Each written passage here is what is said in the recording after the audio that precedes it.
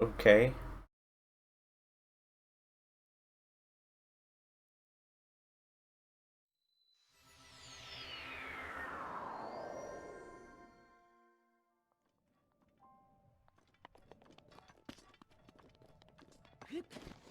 Nice.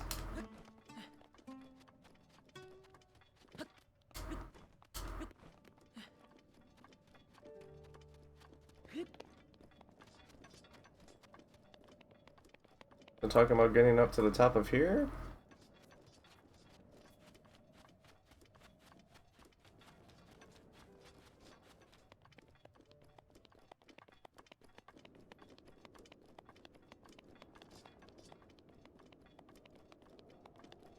I think it is.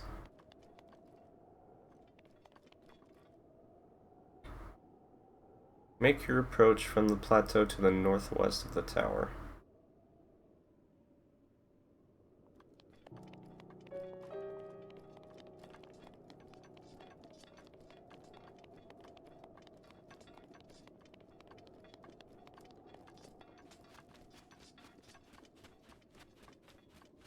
I can't believe, guys, that we never thought of going to the tower. Y'all are dumb.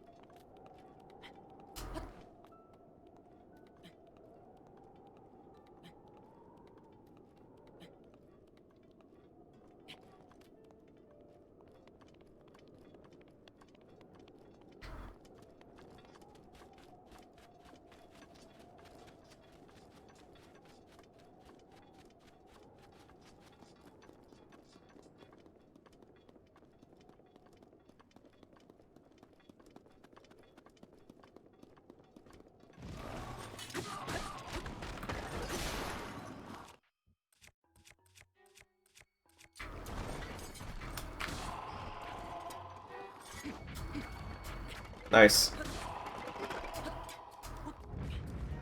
Wait. These are racks. I don't care.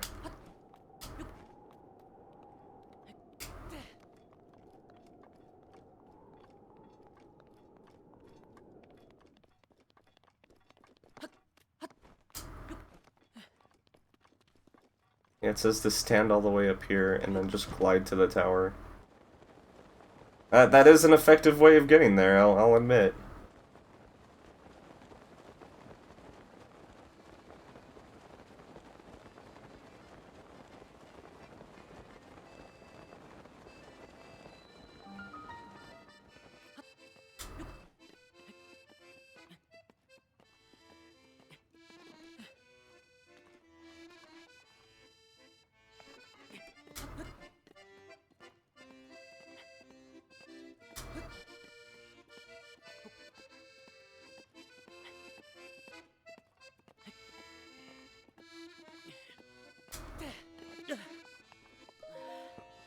Strategy guide is like your 10-year-old cousin that tells you they found a secret way to play the game.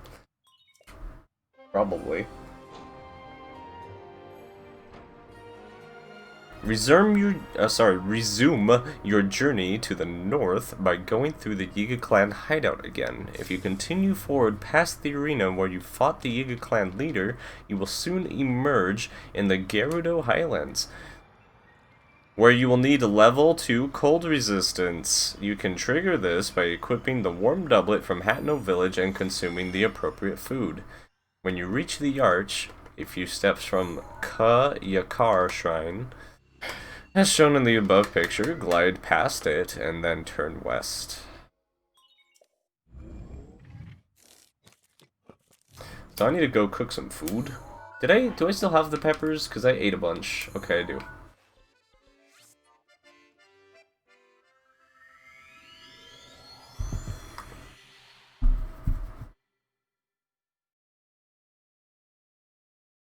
Let me look at the map again.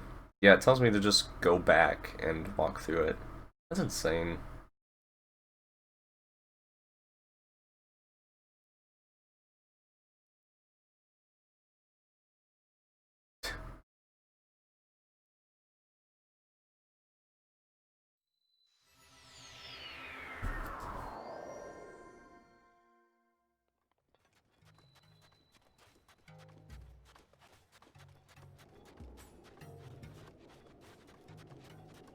Hello, ladies. I must cook.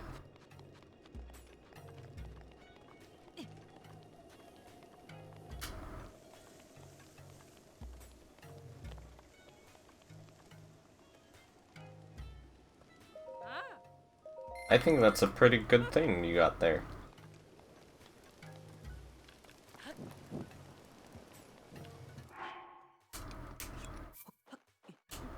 Oh, I have 2 suntrooms? Interesting. So I can actually cook 2 of these. I miss specs. Hey, that gives me level 2. Alright, so now let's go back to the tower. Like the guide says. Now that I have the appropriate food.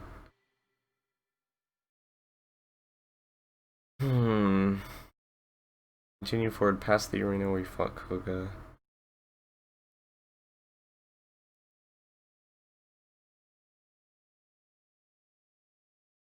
And consuming the appropriate food. I can make it through here in 12 minutes.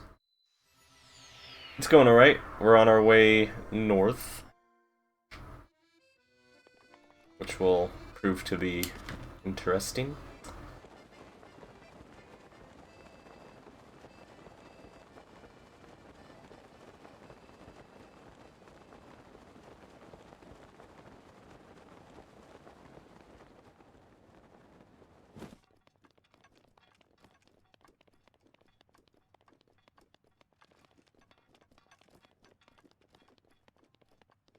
Yeah, there's even maps already drawn out. Oh, hell.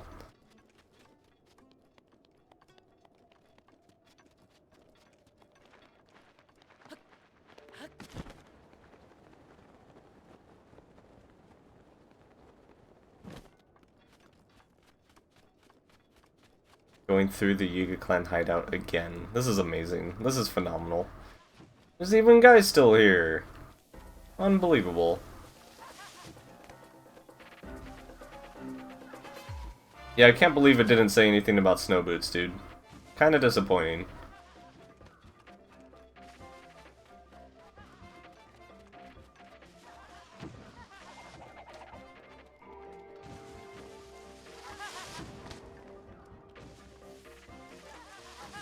Don't hit me.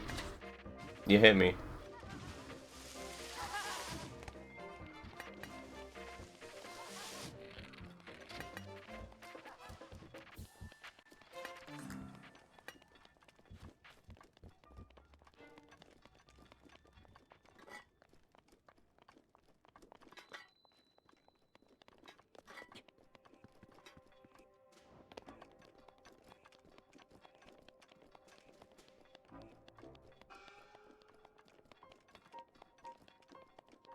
I can't believe the guide thinks this is the most efficient way to get to the Rito village.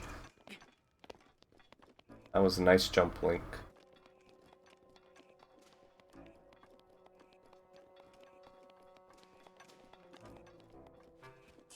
I am kind of surprised that it didn't actually, like, mention, like, hey, you're gonna be going through a snowy area, maybe go back.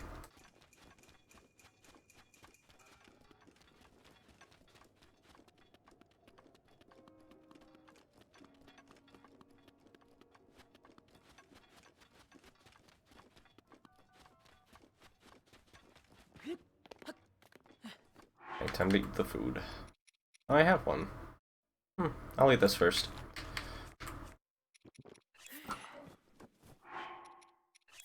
Guess we may as well dress appropriately. Is that a Mrs. Specs emote?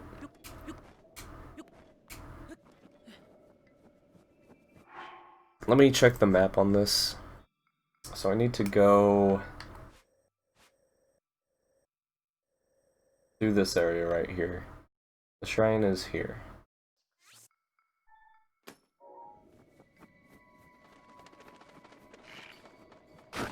Sorry, excuse me. Must be walking by.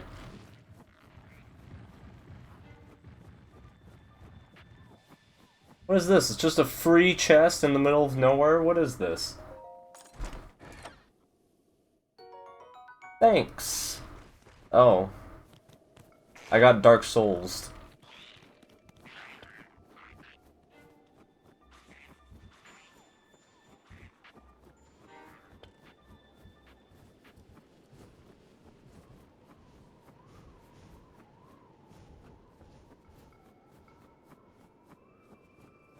It's actually kind of cool to experience the game this way, but it's a little bit boring. Oh my god, that elk is fucked. You idiot. What are these, raspberries? Nice. Wild berries, excuse me.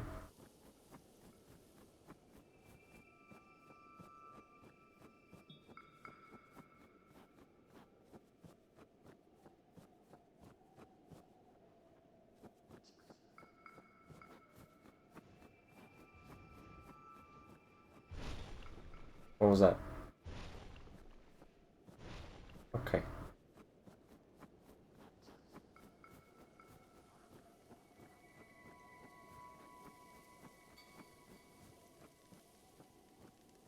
Sorry, I'm like partially paying attention by reading the guide and not paying attention to stamina. Oh, it's this shrine. Of course it is. Well, this isn't a good shrine. It's a great shrine. Good thing I just happen to have some of these.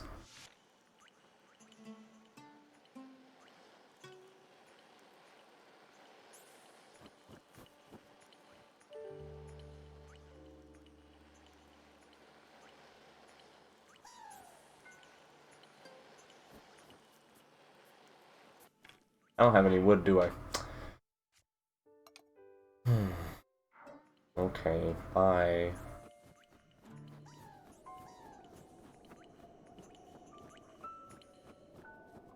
So now it tells me to go through this way and around. Wait. It tells me to go this way and then around this way.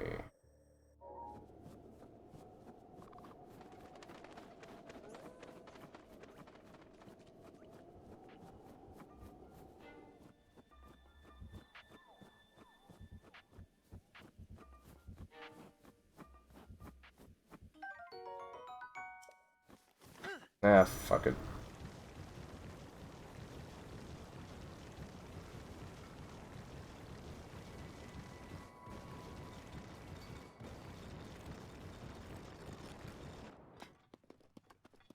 What a strange route.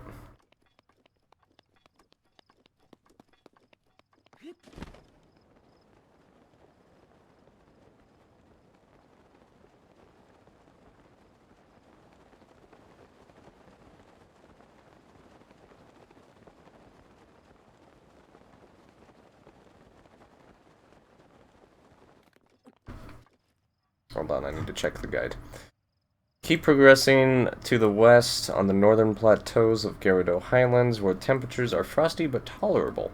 When you reach Mestathi's Shelf, glide to the northwest land to the Massif on the opposite side. You are now into Bantha territory. Where's that? So here.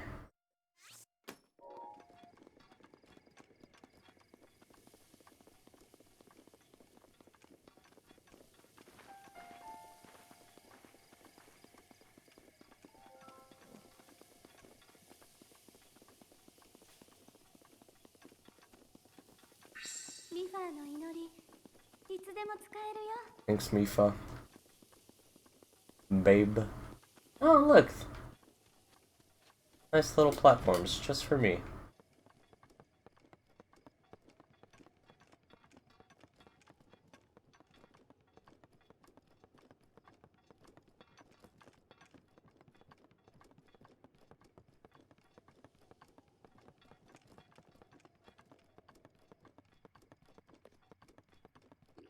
Nintendo, probably. See ya, loser. Oh, you're not. See ya, loser.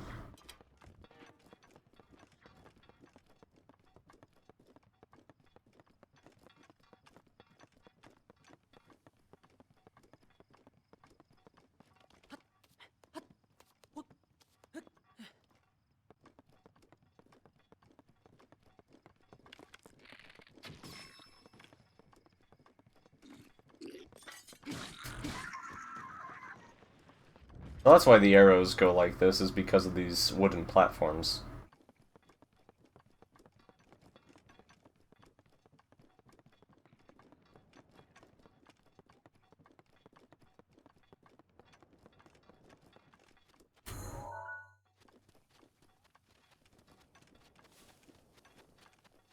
Oh, well, I don't know now. What do I do now? Stuck. Dead end. Bet you the guy doesn't have anything on this dead end.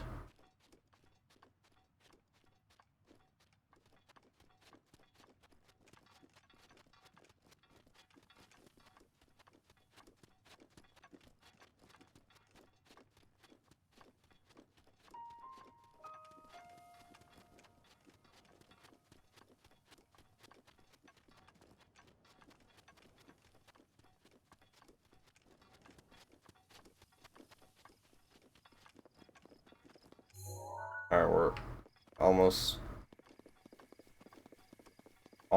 there.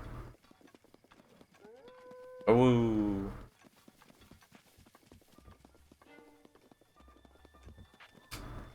Postcard that says figure it out yourself.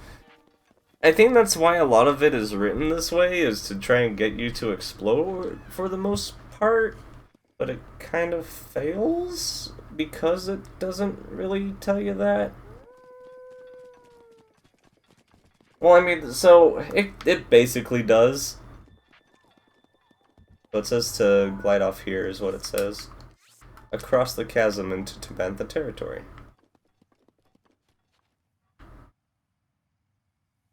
It's quite a long way.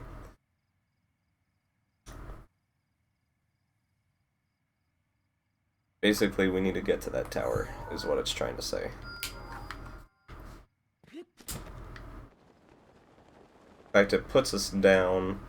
You don't even have to paraglide, you can just walk. Keep heading north alongside the western edge of the Hyrule continent. You will soon have Tabantha Tower in sight.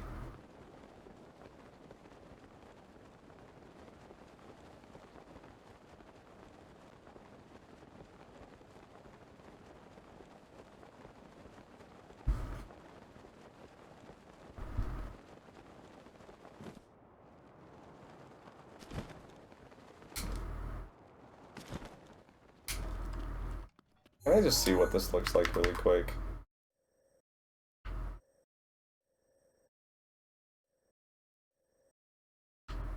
Okay.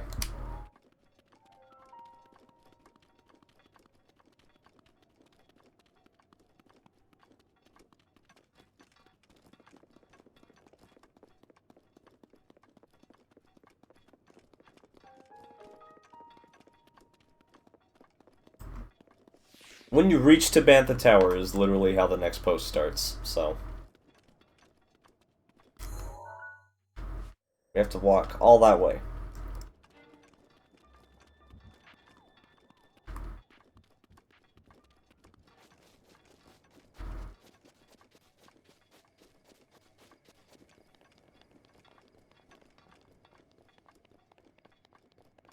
Oh, there is, isn't there? Let me go back up. Yeah, Kaokio, you're right.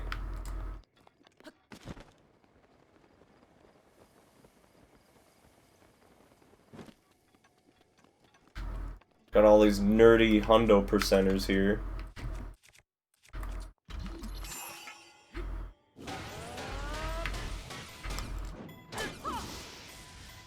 That didn't even kill the wolf. Alright, fine.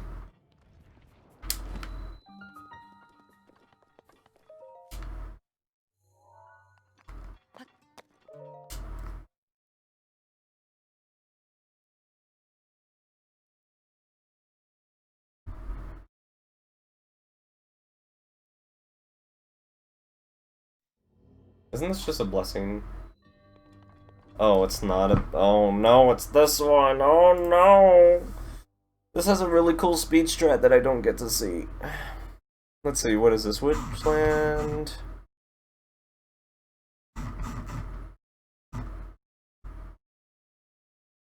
What's the name of the shrine?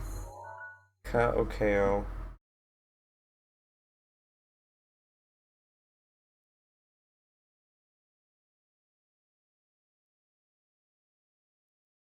Oh, I'm in Tabantha. Whoops.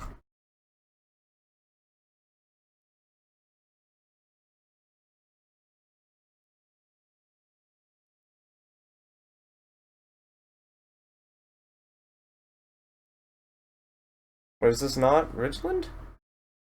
Yeah, this is Ridgeland. Where's Calgale?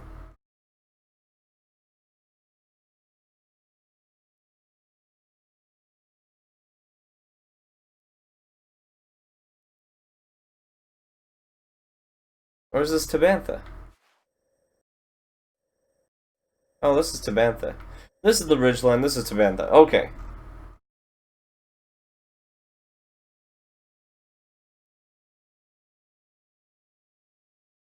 Kaokeo.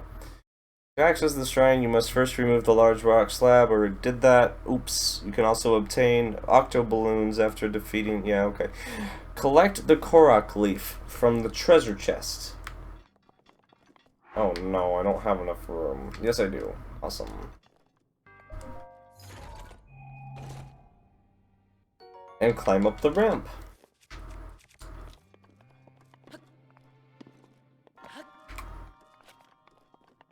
And then what do I do? Standing in front of the gate, unleash a gust of wind on the nearby windmill.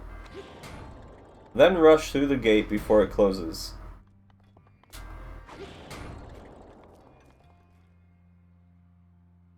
Head to the next room, leaving the explosive barrel alone, where you will encounter 3 Guardian Scouts. Eliminate them before proceeding.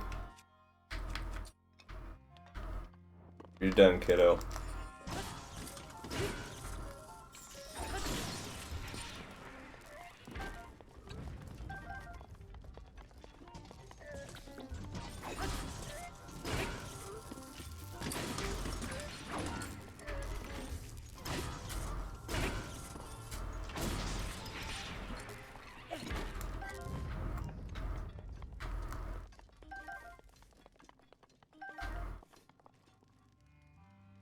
Return to the upper floor and swing the Korok leaf at the windmill.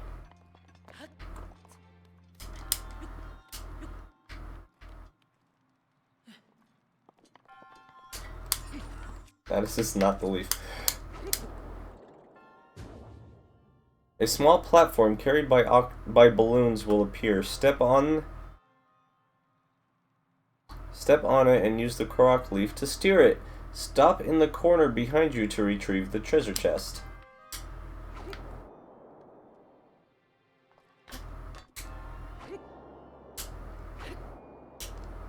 I forgot it's not based off of the opposing direction. Oh, right, this way.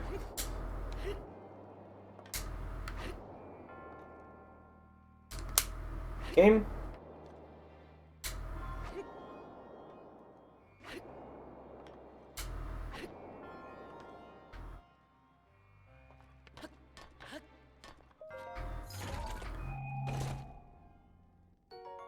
Wow.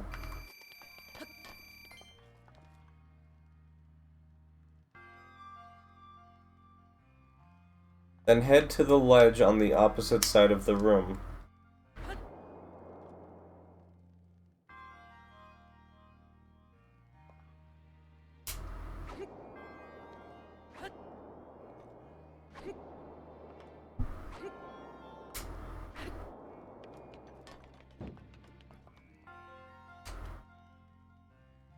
Jump down and follow a linear path until you encounter a Guardian Scout.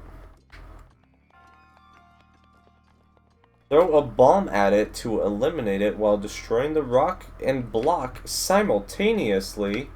That sounds optimal. What a great idea.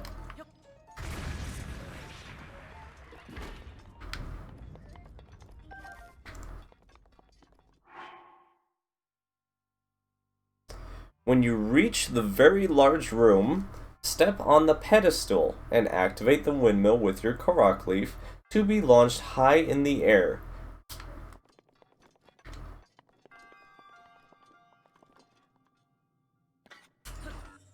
God damn it. Fly to the treasure chest on the left, then to the upper ladder.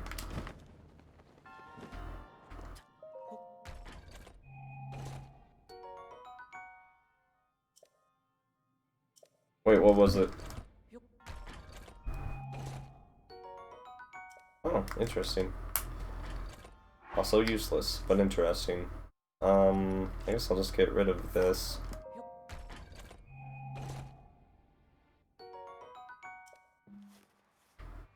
And then to the upper ladder, it said?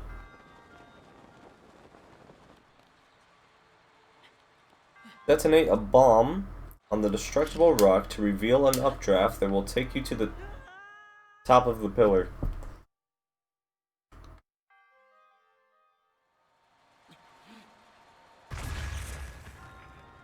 I didn't realize where it put me.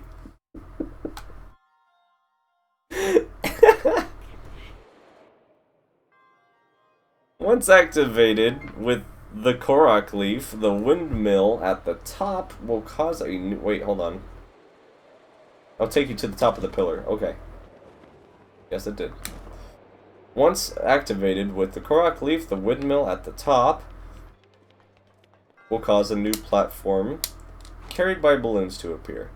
Make your way to the nearby chest, then carefully navigate between the spikes to reach the other side of the room.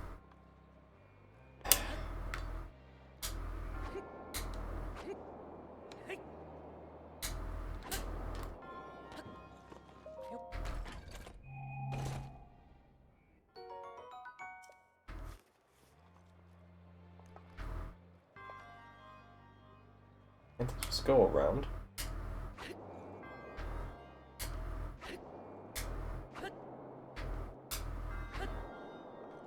Oh, not really. Kind of.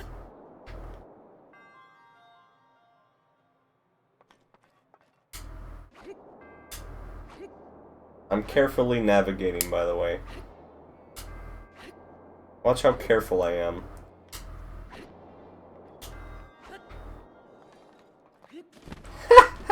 How did that work?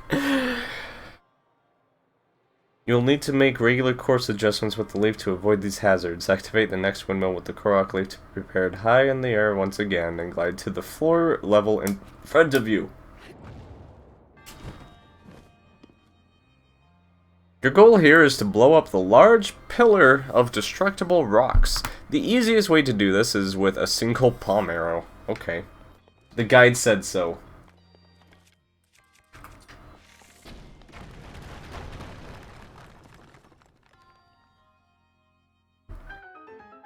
I'm not even gonna read the rest.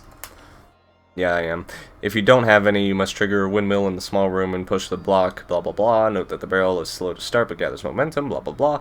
Once it's close to destructible, hit it with a fire arrow or let it detonate by itself, blah blah blah. The explosion will blah blah blah. Yep, nothing important. Glide to the ledge that connects the two rooms as shown above. Okay. There's nothing else up here? What's this? What's the point? Oh, it says they're going to use this to reach the top of the shrine where a chest with a small key. Okay. That's just there for the sake of being there. I honestly didn't think the guide was going to say something about a bomb arrow. That made this, like, infinitely easier. Small key. And then go to the ledge.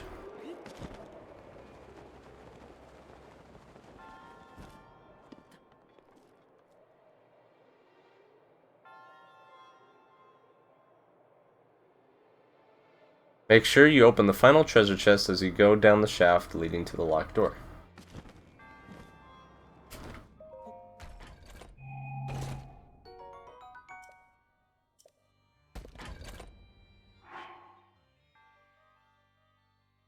God damn it, I guess I don't need this anymore.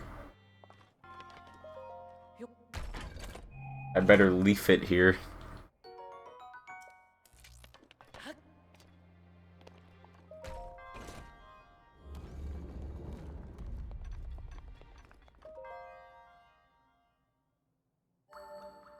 Well, that was interesting.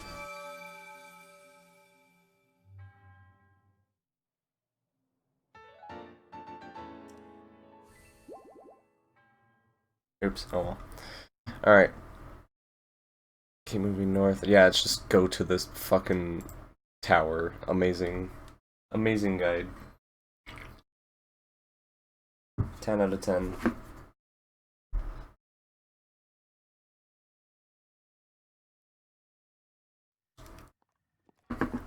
Wait, how do I get out?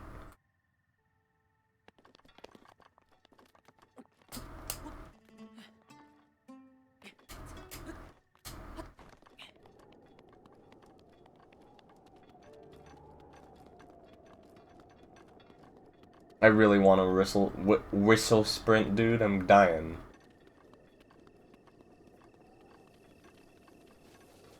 Oh my god, this is a big encampment. Holy crap.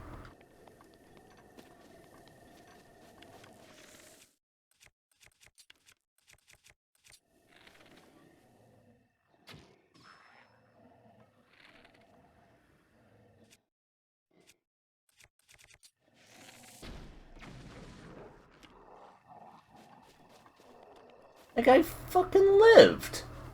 Hello? Literally the universe exploded around him and he's fine.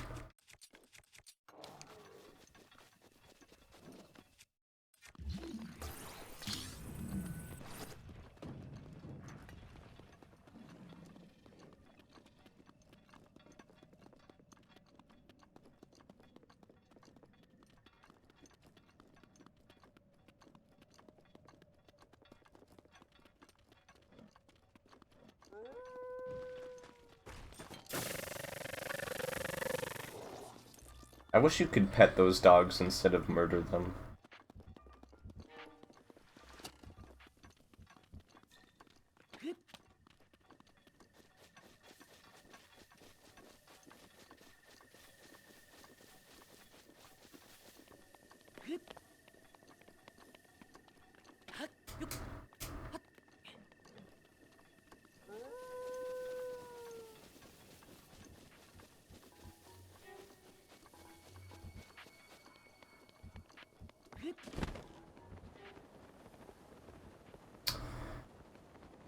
Alright, I'm almost there. When you reach the Bantha Tower, Malasku prevents you from making your way to the top. Scale the pillar. Oh my god, it's literally the tower. It doesn't say anything about the surrounding area. It just says when you get to the tower. I know there's a nice claymore over here, so I'm gonna use that. Don't touch.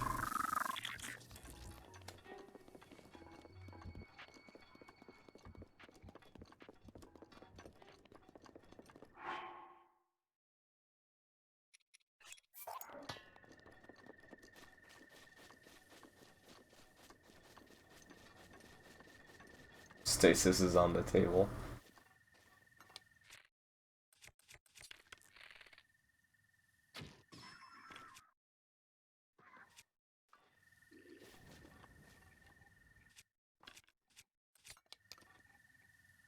Go back to sleep. It's fine.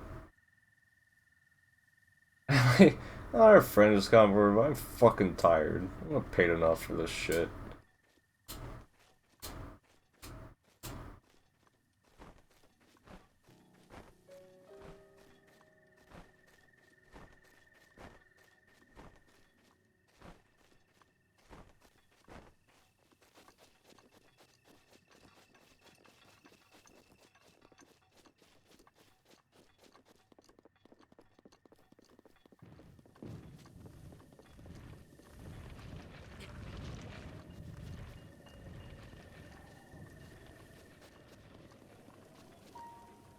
Where's the claymore?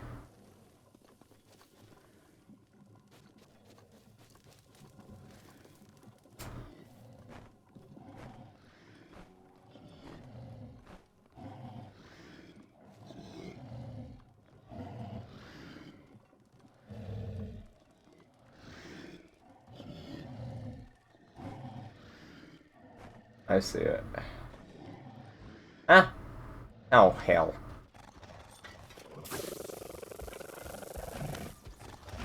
Where is it? There it is.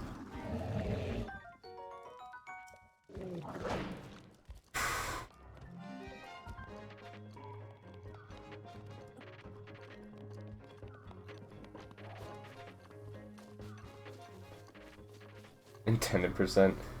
We are finishing the game as the guide tells us to.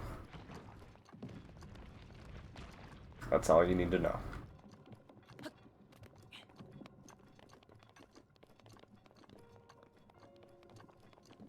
Okay. Scale the pillar southwest of the tower and look to the northeast. Wait, southwest of the tower?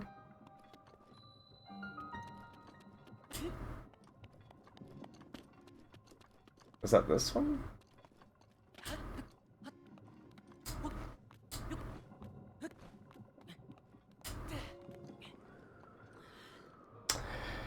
Eliminate the glowing eyeball. Oh.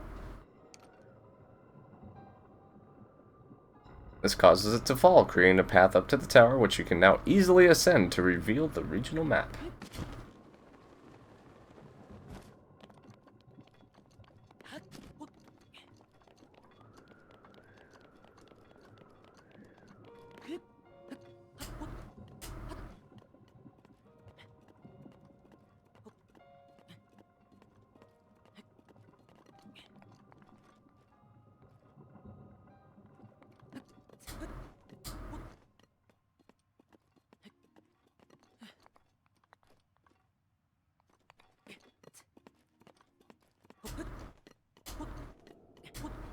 Oh.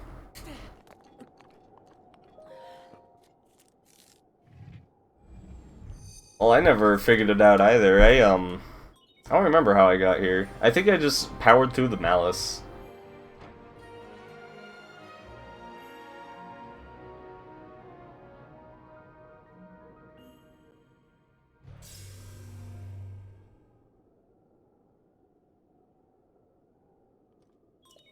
Box launched. Not a bad idea. From the top of Tabantha Tower, you can clearly see your next objective, Rito Village, with its distinctive rock needle? Alright.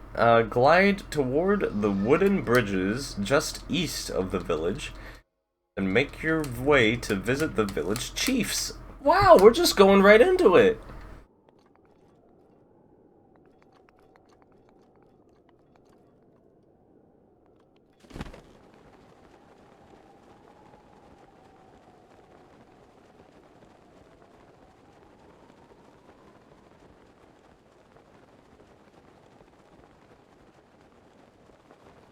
I mean, I guess you can't really tell it's a bird from here, so whatever.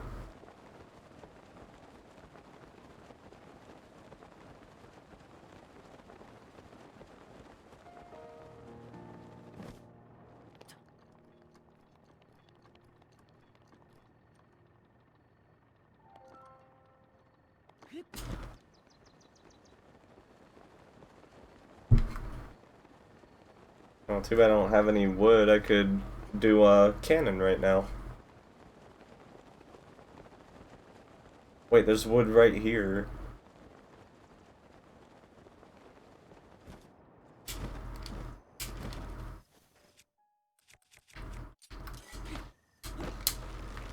Oh, I have this. Oops.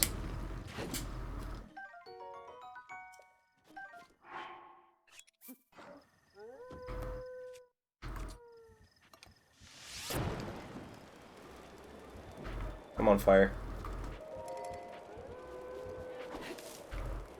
Go away.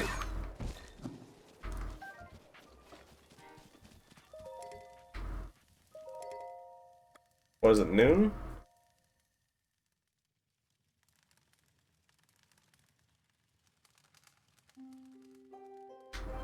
Yep.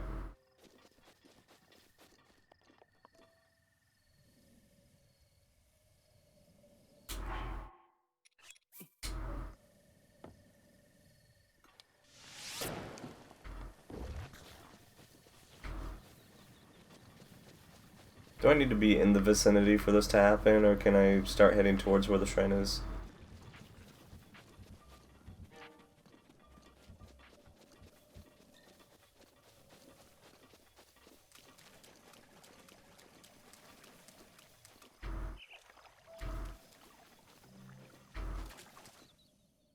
Cool. actually remember where the shrine is. Oh, it's over there.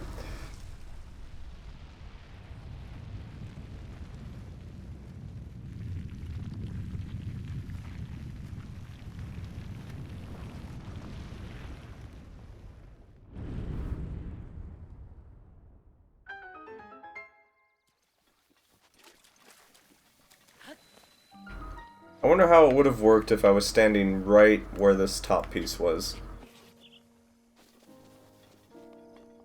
It would have probably just moved me or something.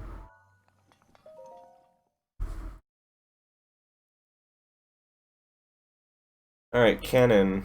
What's the name of the shrine?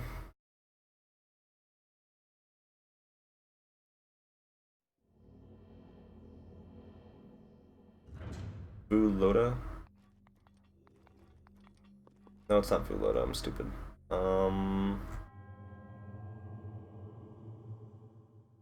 Ah, here it is.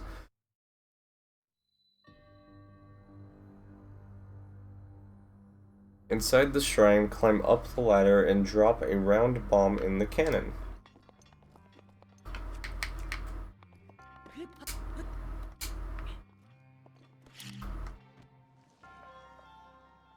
Detonate it once it's in position. Hello? That was weird.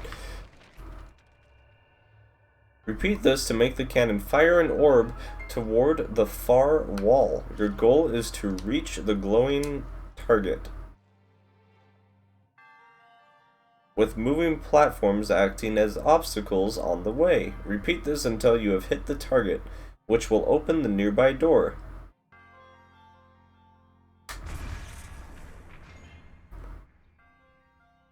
Before you leave, don't forget to destroy the rocks close to your entrance point.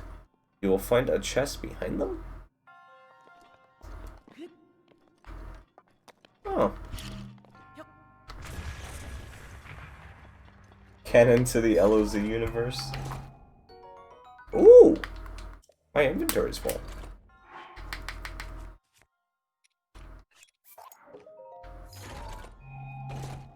You can activate the altar immediately if you wish to clear the shrine, but there is another similar room a little farther. Use the exact same strategy to gain access to a second treasure chest. I mean, it does say it's optional, but...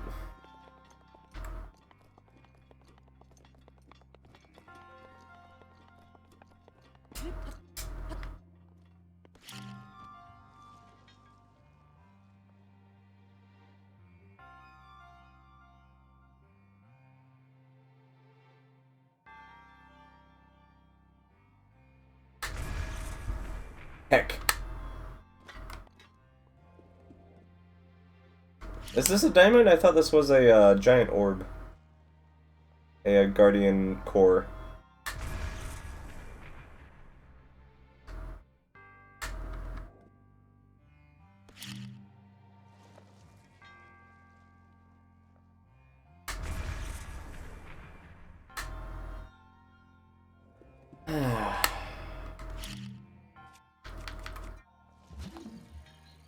It doesn't say to do this. Hey, we got him.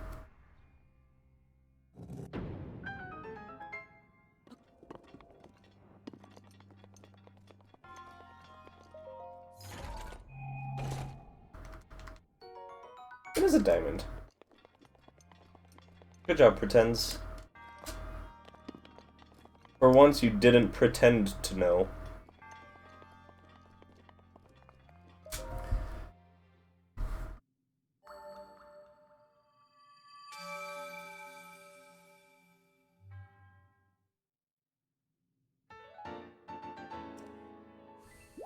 Yeah, actually, the next step says, consider purchasing the Snow Quill armor set at this point.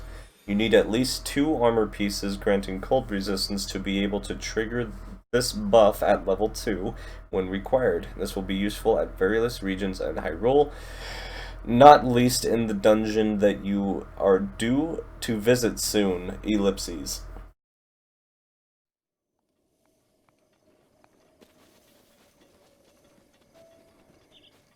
I really want to whistle sprint. Like, my hand is in position to whistle sprint, but I can't do it. I just can't. I love this texture. Every time I walk by this. I'm surprised they didn't patch that.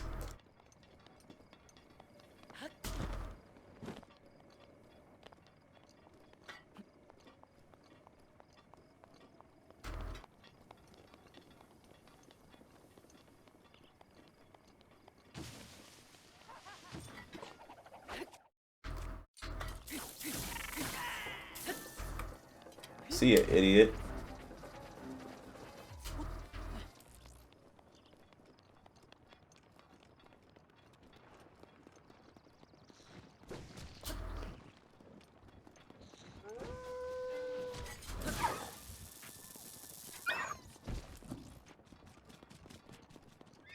What the f-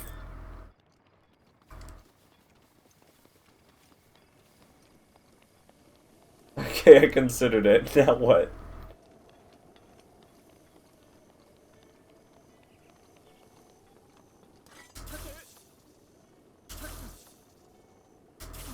I swear this guy fought back. I guess not. He probably knows I'd win.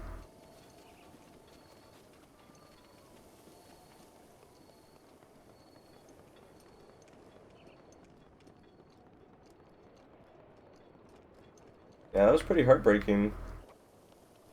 Oh no, is this thing gonna do the same thing?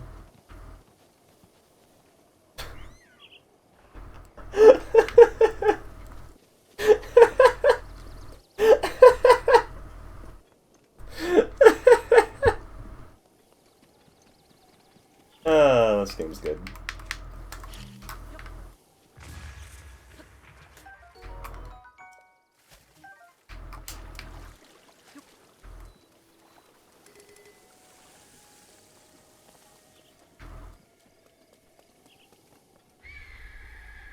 If only the Yiga clan guys were suicidal, right?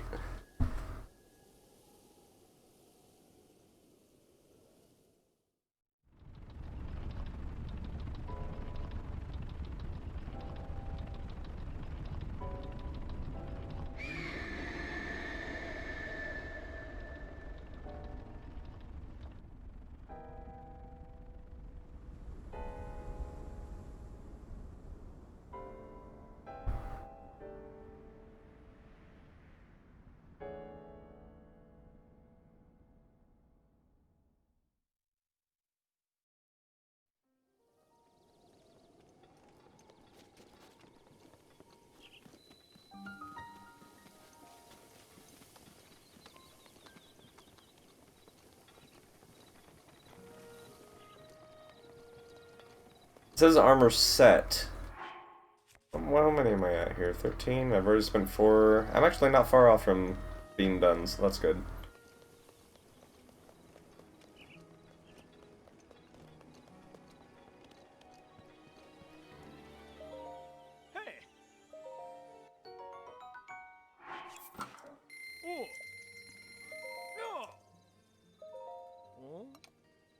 I want to just sell all of these while I'm here, I guess.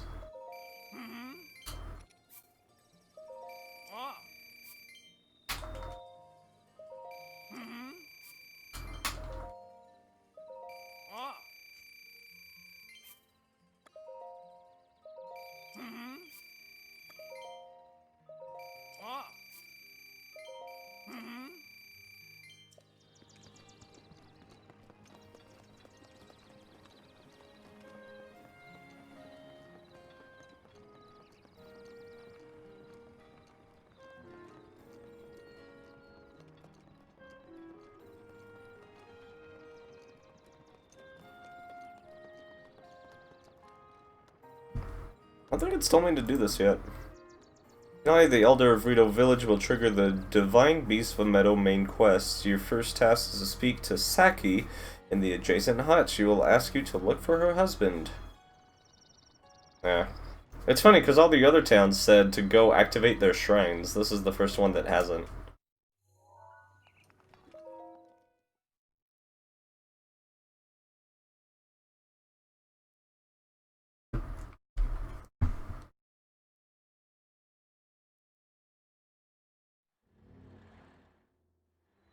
Alright, windmills.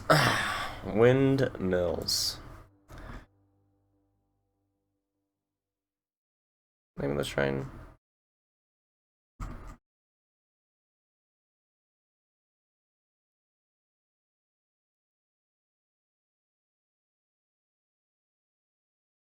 Oh, here it is. Shrine is located in Rado Village, blah blah blah. First, climb the stairs to your right that reach your room with a pool of water and a crystal at the far end. There are actually 3 treasure chests in this room. The first one's behind the gate, which you can raise by hitting the crystal with an arrow. Oh, let's... whoops.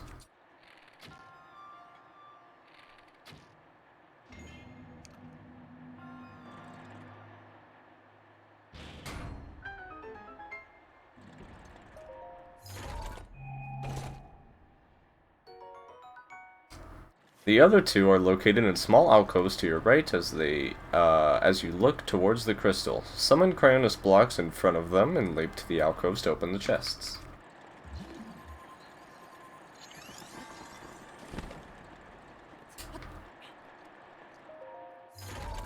Isn't one of these a weapon?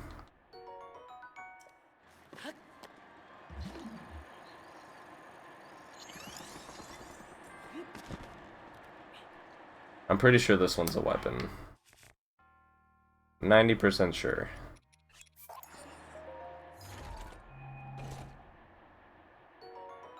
It doesn't actually say, but I know that I need to do them.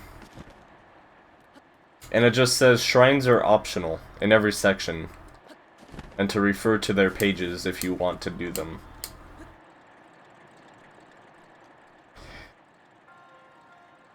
To solve the puzzle in the main room, you must realign the fans as shown in the picture on the left. This implies hitting the bottom left and top left crystals 3 times and all the other ones once. You can make your way... You can then make your way to the altar. Okay. I'll use this.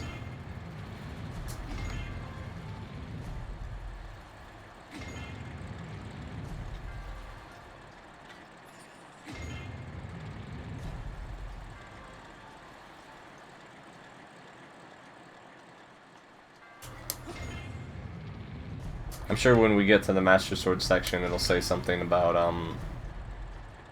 how many containers I need.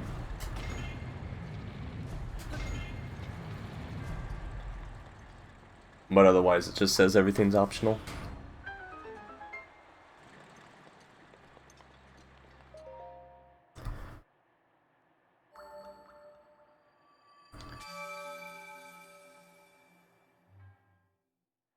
But I do need to do 24. And I've already turned in 4 for the Great Plateau, so I've already done 18. So I just need 6 more. Alright, Pretends. Have a great rest of your night. Thanks for stopping by.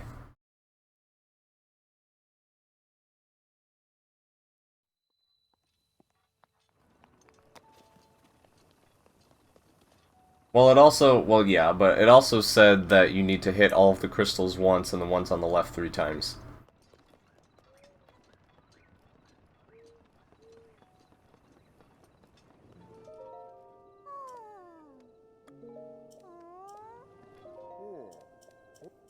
How fast that guy woke up? I wish I could do that in the morning.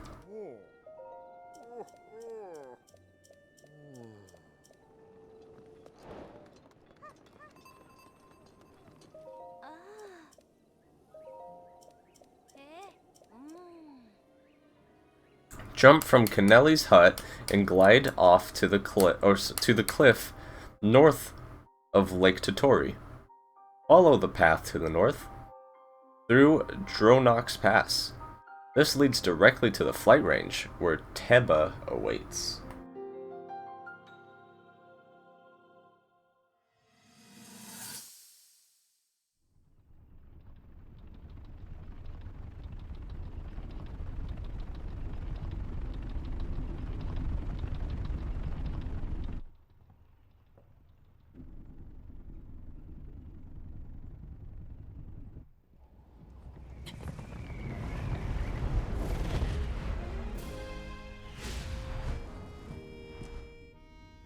だい今の。君にはとても真似のできない系統だろう。上昇気流を発生させ空高く舞い上がる僕の技。空の支配者リトの中でも芸術品とまで言われるテクニック。この技をもってすれば厄災ガノンに対して有利に戦いを進められること間違いなしだよ。そして一族でも最高と称えられる弓の使い手。つまりこの僕リーバルこそ厄災討伐の要にふさわしい戦士ってことさ。なのに僕に与えられた役目は君の援護だ。君がその古臭い大麻の剣とやらの主ってだけで。愚の骨頂だよね。おや、怒ったのかい？それなら勝負と行こうじゃないか。場所はそうだな、あそこなんてどうだい？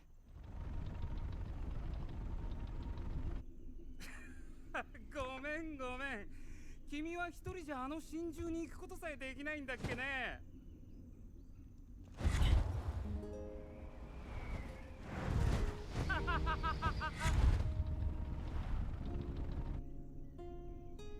That's my favorite translation of ha ha ha ha ha.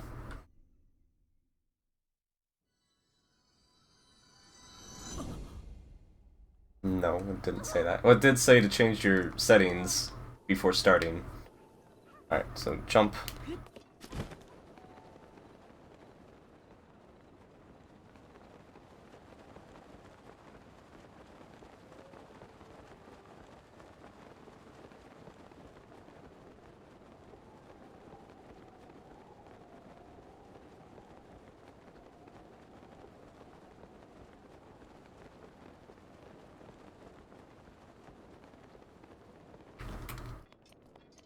Alright, I almost whistle sprinted. I almost did it.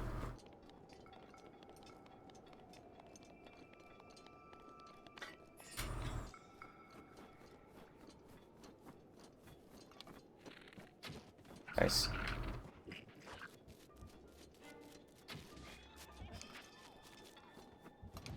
Oh, hi. Shit.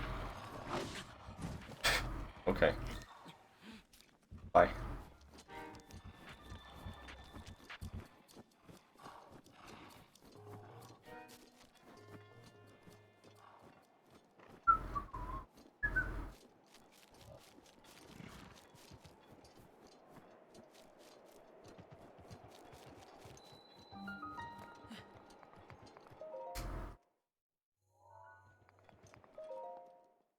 Shah Warbo.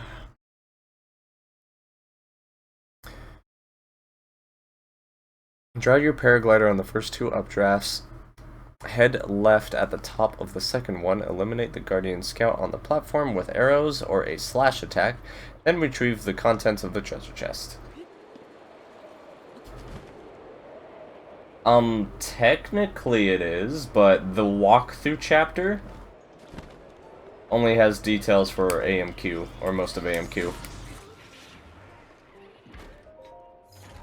The third updraft on the opposing platform will take you to a moving platform, which you can leap to a long ladder.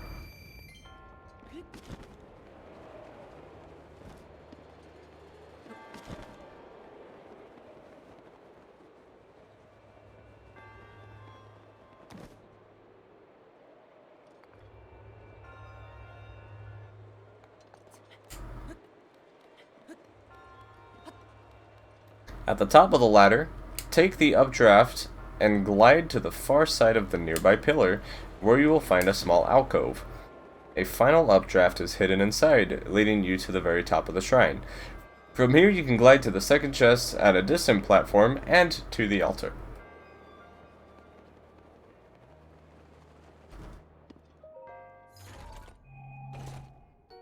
$10,000 channel views? Wait, what was this? Really? Let me refresh. Oh, it's a bug. I guess we can just toast my old one. Well, I'm gonna need to replace this anyway. I should have kept that. There it goes. Bye-bye.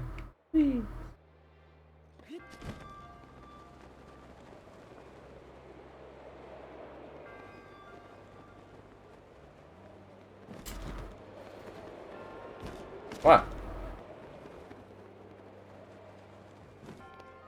Alright, let me refresh.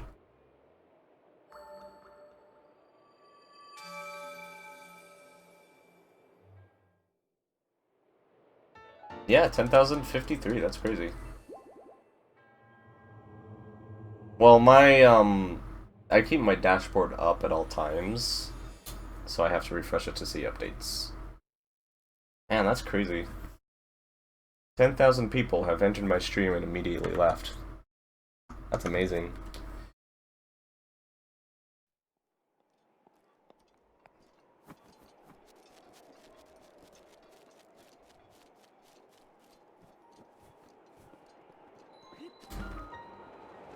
Oh, wait.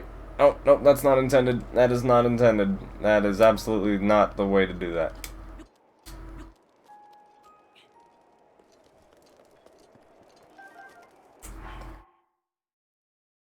I mean, it's good to take breaks every now and again, but I wouldn't... I don't know. I've really enjoyed running this game, so I find it hard to stop. The flight range features a cooking pot. If you still do not own armor pieces with cold resistance, and by now you really should, you should use the pot to prepare appropriate dishes. You need level 2 cold resistance for the upcoming challenges, so make sure you combine appropriate ingredients in each recipe. However, purchasing at least 2 pieces of the Snow Quill outfit from the armor shop in Rito Village makes much more sense as a long-term investment. This is also a very good opportunity to cook dishes with restorative properties, as you will soon enter another dungeon. You should also collect the arrows close to the cooking pot. If you still have relatively few, buy some more from Rito Village's general store, as you'll need plenty. Once you are fully ready to speak to Teba to begin your archery skill test.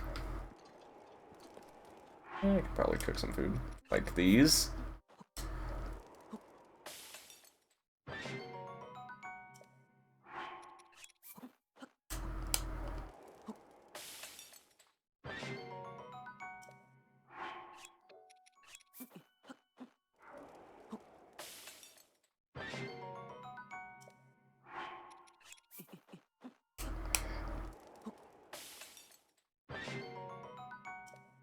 I think the game forgot that the doublet gives you cold resistance. Or the guide. I keep confusing that. I'll cook these. Are those the only hardy fruits I have? Watch this! Look at that!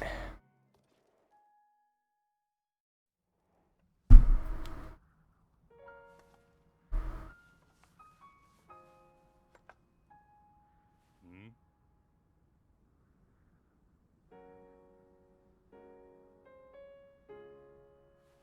誰だ俺は忙しいんだ邪魔しないでくれ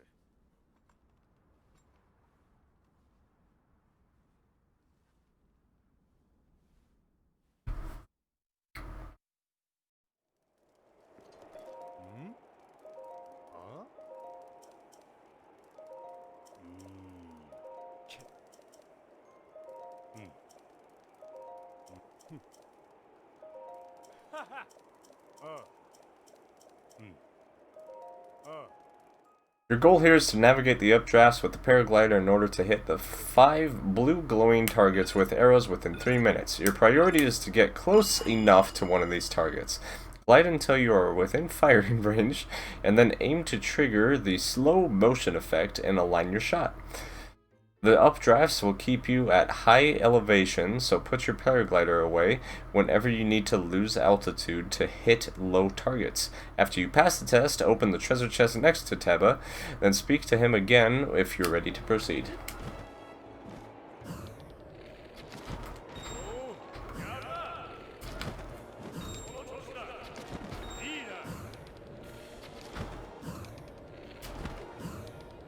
I think I missed that one. Okay. Man, 3 minutes for this is actually amazing.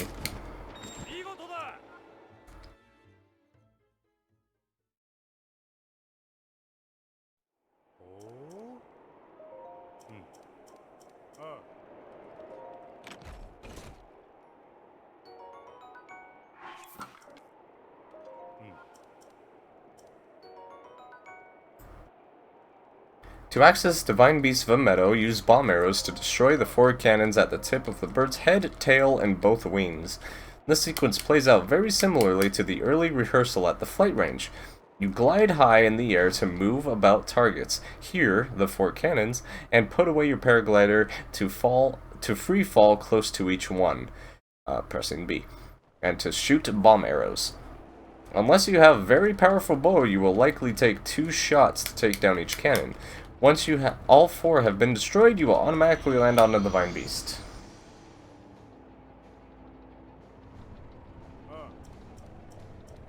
Yeah, I think the challenge for 20 targets gives you 30 seconds. I don't remember. Oh. I'm ready. Let's go.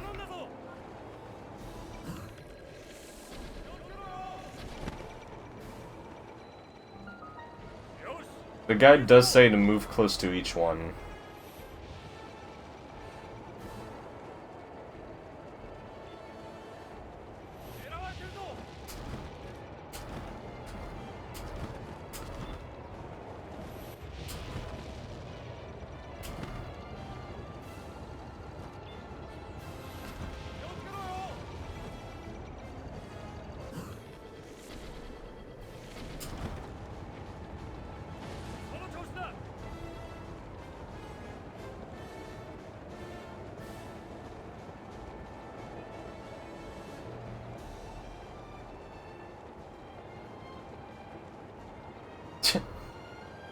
Thanks, Teba.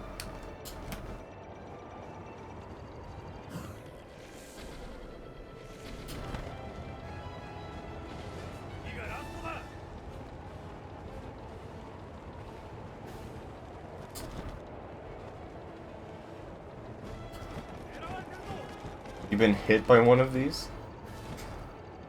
I didn't even know that was possible. At least you're honest.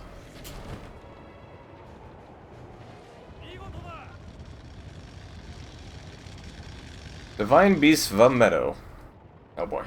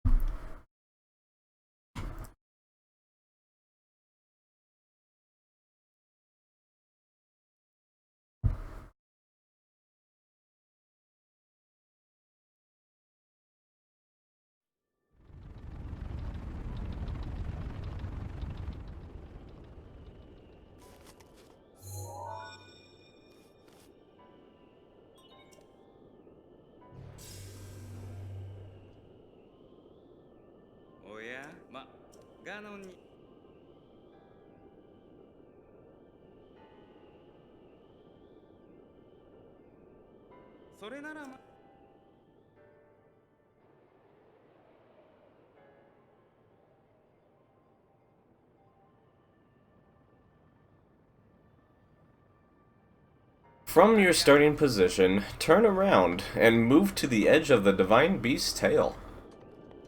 Hit the glowing eyeball on the right with an arrow to remove the malice goo. And access the chest. Head inside the dungeon and eliminate the glowing eyeball to your right as you enter. With the goo removed, you can catch the updraft to reach the wide ladder, at the top of which lies a second treasure chest.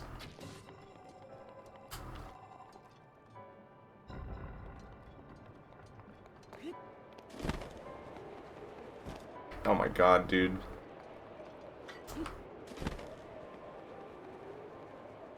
Uh-oh. Uh-oh. Oh god.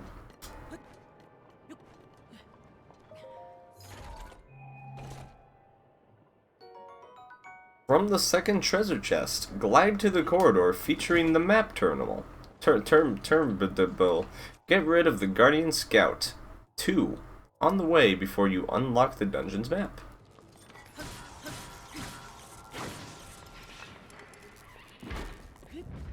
When you open it, you will notice the usual orange glowing points corresponding to the terminals you need to activate, as well as 3 purple icons that represent the increments at which you can tilt the meadow.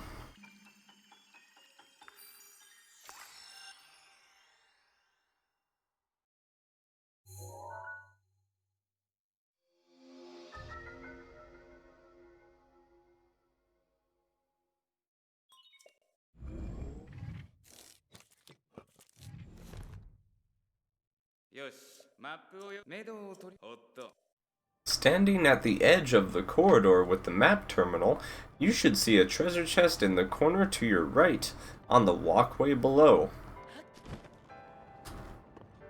Glide to it directly from your position.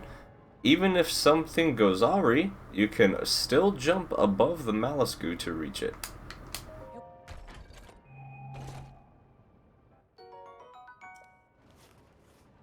From the edge of the walkway with the third chest, look down and shoot an arrow at the glowing eyeball.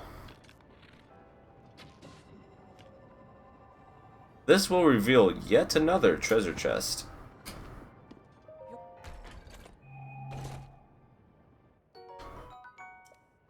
Catch an updraft on the opposite side of the room. When you reach the ceiling, glide to the large ladder. Climb up to the platform where you found the second treasure chest. Then eliminate the glowing eyeball and leap to the nearby doorway. This will lead to the first room of the Divine Beast's left wing.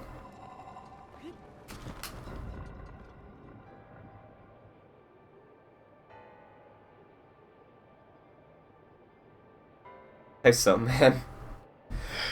Look to your left and fire an arrow at the glowing eyeball in the alcove to free the terminal that contains the Malasku.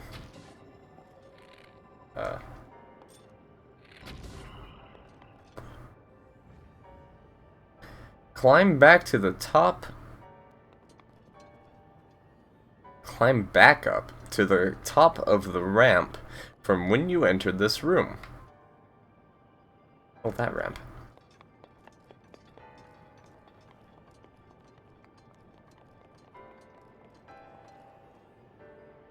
From this position, open your map and tilt the divine... This is stupid. So that its right wing rises to the top.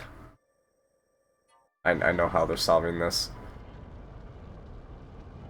In this new configuration, the alcove is lower than the ramp where you stand, enabling you to glide to it.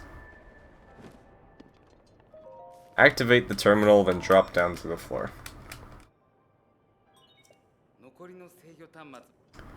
Run to the highest point of the walkway opposite of the first terminal.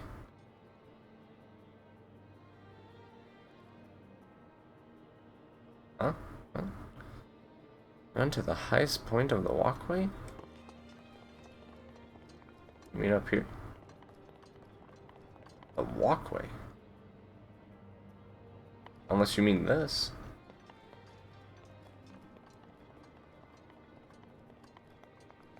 I guess this is technically the highest point. Yeah, it is. Okay, this is what it's talking about. Thanks to the incline, you can glide from here directly to the small ledge above the barred gate, where the chest awaits. Ah. Oh, shit! Get the hell out. I don't think that's how that works. Okay. Drop a round bomb in the pipe to the right of the barred gate. The incline will take the bomb to the small stone arch beyond. Detonate the bomb to clear the way.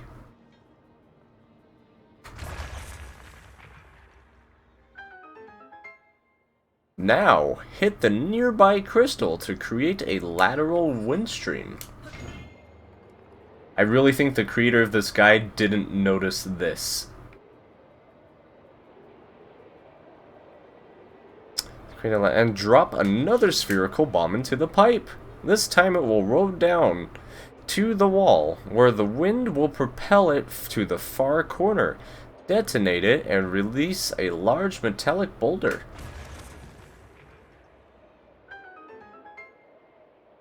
Hit the crystal again to close the shutters.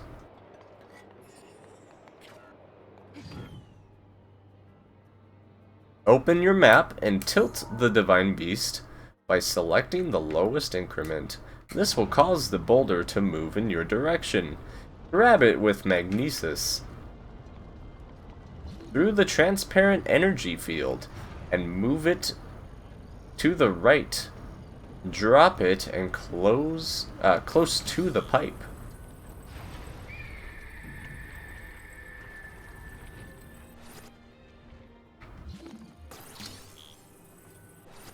Stop.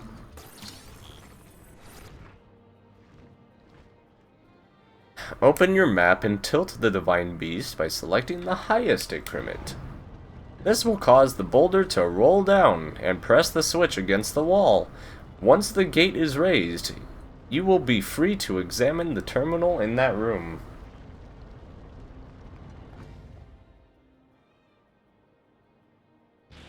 Wow.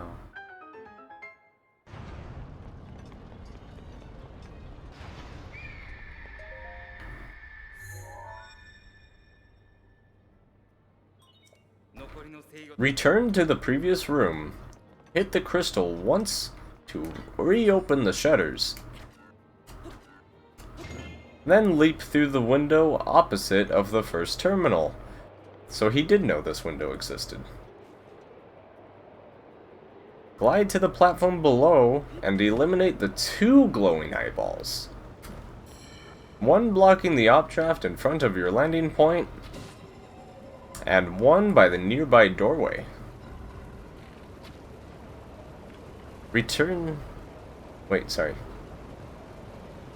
Turn around and look towards the tip of Vametto's left wing. Oh, would you look at that. Thanks to the incline, it is possible to glide to the room found there, which contains the next terminal. Thank you, incline.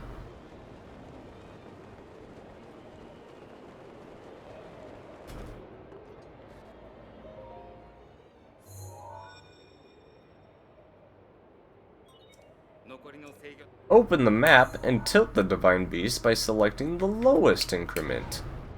This will enable you to glide back to the first central room. Remain on the lower level and go through the central room. When you emerge beneath the right wing, step on the small ramp.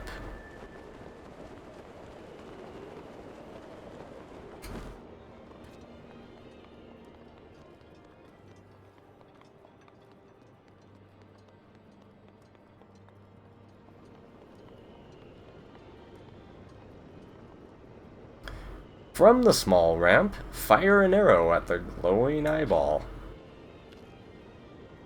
Fix to the right wing. This will remove the malice goo blocking your way, enabling you to glide to the room beyond.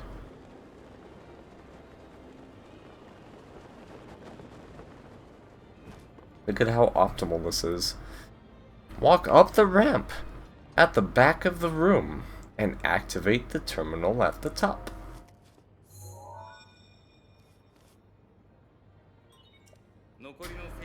With the nearby gate now open, head into the adjacent room. Turn around and shoot the glowing eyeball above the gate. Seriously?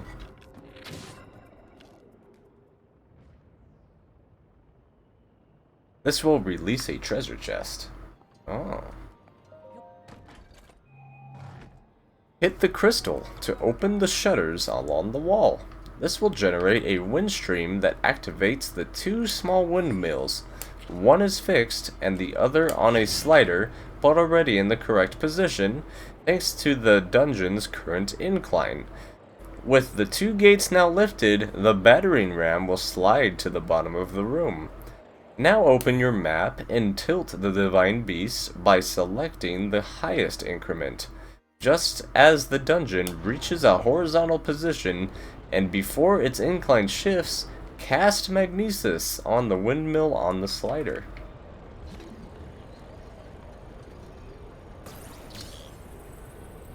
As long as you maintain it in the wind stream, the gate will remain open, enabling for the battering ram to hit the pressure switch at full speed.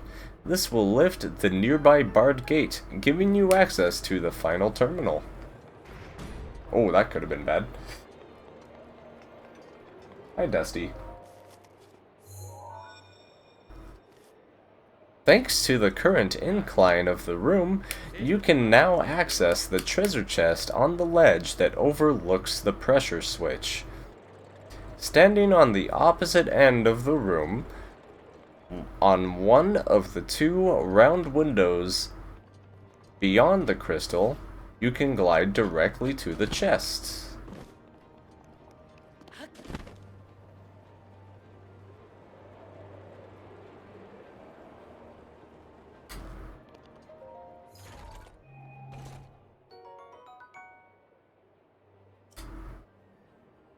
Wait, what was it? Another Knight's Bow. Holy shnikes. This game is dumping these on me.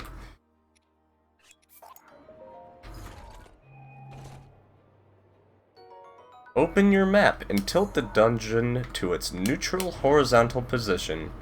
Drop down in the central room and ride the updraft all the way to the top, where you can activate the main control unit to trigger the boss battle. It doesn't say anything about the chest on the nose. Are we for real right now?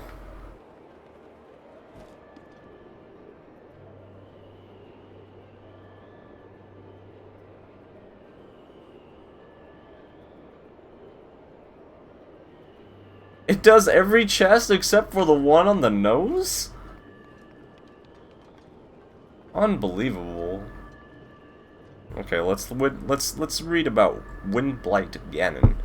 When Windblight Ganon stands on the ground level, it will usually unleash a tornado that will move slowly but rather unpredictably in your direction. This cannot be blocked, so your best bet is to sprint away from it.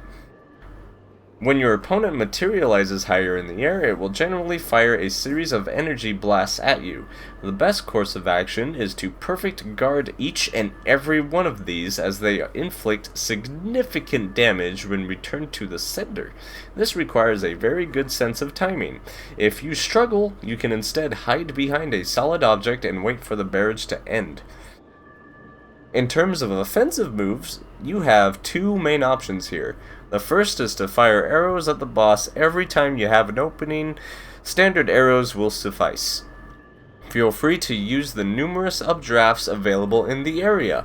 The slow motion effect triggered when you aim while airborne will help you align clean shots at the beast's blue eye. Another effective option is to sprint to Windblight Ganon when it appears at ground level. You can rapidly inflict great harm with melee combos and remain out of range of its attacks by standing directly beneath or behind its body. This is a slightly more risky approach, but it's also much more efficient. I'm just going to go ahead and read about second phase here. Once Windblight Ganon's health is down to 50%, the battle will become significantly more difficult. During the second phase, Windblight Ganon will regularly summon 4 small satellites that orbit its body. You can destroy all 4 with arrows, causing your opponent to temporarily revert it to its attacks from the first phase, but they will eventually reappear. We would argue that it makes more sense to focus on your main enemy at all times. With the satellites active, your opponent will occasionally charge wind energy in a vortex. Then unleash it as a gale strike is what that's called, that moves at a high speed in your direction. This is a very fast assault that cannot be blocked, so be prepared to sprint away from it or hide behind a solid object. During the second phase, the tornado attack is upgraded into a version with 2 whirlwinds. These cannot be blocked, so start dashing away from them as soon as they appear. The energy blast that the boss fires with its gun will now bounce off the satellites, making their movements unpredictable. Worse, perfect guarding them is useless, as they will not be redirected to your opponent's body. It therefore makes sense to avoid them. As with its other forms, Windblight Ganon will occasionally target you with a red laser, focusing it for a few seconds until a powerful blue beam is released. If you successfully perfect guard this and send the beam back to the monster, it will be stunned, giving you an opportunity to unleash a full melee combo. If your timing is off, your shield will be destroyed. If in doubt, sprint perpendicularly to the beam to dodge it, or hide behind a solid obstacle. Your offensive options in the second phase remain unchanged. You can either fire arrows at the creature's eye, preferably while riding updrafts to enjoy the slow motion effect that makes aiming much easier. Alternatively, as before, you can rush to the monster whenever it materializes on the ground and assault it with your most powerful combos. The latter approach is by far the fastest, enabling you to end the battle quickly if you are suitably equipped.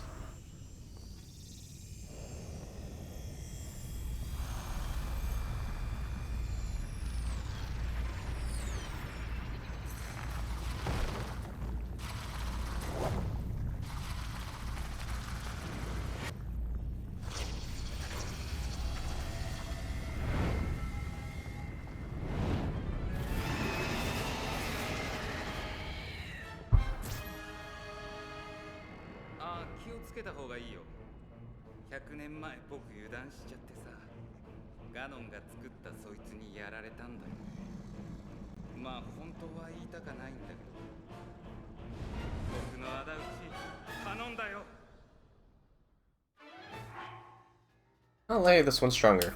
What do you know? So I'm glad this doesn't change from the speed side of things. Basically the same fight,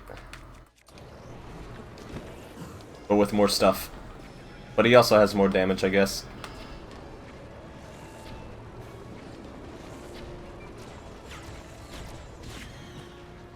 Gotcha. This arrow this bow fire is really slow.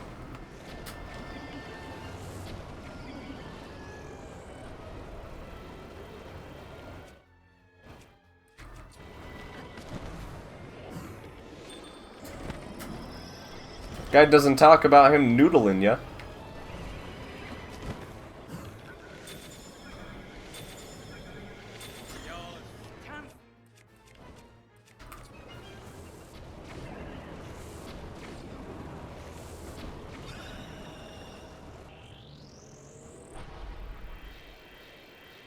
Yeah, but it's not a requirement. And I'll use the regular arrows now. Just for you.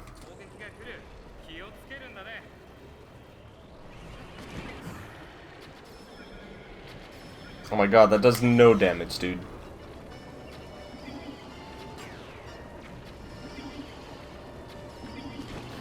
Really?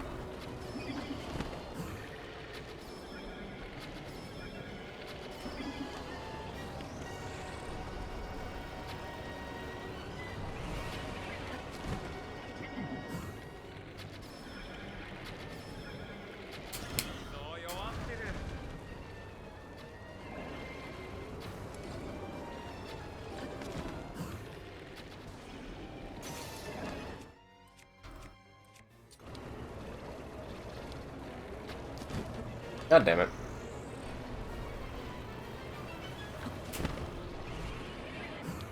You bitch!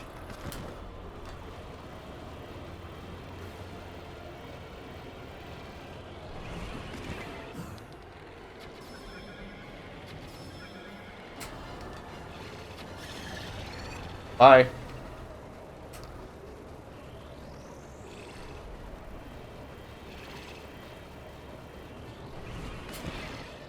Oh my god.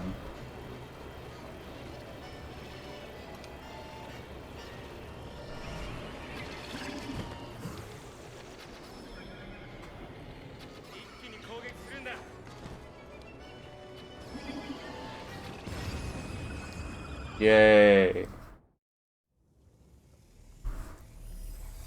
Once Windblight Ganon falls, collect the heart container that appears. If you're ready to leave the dungeon permanently, there is no way to revisit it later. Interact with the main control unit. After the following cutscene, you will receive Rivali's Gale. This special power enables you to create an updraft by holding X, which can prove enormously... Wow, I don't know why I couldn't say that. Useful for long climbs or particular puzzles. As with other similar powers, a cooldown will be triggered once you consume all available charges. Report to Kennelly, the Elder of Rito Village. This completes Divine Beast Vametto, the Divine Beast Vametto quest. Claim a reward from the treasure chest on your left. You are now ready to visit the land of Gorons and conquer the final Divine Beast.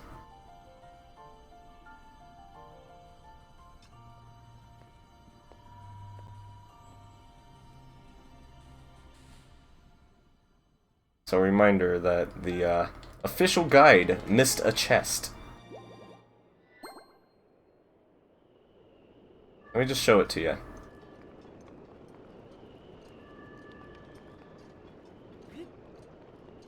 And it's possible that they fixed this with the new updated version, but it's right over there. Can't see it from here, but it's over there. Guy didn't say to get it though, so I'm not gonna go get it.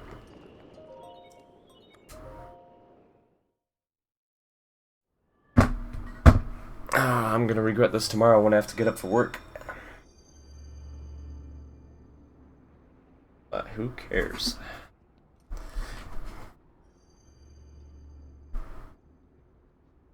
おや、本当に倒しちゃったのかい？尺だね。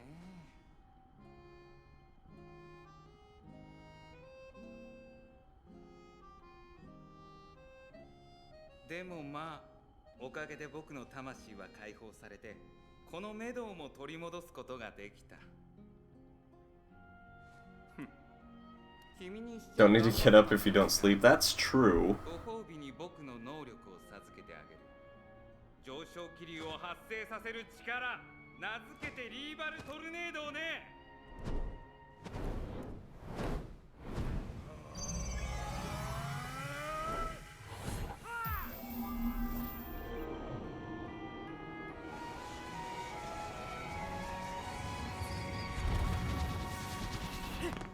Japanese title, you mean language? これから僕はこのメドウを移動させてガノンを撃つ準備に入る。君がハイラル城で奴と戦うとき、助けてあげるためにね。感謝してくれよ。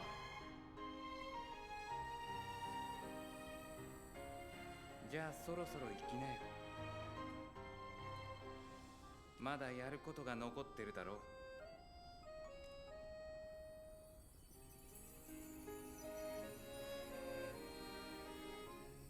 あの姫は君をずっと待ってるんだ。 I am Jim.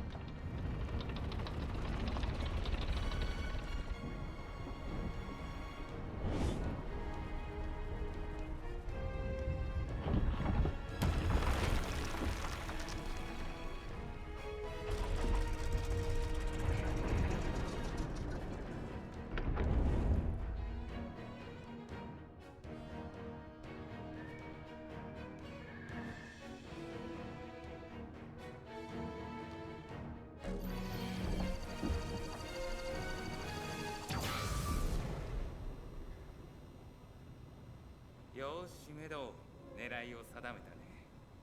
ここからガノンを捕らえ続けて、あいつが戦う時、奴に強烈な一撃を食らわせるんだ。その日まで頑張ってくれよ。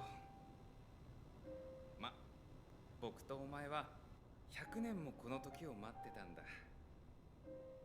あと少しくらいどうってことないだろう。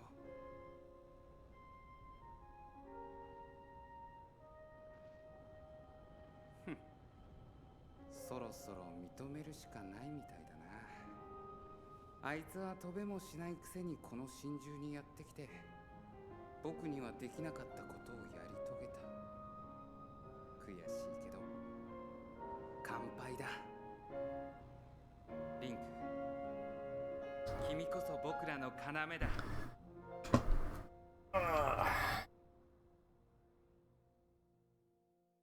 What do you mean impossible?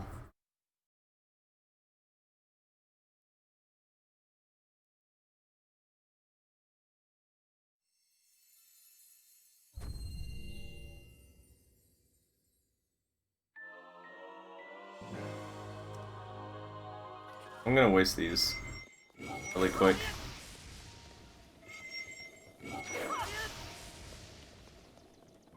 Oh, I could have used those on... Whatever. Oh, the strategy said not to do that. I can't wait for the game to tell me how to get to Goron City in the worst possible way.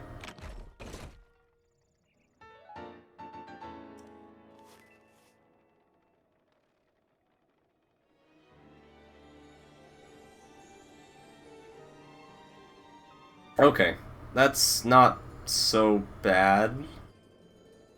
It's not good. If you need assistance to find your way to Goron City, the easiest solution is probably to warp to Lanayru Tower. Okay. Bye. Look to the north from here and you will see Eldin Tower in the distance. Rather than aiming straight for it though, you should consider making a small detour to the northeast. A brief stop at the Foothill Stable will give you a chance to purchase a very important item. You can follow the road marked on the in-game map, which will lead you straight to the stable.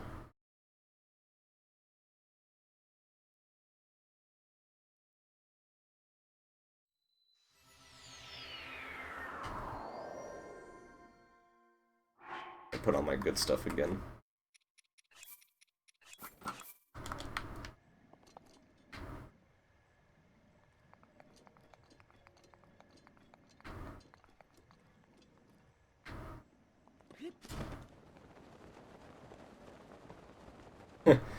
It's your horse!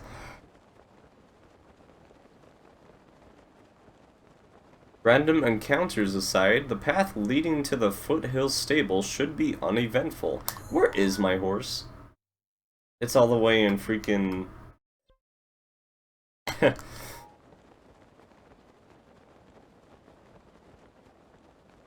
Though you are entirely free to briefly leave the main road to clear an enemy outpost or a shrine on your way. Thank God, I'm going this way then.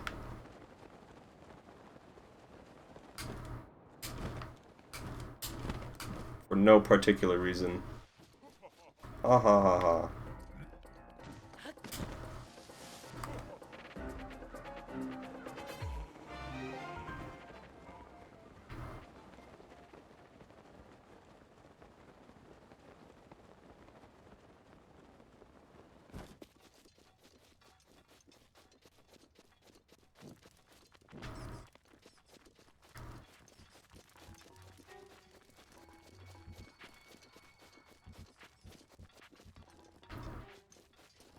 Oops.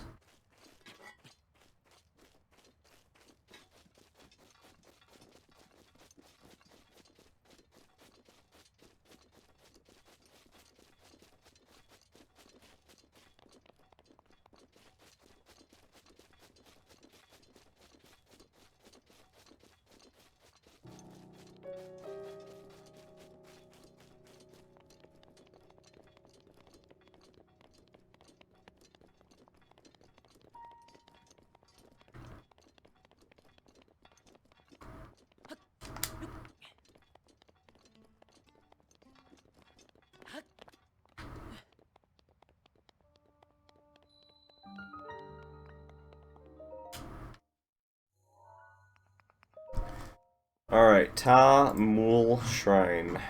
Where's Eldon on this list? The very beginning, of course.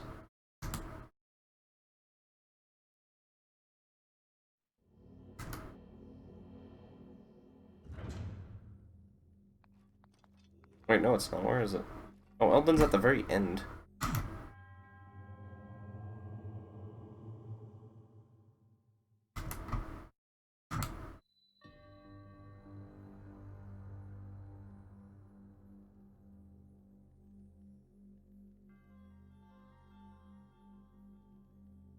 How did I miss it? Is Tom Wool and... Yeah, it's an Eldon.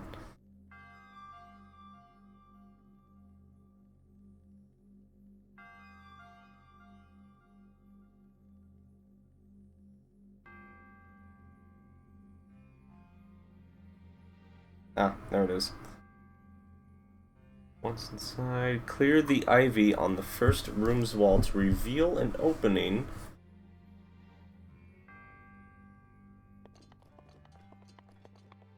How do I clear the ivy? Oh, you can use fire arrows.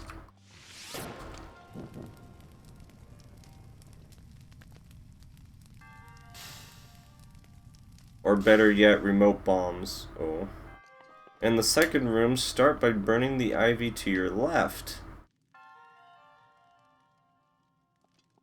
Oh. The fire will spread all the way to the treasure chest on the wooden ledge above the fence. Grab the small key that it yields with magnesis.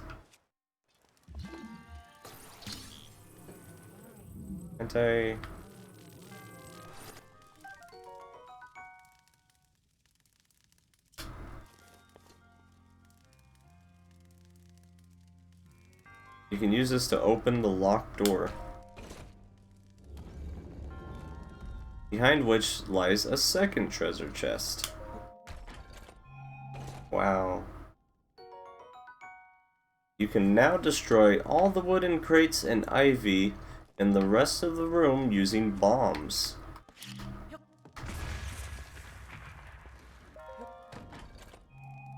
This will reveal a third treasure chest in the corner very close to the fence, and a fourth one in the alcove that was hidden by the ivy.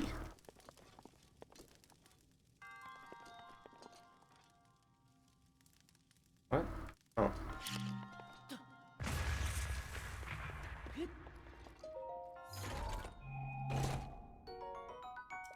Oh, that's a good one.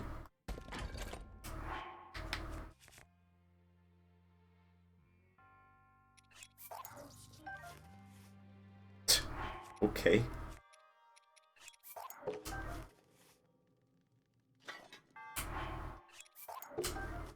Oh my god.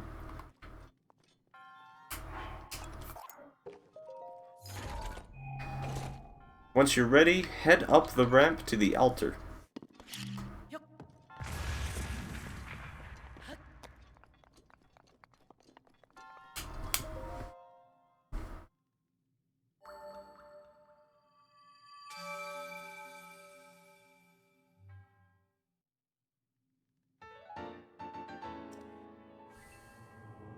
I just need 4 more shrines. Which I feel like at this point won't be any problem, because there's going to be the one at, yeah, I'm actually good. I'm actually great. Thanks for asking. Speak to Gale at the Foothill Stable. Okay. A while from now. We'll take this way.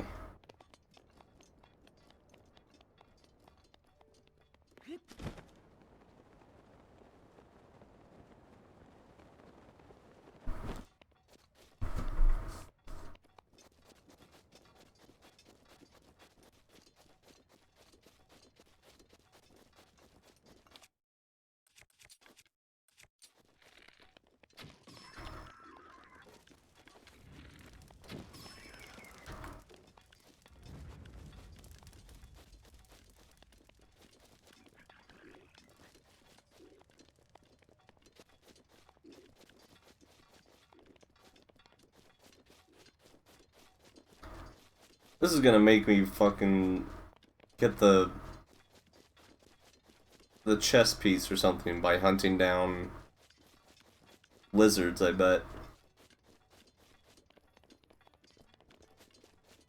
It's making me go to Elden Tower right now, but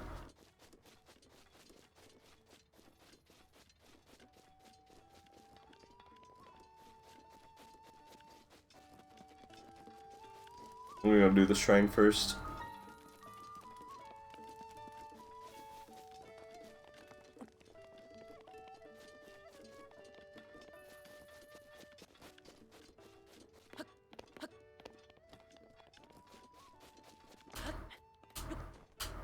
Oh wow.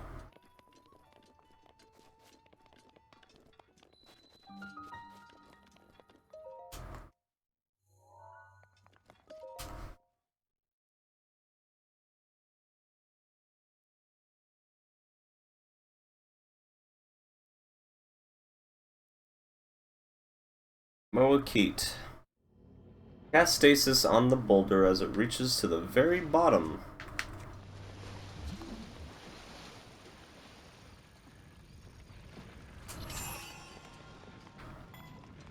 Run up the ramp while it's frozen in time.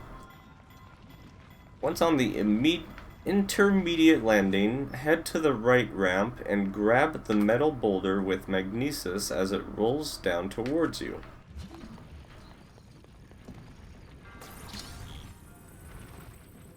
Drop it on a flat surface close to you, then go up the ramp to open the treasure chest at the top.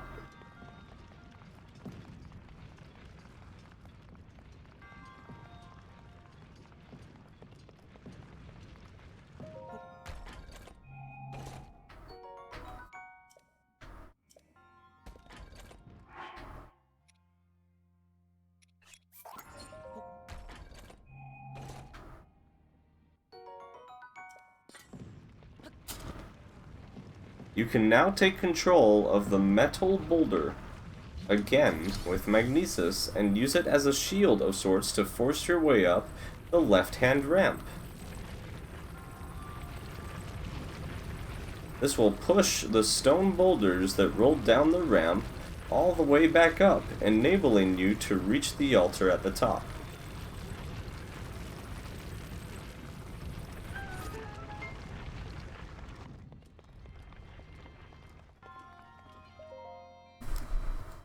That's probably the simplest guide yet.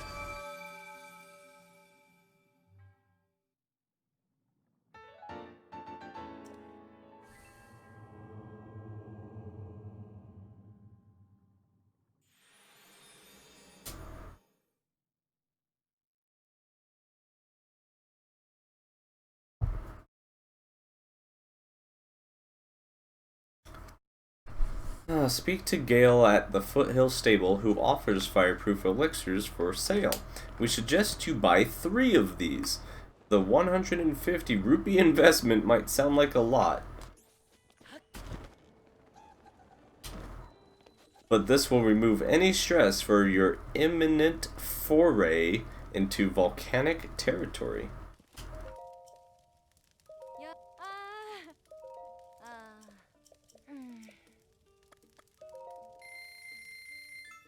From the stable, keep following the road to the northwest. I'm grabbing the horse.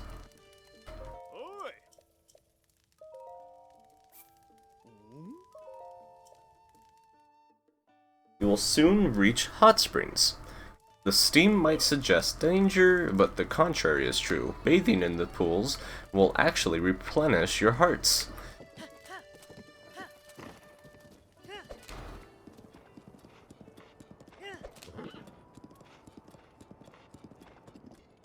Take a left after the springs and walk up the slope of igneous rock. You will find the Elden Tower at the top. So I can't even take my horse all the way this way, so doing this was pointless.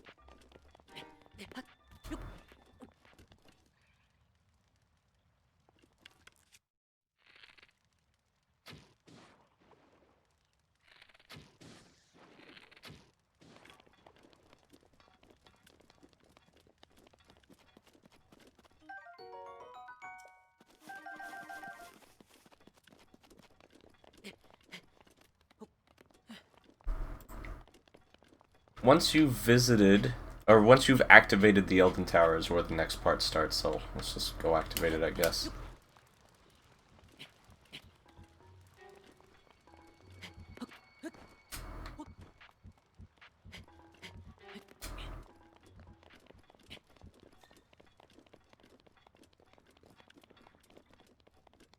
Oh, hi everyone. What's this? Cool. Bye.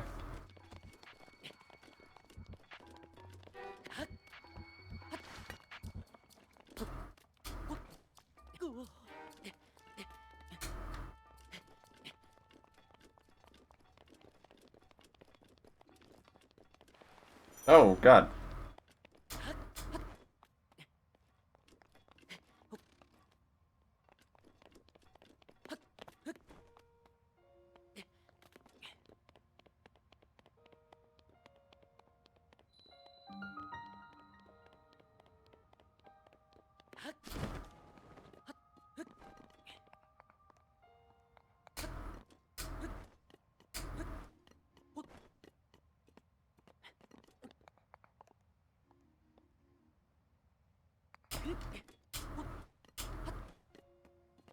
Oh, wow.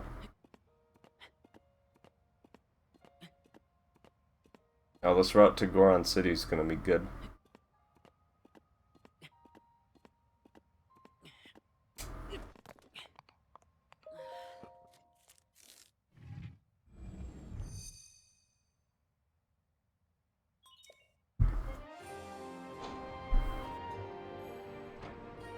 I can't believe that memories weren't already routed into this. Like, by the way, there's a memory just off the way right here.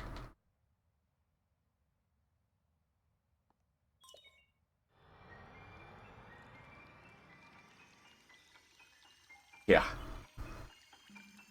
Finally, a route with towers that isn't all towers.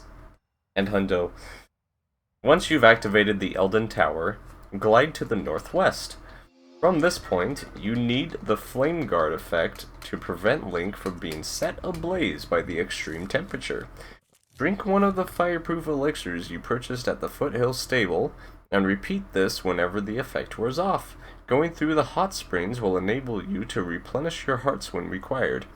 Note that if you follow the main road instead, you will run into dangerous type of Igneo if you choose to engage it, have your ice arrows at the ready to temporarily cool it down. Wow. So it like shows this.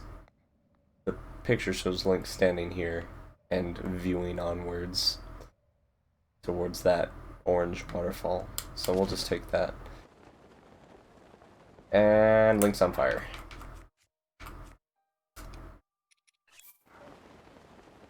Oh, and also stuff.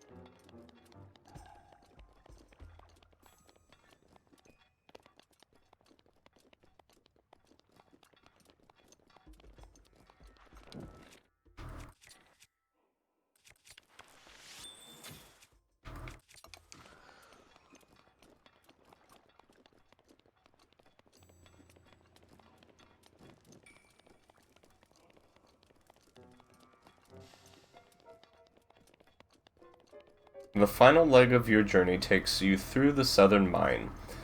You can make a stop to complete a side quest here, which will reward you with a piece of gear providing the Flame Guard effect. Refer to the previous double-page spread for details. Once you are... I'm not doing it, by the way. I have enough money to buy 2 pieces.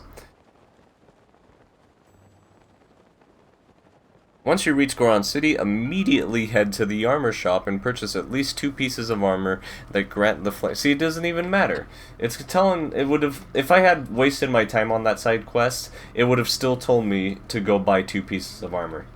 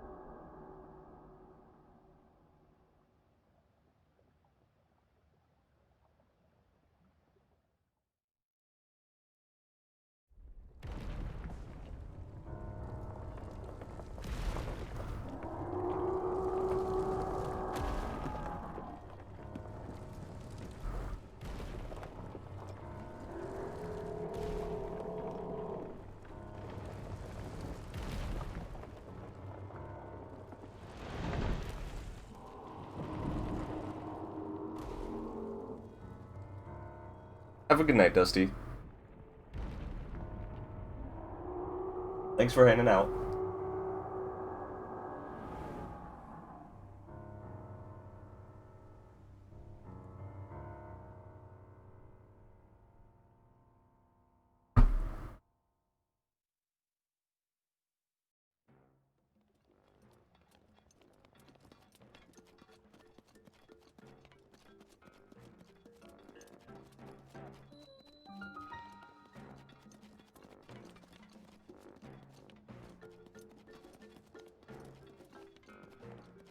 Oh, am I in the wrong place?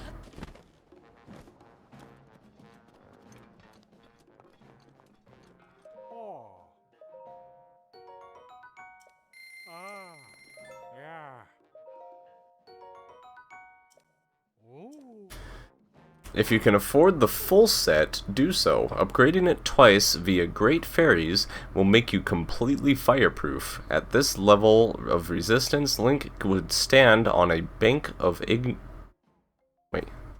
on the back of an Igneo Talus and not sustain heat-related damage. Once you are suitably equipped, speak to Bluto to initiate the Divine Beast of Rudania main mission. This requires you to find a Goron named Unibo, who has not yet returned from the abandoned North Mine.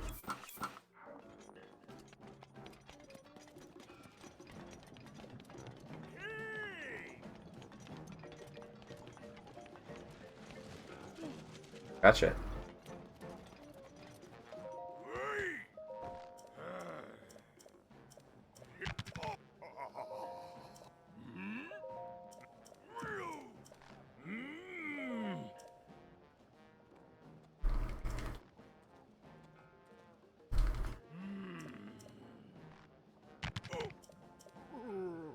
Oh, there's a person here that I apparently need to talk to. Follow the path to the north. Speak to Drac when you get there and mention that you were sent by the boss. I'm guessing that's this guy. No. Who's Drac?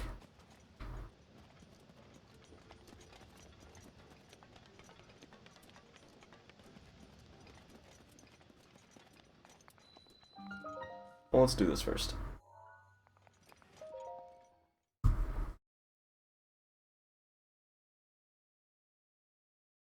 In this first room, use a bomb or fire arrow to destroy the wooden ledge close to the door. Pick up the barrel that falls and drop it on the floor switch to open the door. You can find your first treasure chest a few steps to your left and after the door.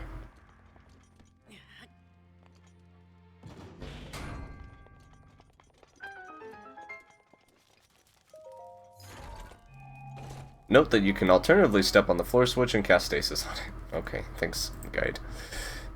In the next room, eliminate the 3 Guardian Scouts. Oh my god, what is it? That's a good weapon.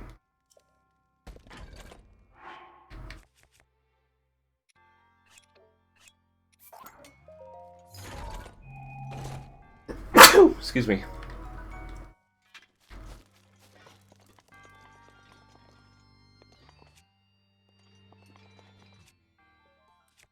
Oh, this one has a damage up property. Let's use this.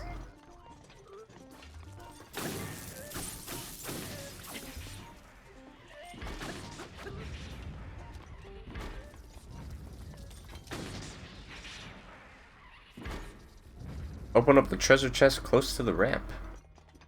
Once you're done, go up the ramp. Neat. Before you head up the staircase, open the treasure chest on its opposite side.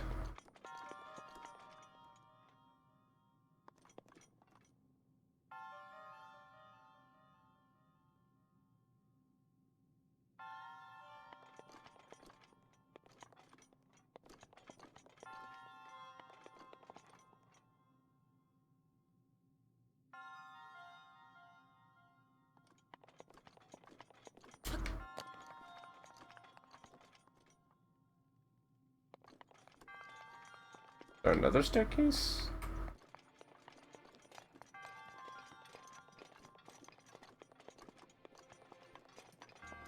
What? Am I blind?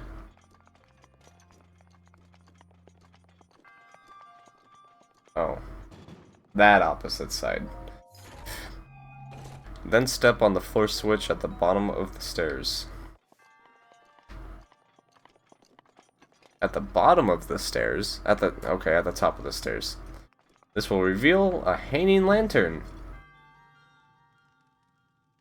which you can swing with magnesis to set nearby leaves ablaze.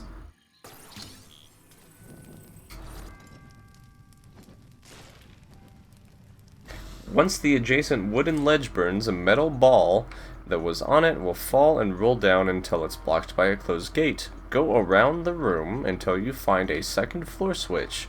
When you step on it, the gate will open, and the metal ball is what it says. Oh no, it does say metal, it's just scanned in weird. Metal will fall on the wheel below, causing the nearby door to open. Sprint through it before it closes to find a new treasure chest containing a small key, then walk up the nearby ramp and drop back down into the main room.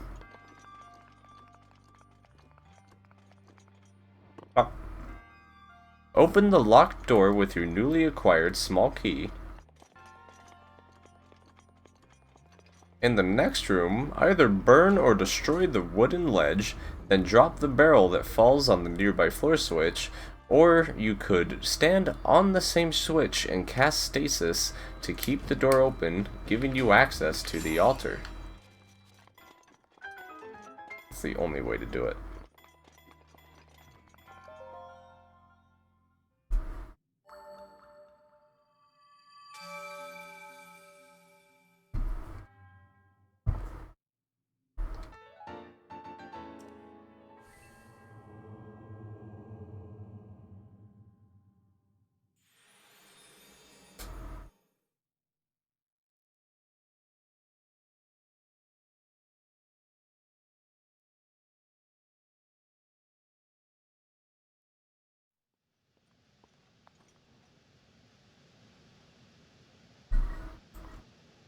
I don't see where this Drac person is.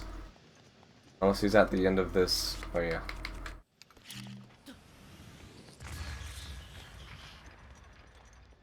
which I guess he must be. Uh-oh.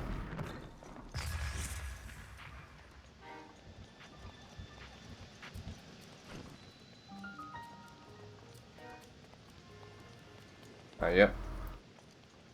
Hi. Yep.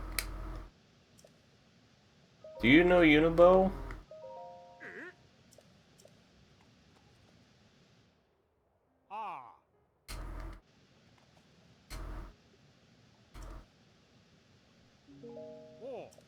Thanks.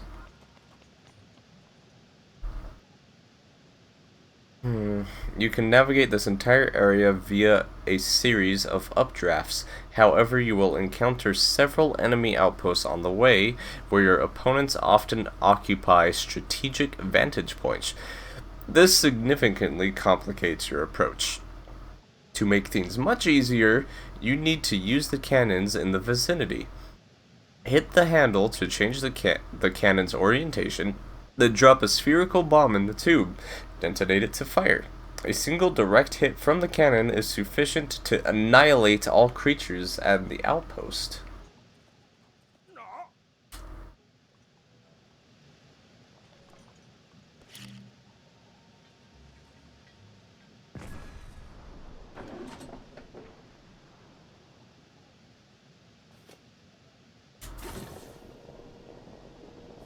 Ah, didn't see that one.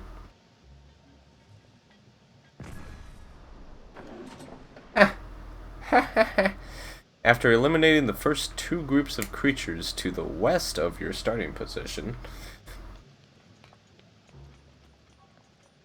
so more than one? Oh, you could just do this entire thing by foot? Huh? I didn't see you guys.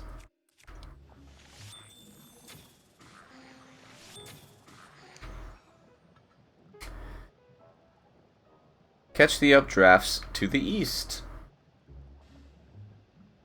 But I'm here though.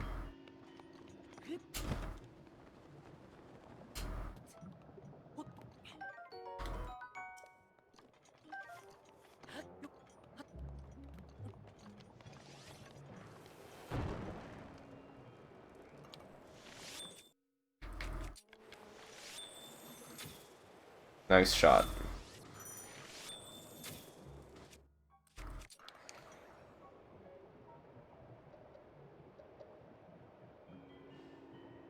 A head-on assault is risky to approach your foes that shoot fire arrows at a fairly high rate. Instead, use the updrafts to reach the small island beyond their position.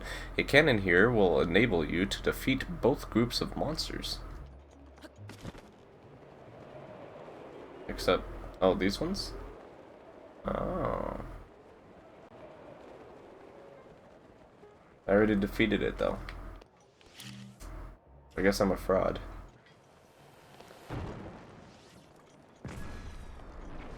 Oh, that's what you're supposed to do. I see. This guy's firing at me, though. Kinda scary.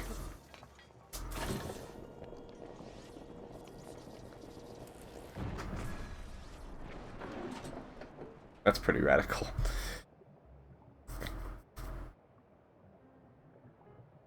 Oh, and it also says to do this halfway through its rotation. It says, a cannon here will enable you to... There are also destructible rocks between the two enemy positions that yield resources. You can hit them by firing the cannon halfway through its rotation.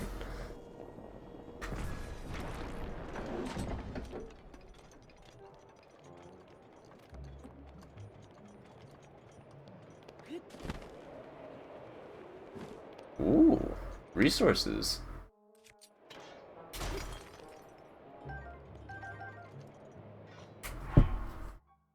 Follow the path to the north until you reach a new cannon. Okay.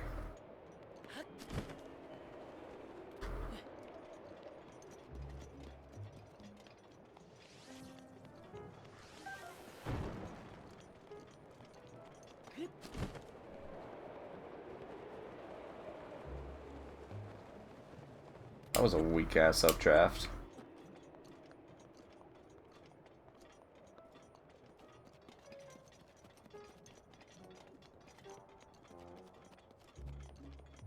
New cannon. Rotate it to the far right to destroy the outpost with the skull-shaped building.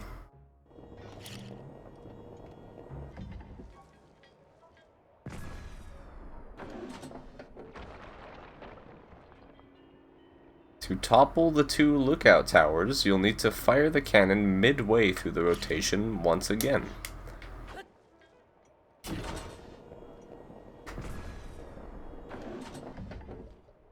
Oh, I see it. Yeah, my bad.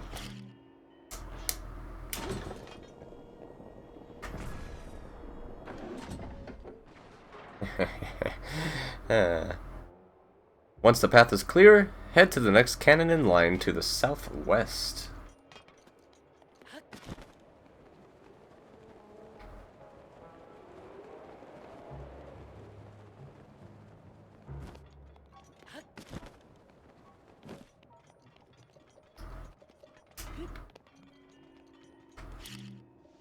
A single cannon shot is enough to blow up the entire outpost.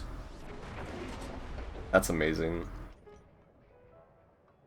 You can then head to the final cannon position to the northwest.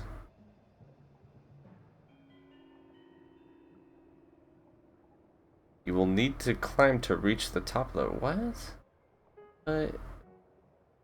What? Why not just use the... But...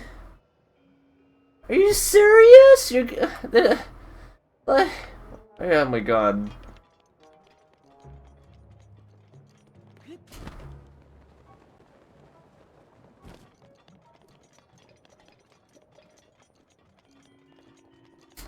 I can't believe that.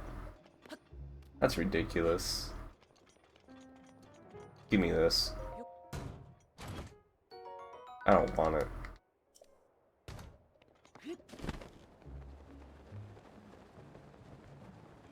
I can't believe this is saying that I need to climb this.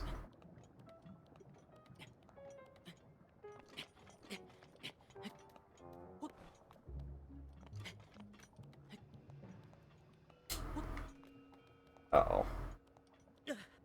Uh-oh. Uh-oh. Uh-oh. Uh-oh.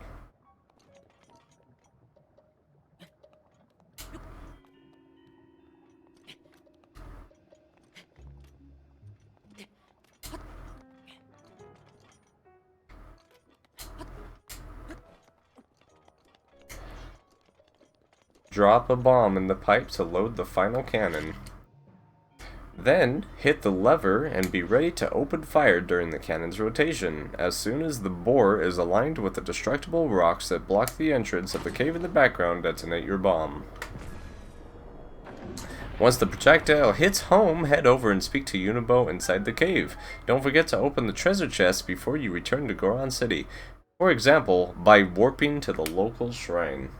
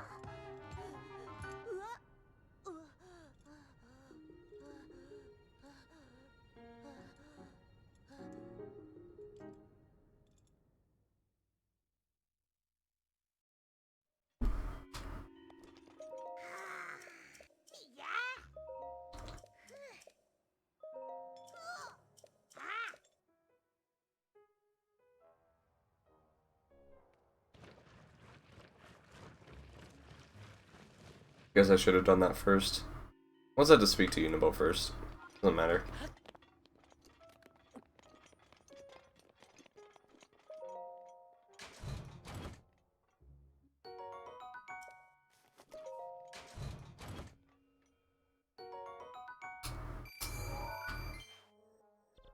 It's so weird to have maps.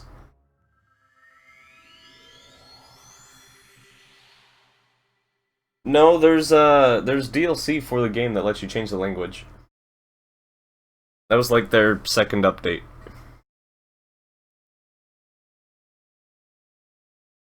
In fact, if you're updated, it'll still have the option in your voice settings, and when you try to change it, it'll say you need to download the DLC for it. And I'll show it to you. Go to options, voice language. If you don't have it installed, it'll tell you need to install it. After reporting to Bluto, your next objective is to head to the Bridge of Eldin.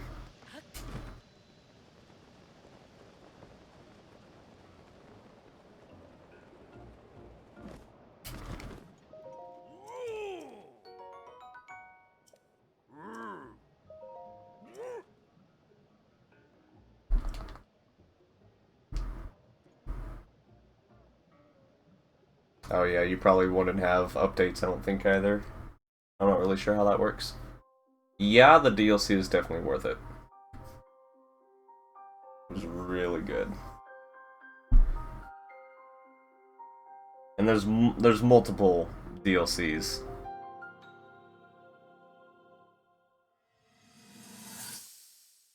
But yeah, if you have a chance to get this game on one of the actual consoles, I would definitely do it.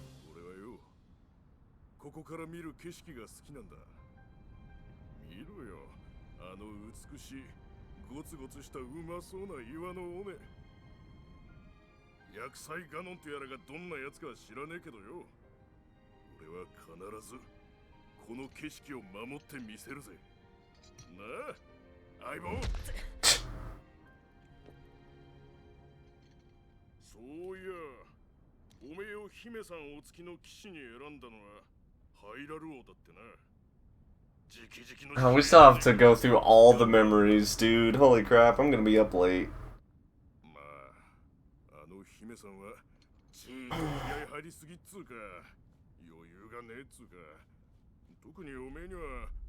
I wanted to start this 3 hours earlier than I did, but it didn't happen.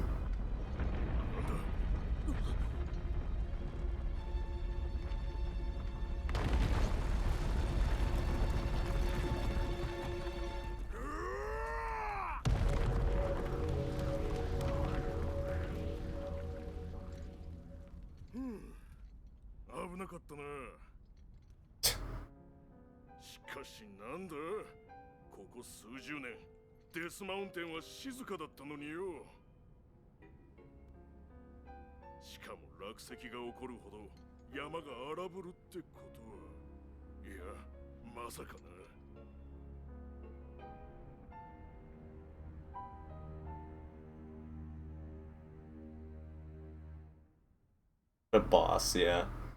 Daruk and Ravioli. Well, I don't know. Daruk was the one I initially liked the most, but I feel like recently, after installing the proper voice packs, Ravioli was definitely one of my favorites. After reporting to Bluto, your next objective is to head to the Bridge of Eldin. First, follow the path to the north of Goron City, which goes around the nearby mountain. This will take you to the Stollock Bridge, which overlooks Goron City. That one, okay.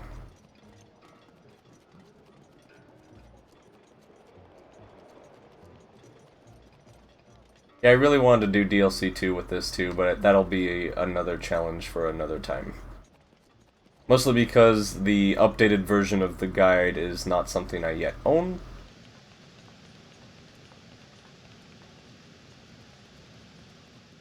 It wants me to take this path.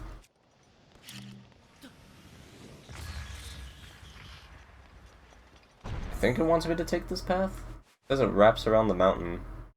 Yeah, it goes all the way through here, and then, okay, wow. Thanks, Rudania. Hi. Don't mind me.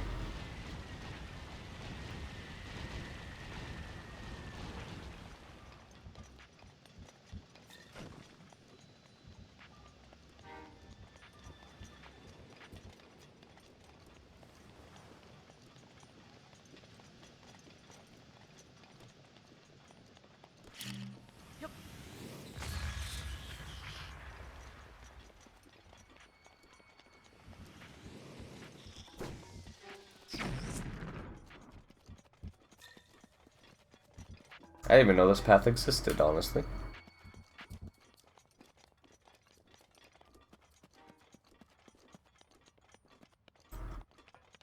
Keep following the path represented on the in-game map until you run into Unibo again.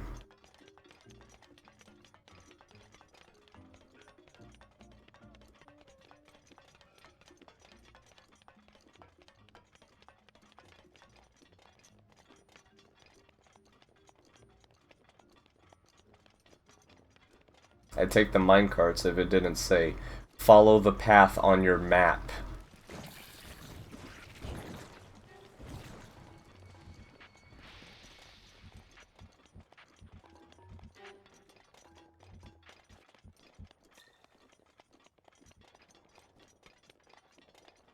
Oops.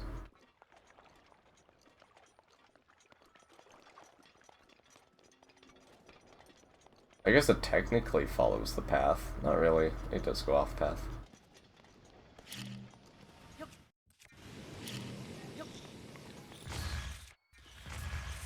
Oh, we got both of them. Interesting.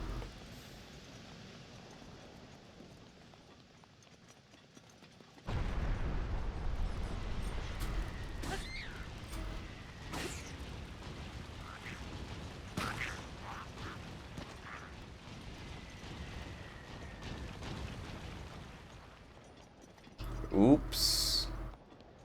This looks like a path.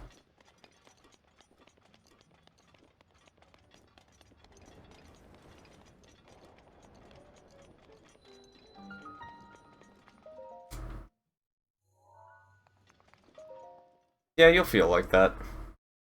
But that's kind of the beauty of it, because then you can take everything at your own pace, I guess.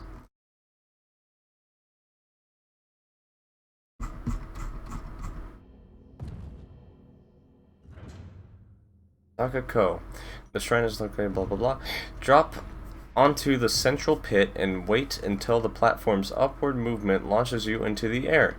Draw your paraglider when Link is at the top of his flight. Now you can easily land on the large rock cube in the center. Now turn around and look in the direction of the entrance. When both Link and the cube are propelled upwards, you can glide to the treasure chest found on the small ledge on your left.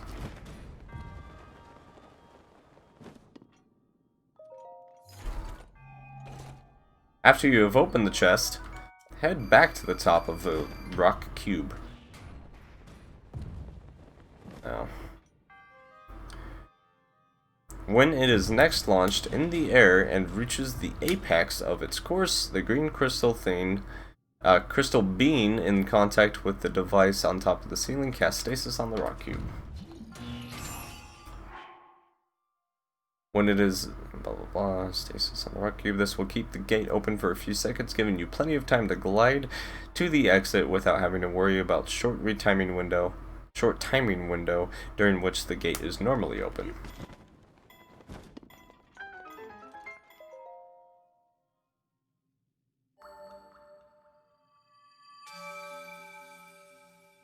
Yeah, even Koroks, when you collect every single one of them, you just get a nothing for it. It's like they're trying to tell you to not try and get everything.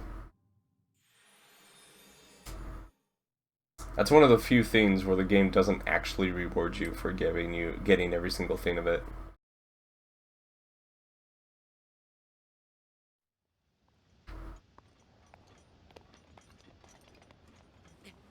So the speed strat for that shrine is really cool. And probably one of my favorites in the game.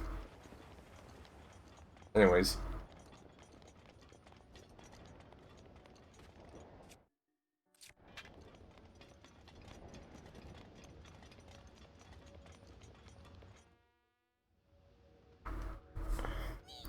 Alright, we eventually ran into Unibo. He is being attacked by moblins. As the creatures are focusing on your ally, you can use this opportunity to stealthily approach one from behind and open hostilities with a powerful sneak strike. Speak to Unibo once the rescue is complete.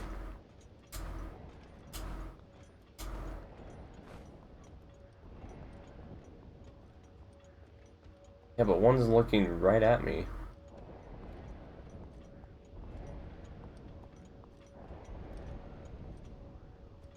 Magnesis. Usually those chests are magnetic.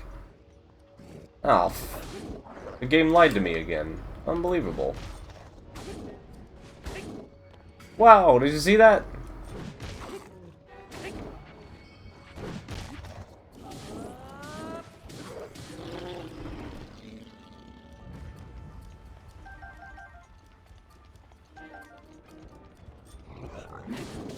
Ow.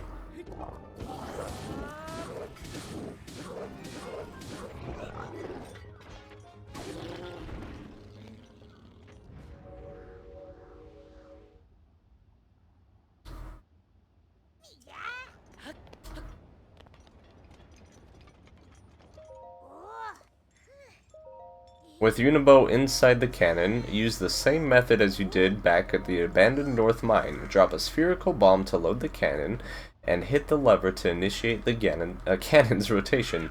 When it is directed at the Bridge of Eldin, detonate your explosive to open fire and cause the bridge to be lowered.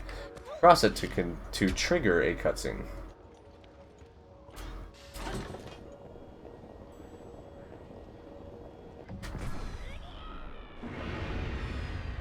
During the next sequence, you must make progress towards the summit without being spotted by the sentries, which will trigger magma bombs to rain from the sky. With Unibo following your lead, it is up to you to decide when he should stay close and when he should stop, in accordance with the dangers that lie ahead. You can give him orders with your whistle. Every time you whistle, it will toggle Unibo's current state between waiting and following. The first sentry is relatively easy to avoid.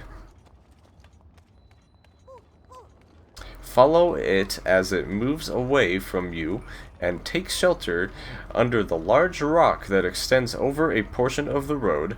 When the sentry moves back in the other direction, quickly head to the far end of the road to escape its detection range.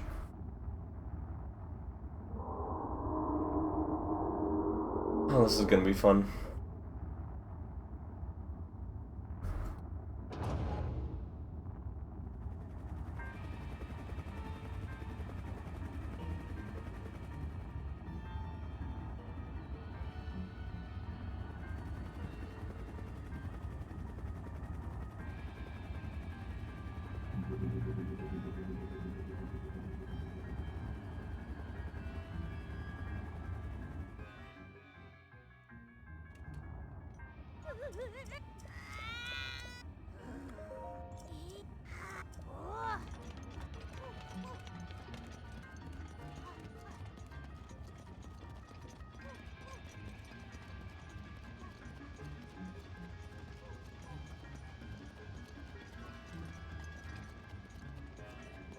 Really neat to have a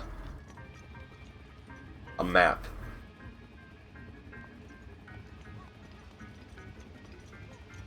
I miss having it. It's cool that the map is revealed with your slate, but I feel like where you go, it should have revealed the map, just like in a small radius around you or something. That would have been nice. But that's okay.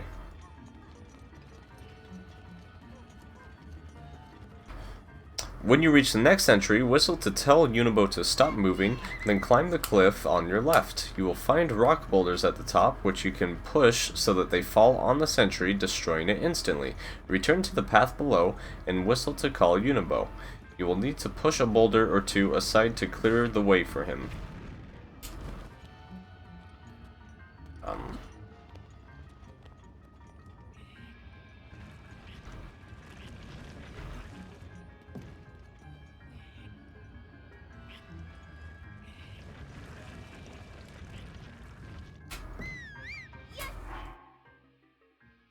Scrolling here.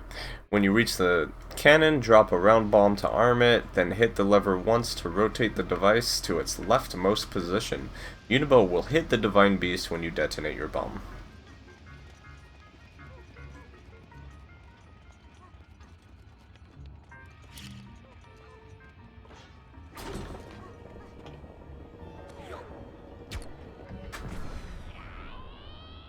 When you reach the next sentries, Whistle to leave Unibo behind you, then climb up the cliff to your left. You will find metallic cubes at the top. Grab one with magnesis, then use it as a cudgel to destroy the first sentry. Move on to the next ledge and repeat this with the second sentry. Finally, make your way to the third sentry. Climb on the nearby rock and lift one of the metallic slabs from the ground to eliminate it in the same fashion.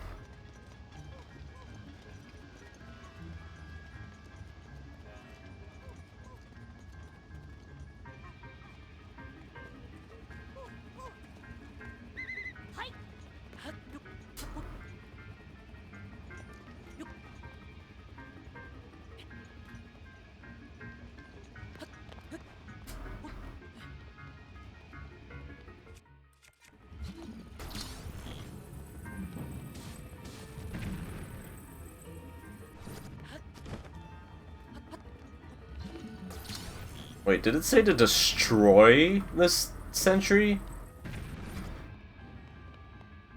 With one of the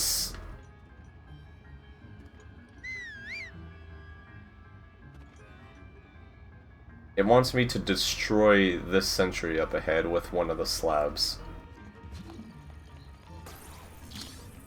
See, some of the things in this guide are just dumb. Like, hey, how do I get this up here? Did they not, like, think about this? I have to destroy it with this slab.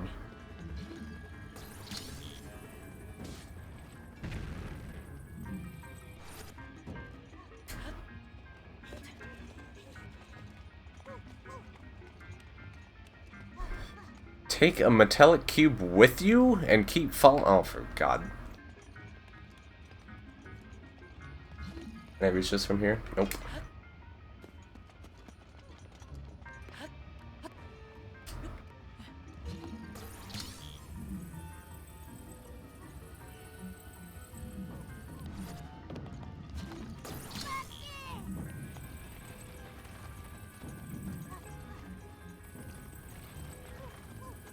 Take a metallic cube with you and keep following the path up towards the volcano. When you run into another cannon, proceed to do exactly as you did before. You hurl Unibo into the Divine Beast before hitting the lever to realign the cannon to the left. Doesn't say anything about this guy up here, so I'm just gonna kill him normally.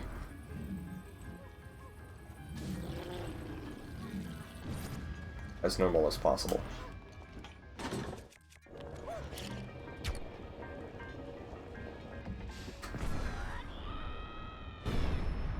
Get rid of the next 2 sentries with the metallic object you've been carrying with you since the previous encounter. Cubes or slabs work equally as well as blunt instruments, but cubes tend to be more stable when you put them down on the ground. Question mark?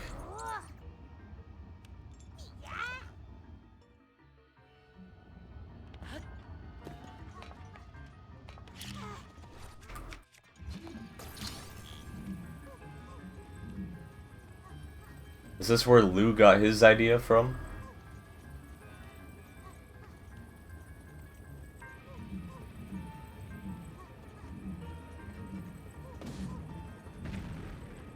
Oh my God.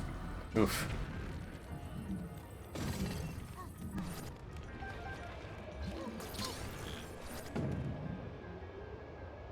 The next 3 sentries are high up in the air. You can reach the first one by standing on the small rock. Small rock. Get out of here. I don't need you.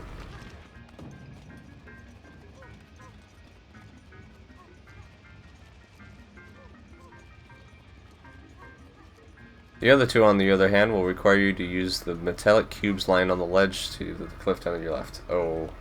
Oops.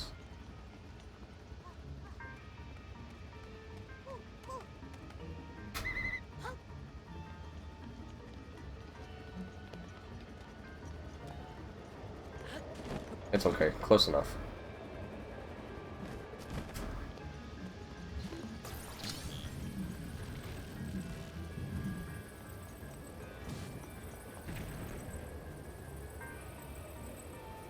You can either climb there or use the updrafts of the sentries patrolling around. Once you have grabbed the cube with magnesis, use it to eliminate remaining sentries.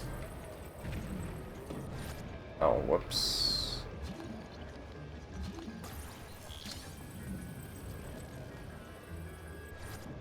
Oh, there's one up here. Hey.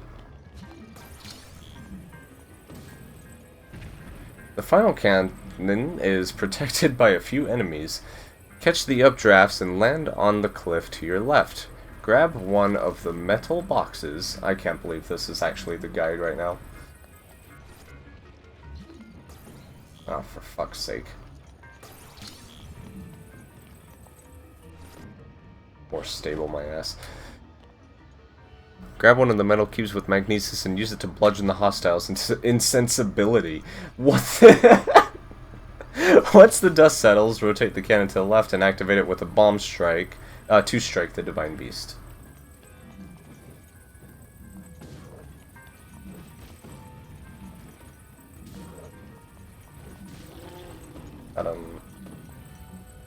This guy's just running away! What? What a wuss.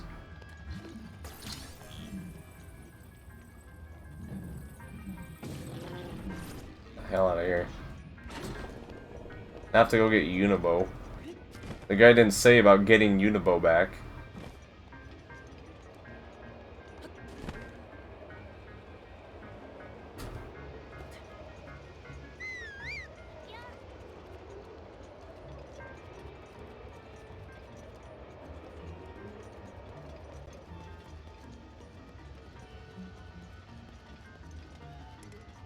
Ah.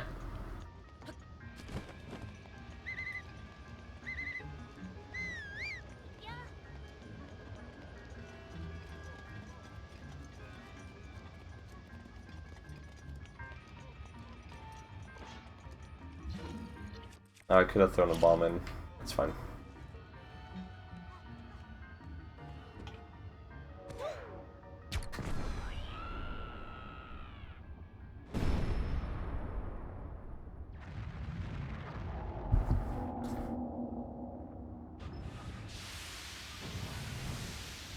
And then it just goes right into Divine Beast File Redania.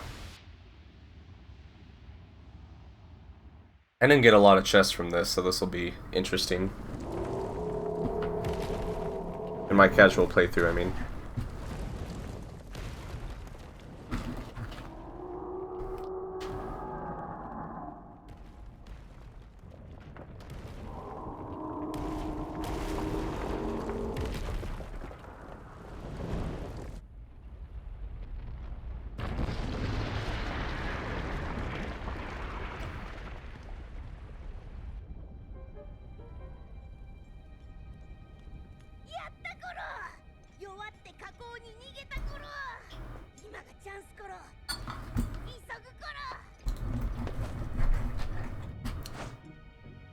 Huh.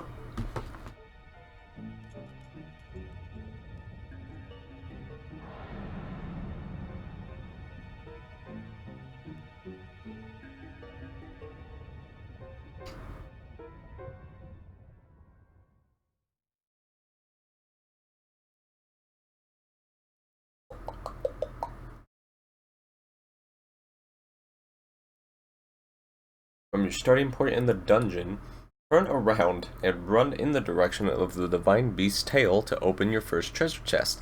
Backtrack to your original position and head inside when you're ready.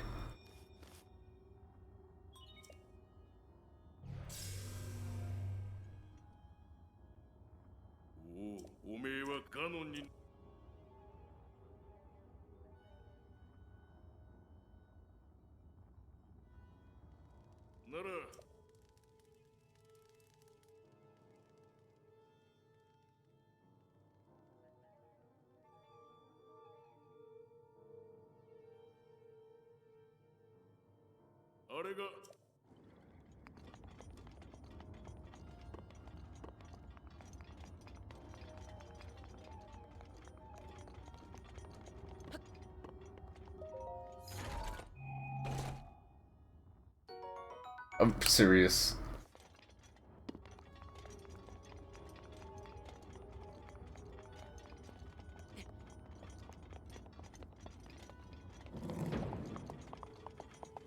As you enter the dungeon's very first room, you will notice 3 glowing eyeballs, one on your left, one on your right, and one on the ceiling. Eliminate them with arrows, as they will each drop a treasure chest.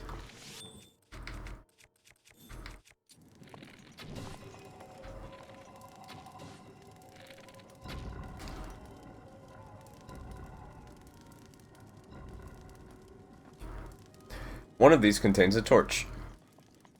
A critical item. My god, all of these contain fucking weapons. I guess I don't really need this.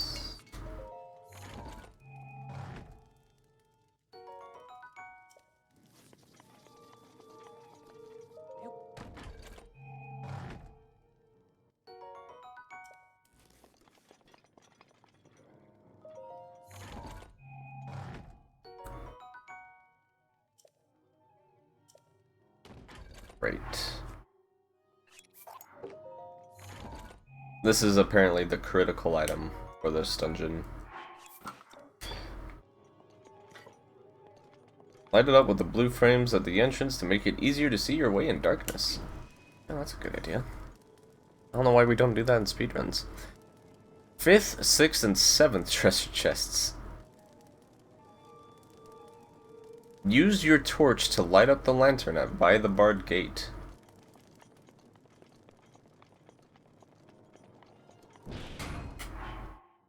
Once this is open, destroy the Guardian Scout and the 2 glowing eyeballs in the next room.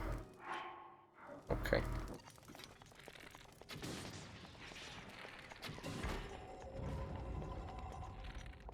It's 2.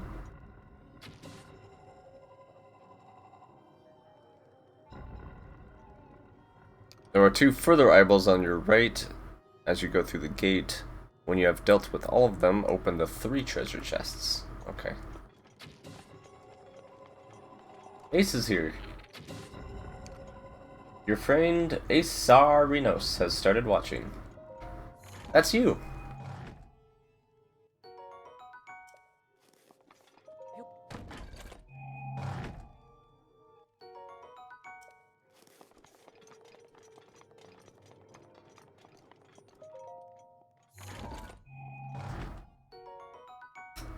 God damn it.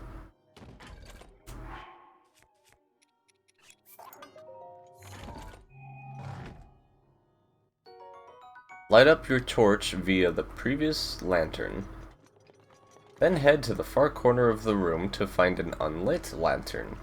Set it aflame with your torch. This raises the adjacent barred gate. Activate the terminal in the room to unlock this dungeon's map.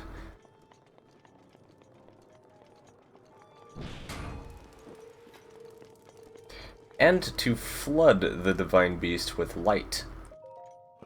As with all previous Divine Beasts, the map features terminals, orange dot, that you need to activate, and purple icons, purple icon, that represent 2 positions that enable you to tilt the whole dungeon by 90 degrees. To adjust the Divine Beast, visit the map screen, press A to initiate a command, and B to execute it.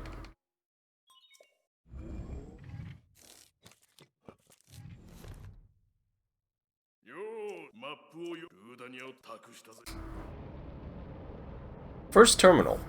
Set an arrow on fire with a blue flame, or use a fire arrow, and shoot at the ivy on the metal door close to the dungeon's entrance.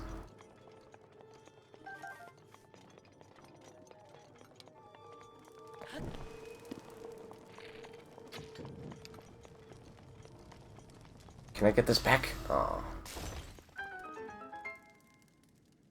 Once the gates are free, open them with magnesis. And activate the terminal behind them. 8th treasure chest. Burn the ivy just in front of the terminal. This will cause the treasure chest to fall from the ceiling.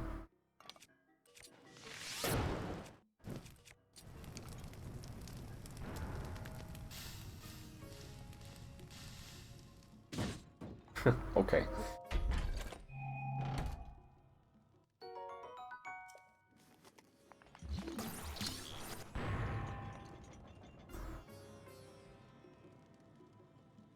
If you look towards the entrance, you will notice a closed gate to the right of the blue flame lanterns.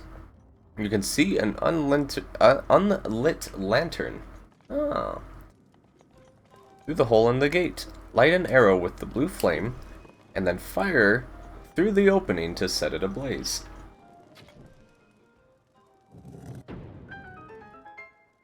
Use the lantern you just lit to ignite an arrow. Then shoot it at the ivy on the ceiling on the other side of the ramp. This will cause a large metal cube to fall. Position the metal cube at the end of the flame streams. Then open your map and tilt the dungeon by 90 degrees. The red flames are now horizontal. Move the metal cube against the devices that emit the flames to block them. Then with the stream neutralized, you can enter the room beyond. Open your map and tilt the dungeon. What's going on? I'm stupid. Again, to interact with the terminal. The red flames are extinguished at this point, so you can return to the entrance immediately.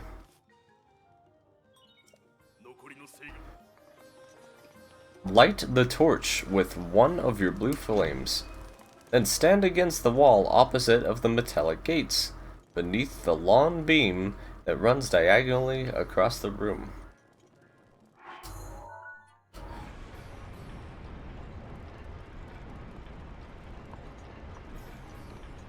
Now open your map and tilt the dungeon by 90 degrees. As the whole dungeon rotates, the long beam becomes a ramp.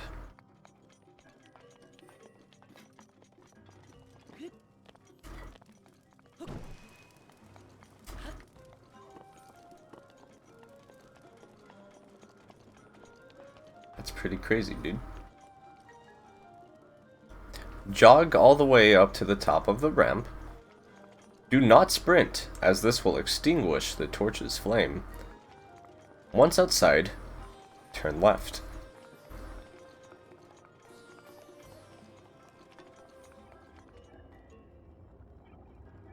Drop down to the unlit open-air lantern just below. Once you are next to it, tilt the dungeon again back to its original position. Then light up the lantern with your torch.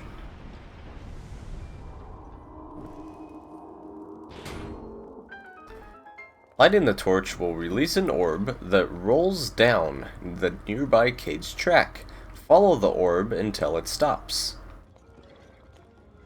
It stopped here.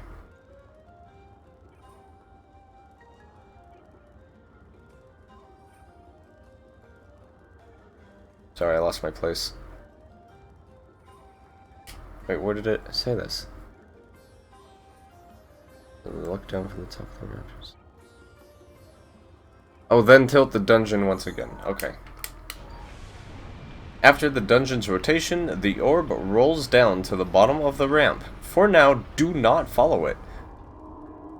Look down from the top of the ramp and you will see a terminal far below your position. Drop down below and glide to it. Oh yeah, there it is.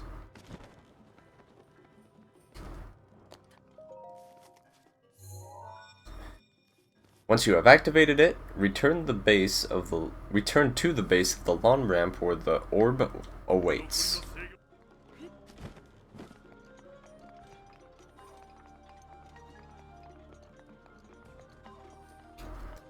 Once you are at the base of the ramp, lift the metallic cube with magnesis. This will cause the orb to fall into the concave slot, which raises the nearby gate. Activate the terminal behind it.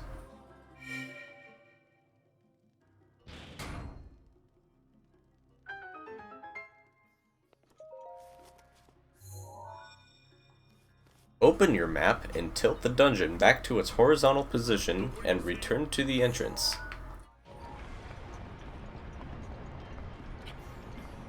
Then tilt it again while standing beneath the long beam at the end. Wait, at the long beam to end up at the base of the ramp. Oh, that's it.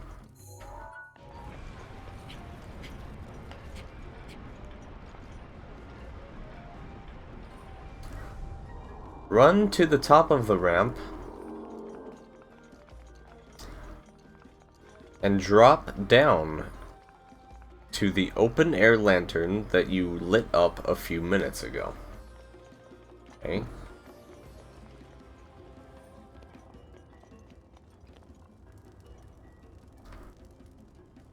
From your position next to the blue flame, shoot the nearby glowing eyeball to remove all the malice goo.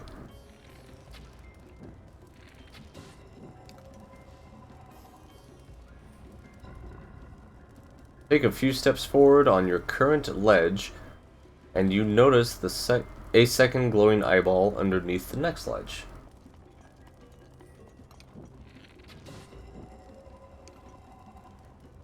Shoot it with the arrow as well, an arrow. You can now use the walkway to your left to reach the current treasure chest further along.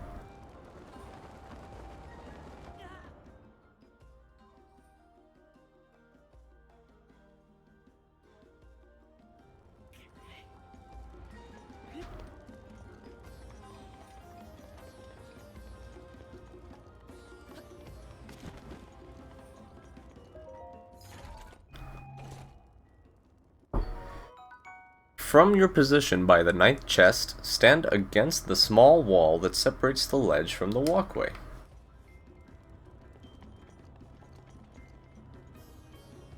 Tilt the dungeon back to its default position, and you will end up almost in front of the terminal. A terminal. There it is.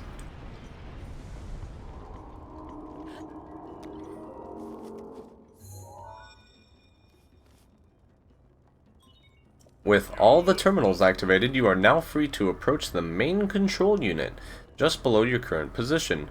Before you do so, though, consider dropping through one of the holes in the floor around the main control unit. You can glide to the long beam to open the final treasure chest.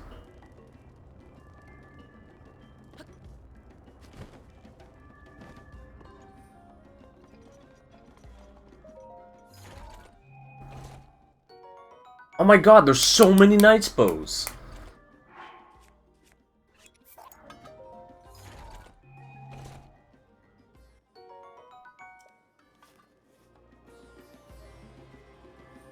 Now head back up to the main control unit, either using Rivali's Gale, or by returning to the dungeon's warp point and walking directly to the unit from there. It didn't work, video game. You lied to me.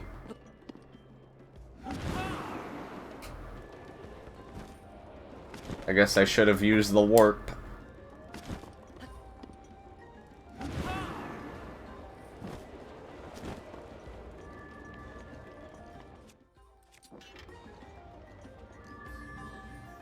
Brace yourself for a boss battle when you examine the device.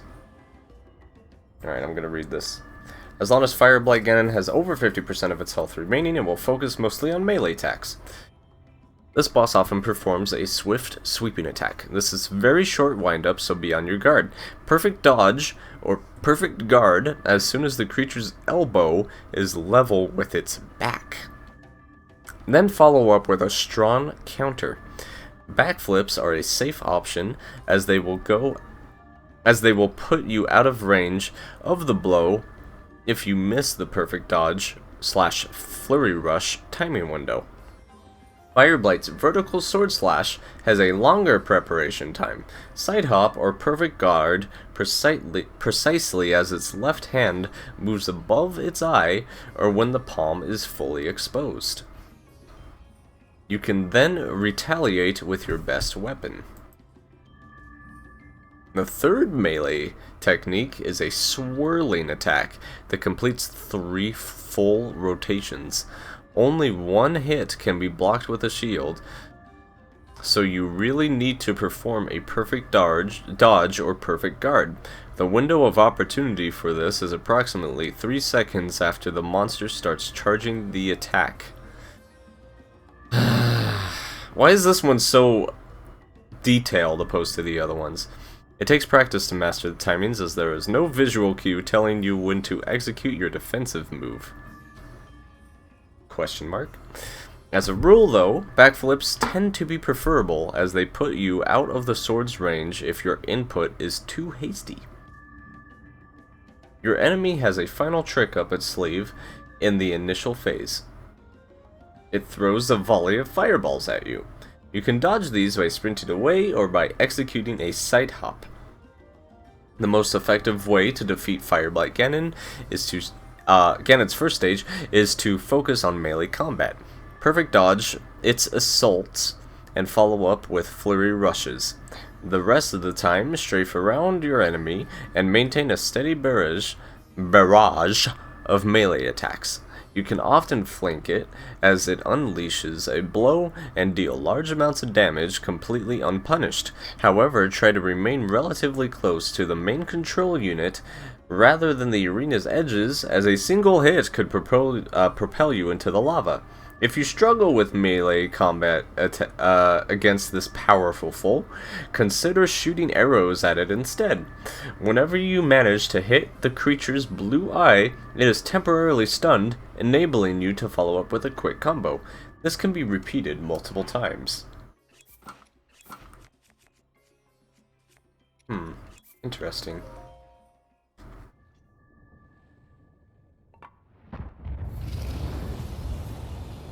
When Fireblight Ganon loses 50% of its health, it will harness fire energy for offensive and defensive purposes. As soon as the second phase begins, Fireblight Ganon will prepare a new technique. It now summons an impenetrable force field around its body. Neither arrows nor physical attacks can break through it. After a charge time lasting a few seconds, the boss unleashes a slow but large fireball that homes in on you, causing a very large explosion on impact. You can try to sprint away from it, but the safest solution is to hide several steps behind a solid object to avoid splash damage. Alternatively, a ice arrow will freeze the fireball instantly. The solution to breaking your opponent's seemingly unbreakable defense is hinted when it charges its fireball attack. You can see that it absorbs particles, blah blah blah. I've got better things to do. Hey, take this. Hey, take this.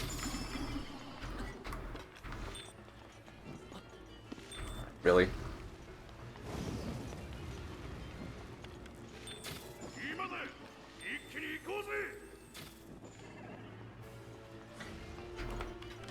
Why? Aim.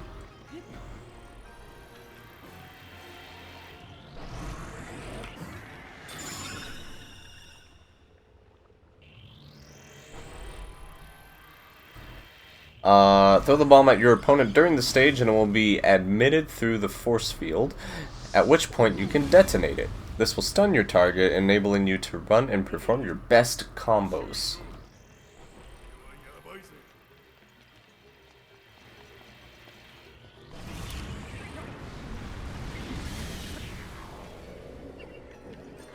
But how do I deal damage to it?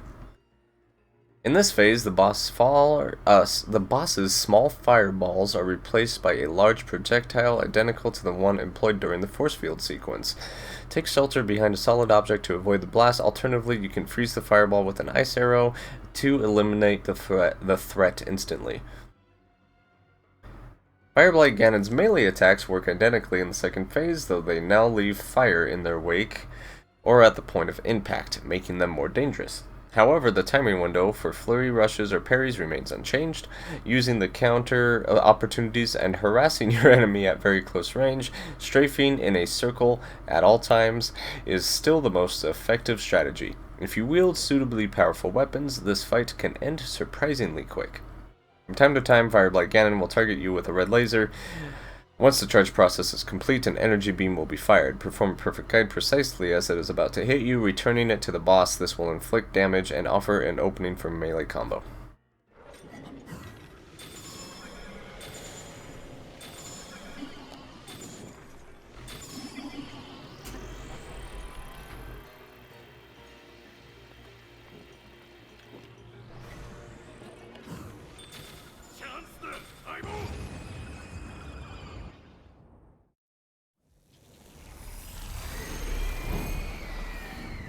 No, it's not. It's mostly AMQ, from what I can tell. With the exception, so far, of the Fairy Fountain. If it is not Fairy Fountain, if it doesn't include the Fairy Fountain anywhere, then it's any percent.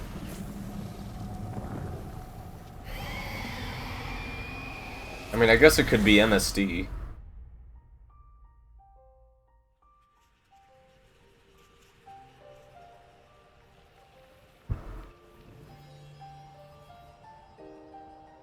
After the battle, collect the heart container. Assuming you are finished with this dungeon and ready to leave, you cannot return afterwards. Interact with the main control unit.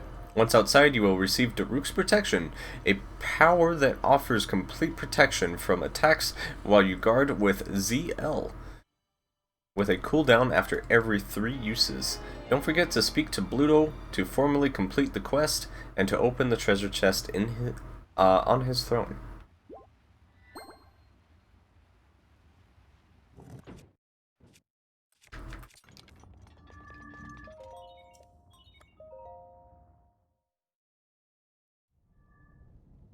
Alright, intermission. Oh, intermission is just a single page. So while this cutscene's playing out, I'm gonna go ahead and read it. You can now complete 2 optional main quests at this point in the story. These will not provide immediate benefits, but they will contribute to your enjoyment of the game's narrative by revealing important plot developments. Warp to Kakariko Village and speak to Impa to complete the free Divine Beast main quests. You probably recall that Impa put you on the track of 12 captured memories earlier in your adventure. You may have stumbled across such memory positions by chance during your travels, but it's only by finding them all that you will unlock the corresponding secret. See the overlay for details, which is the next page. There are numerous tasks that you can perform at this point in the story. Blah blah blah. Great Fairy Fountains. These are hidden in specific locations in the Hyrule. Shrines. You have hopefully been exploring as many shrines as possible during your travels. Skip. Master Sword. A specific quest enables you to obtain the legendary Master Sword. This blade is especially relevant when you commit to retaking Hyrule Castle, including the confrontation with the final boss. If you have been neglecting Korok Seed so far, now is a good time to begin making amends. Having more... Shut the hell up. Elemental weapons, don't under... blah blah blah. Cooking, fairies, rune upgrades, optional objectives. Okay. Well, so here's the thing. Intermission is explaining all of these as optional.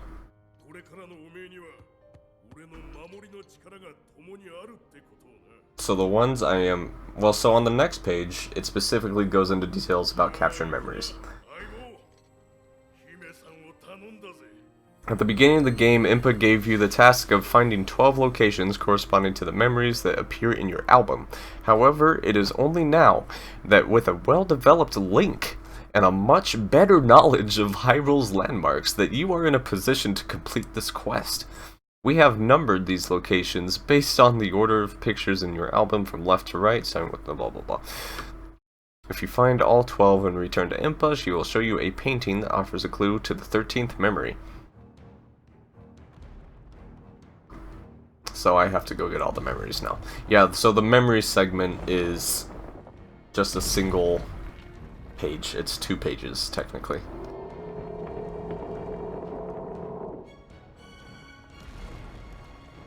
And then the hero's sword actually gives us a map on how to get there.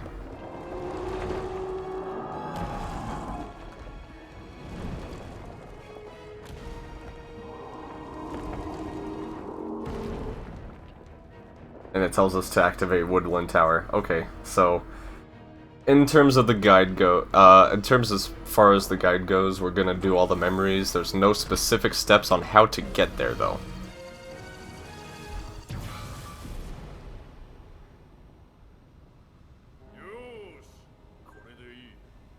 You have to go get Korok Seeds along the way or you're not playing intended %.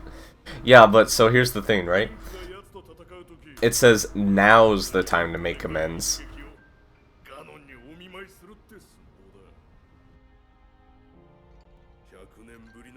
But I'm not going to make amends because Koroks can suck it.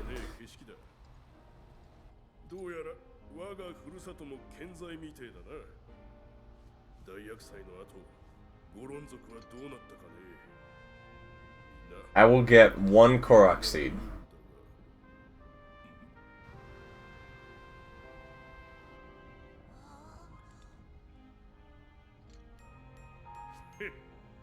本当に悪かねえ景色だ。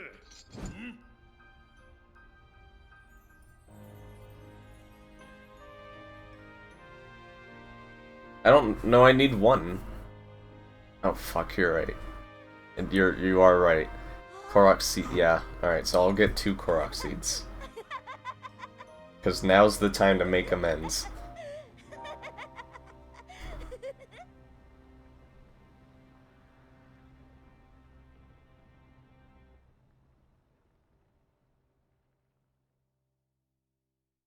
Having more slots to carry weapons, bows, and shields is a crucial upgrade. So I need to get 3? 1 for each slot? Right? Or am I gonna need more?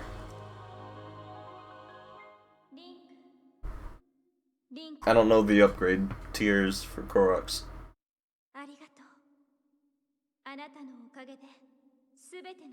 I could just end it here and go to bed. But that's boring. I have to wake up in 4.5 hours.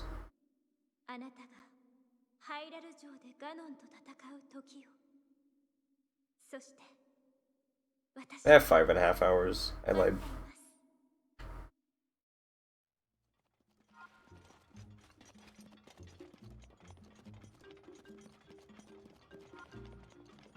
Oh, did I finish? It says, yeah, to complete the, yeah, it says to go talk to Bluto. It doesn't say to skip talking to Unibo.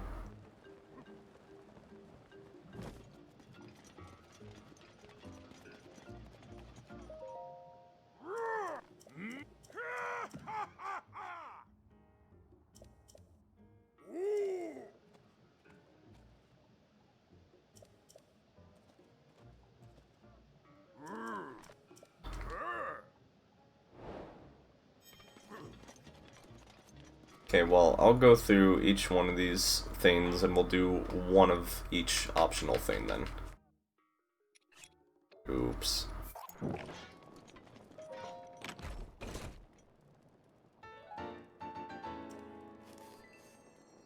Okay, warp to Kakariko Village and speak to Impa to complete the free Divine Beast main quest.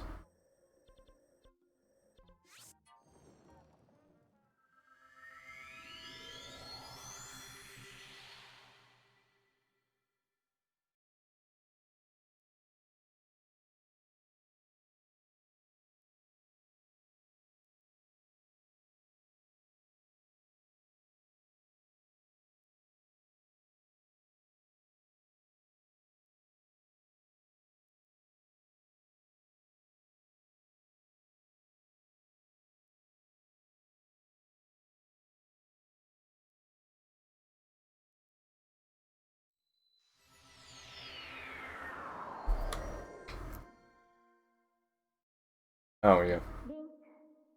Oh, no. リンク、私は見届けました。あなたが成し遂げた姿を。ルッタ、ルーダニア、メドウ、ナボリス。もはやすべての真珠は解放されました。今のあなたなら、秘められた新たなる力を手に入れることができるはず。My first run of this game was shorter. 海星の祠へ向かい、シーカーストーンを端末に戻すのです。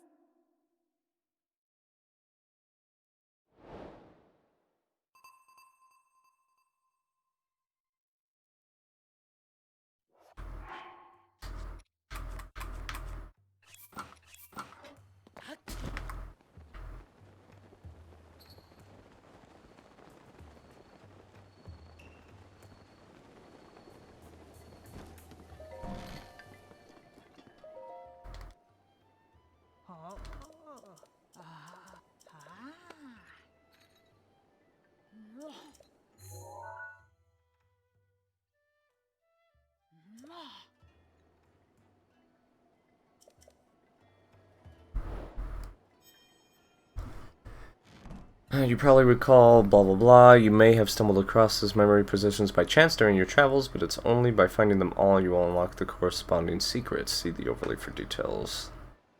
Okay, so Great Fairy Fountains. These are hidden in specific locations in Hyrule. Every time you find one, blah blah blah, go get a fairy fountain. And that now suddenly makes this an AMQ.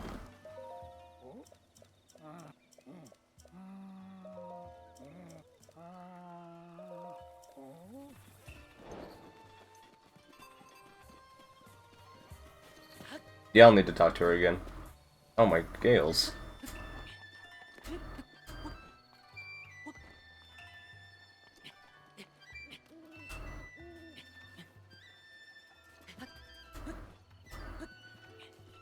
Oh, I've already started the memories side quest. I already have one, because the walkthrough said. Now I have to get the other 12.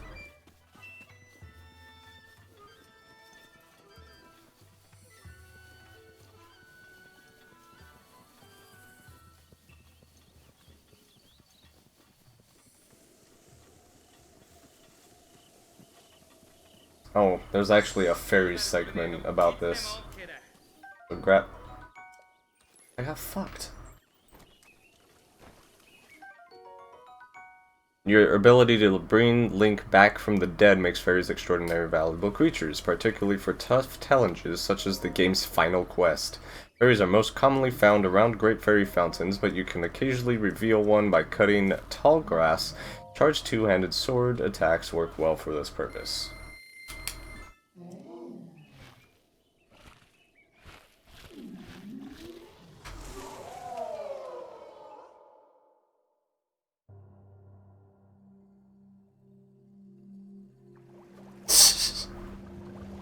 I mean, it can be if you're not prepared. It's tough in a preparation sense. You can be underprepared and overprepared. No thanks.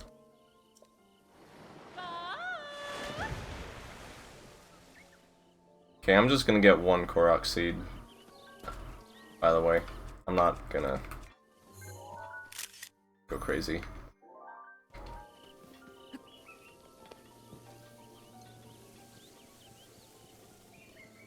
Oh my god, I'm lost.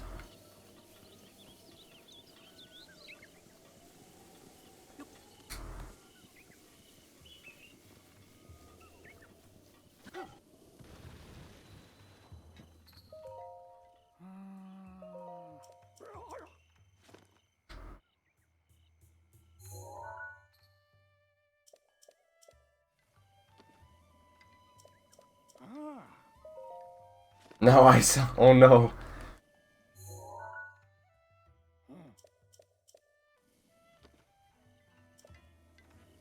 Okay.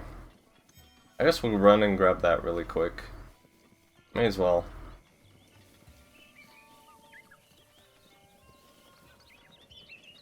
How many more shrines do I need, by the way? Just the one, right? Yeah.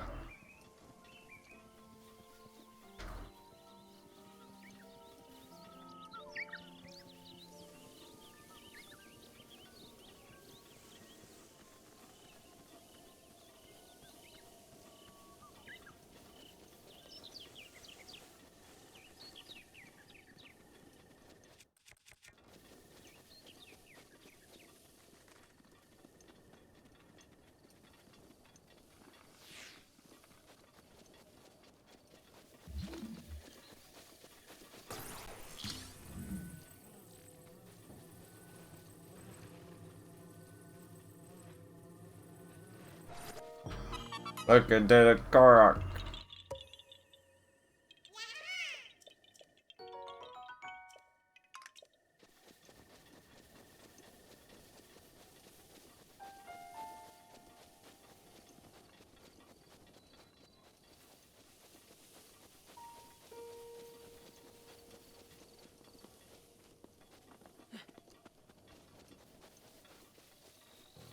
That guy's totally Yiga Clan.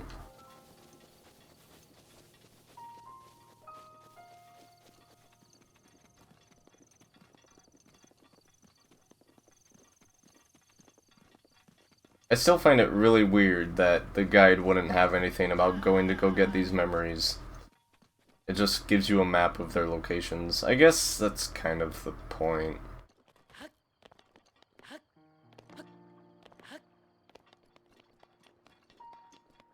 I'll read these other things while I'm running here.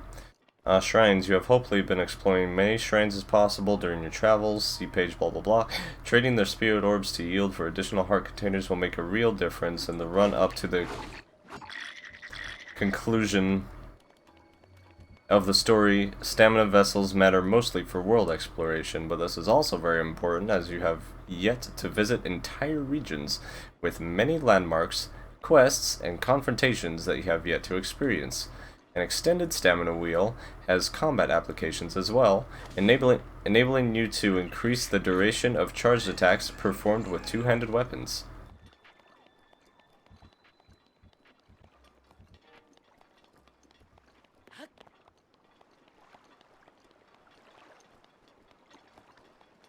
Nah, I'm fine.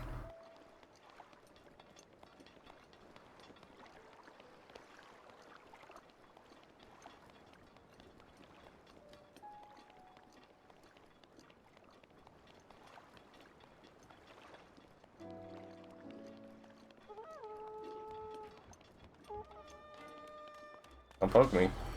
Oh no, you have poked me.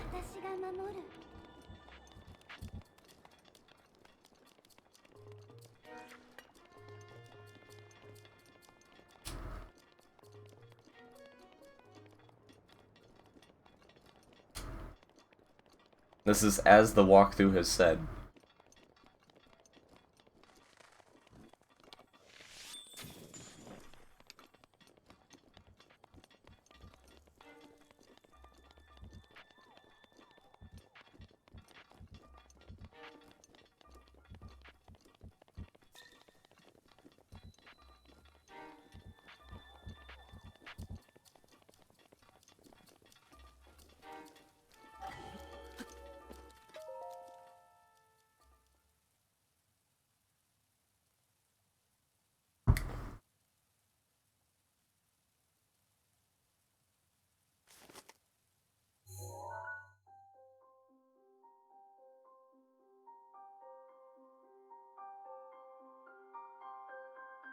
Elemental weapons. Don't ask. Okay, so I have an elemental weapon. That's fine. Cooking before you raid Hyrule Castle, you'll need to prepare a good stock of top-class restorative dishes. Good thing I have one. Yeah, it says we recommend that you now prioritize items that feature the hearty adjective. Good. Got him. Got a fairy. Rune upgrades. Oh no. If you have yet to do so, consider making a quick visit to Hatno Ancient Tech Lab. By speaking to Pyrrha, you can unlock upgrades for your runes in exchange for materials dropped for Guardians. Upgrading your bombs and stasis will make a real difference. 目覚めなかったんだ。封印の力。ごめんなさい。おひいさま、頑張ったんだろ。それでダメなら仕方ないよ。それに、 Yes, it does. この山での修行がすべて。That was in the prologue. 案外何かのきっかけで。 Also says optional objectives about quests, which I did by doing the fairy fountain. Got him. ありがとう、ウルボザ。姫様、うまく言えないんだけど、私考えてみたの。私が治癒の力を使うとき、何を思ってるんだろうって。そしたら、それは。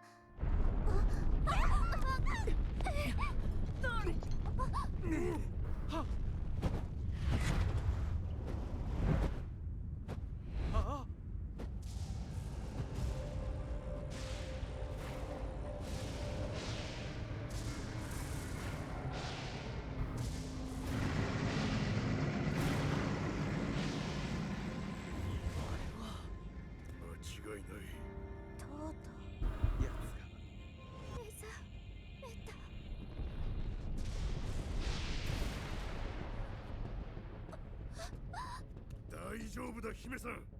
奴は俺たちだけで何とかしてみせる。よーしみんな、自分の真珠に乗り込んで厄災を撃つ準備だ。俺たちはリンクがガノンと戦う時に一斉攻撃をかける。相棒、おめえはハイラル城へ。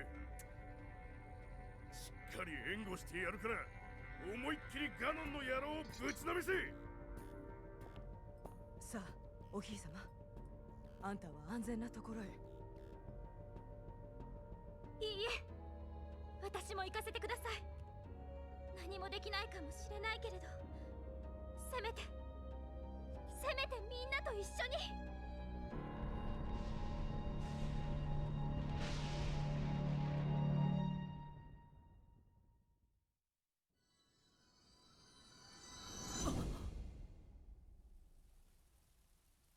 The guy in the back is still just casually frozen.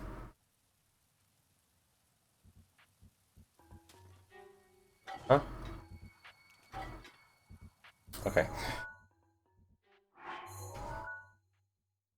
Oh, I have to go to a lot of places. I'm gonna do castle stuff last, I think. But I could...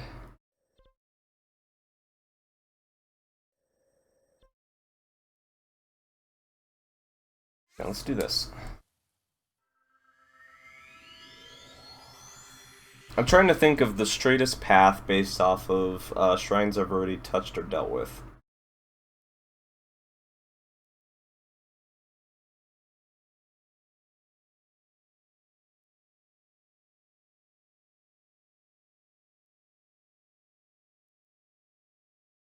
Also, shoutouts to 10 hecking hours, dude. Holy crap.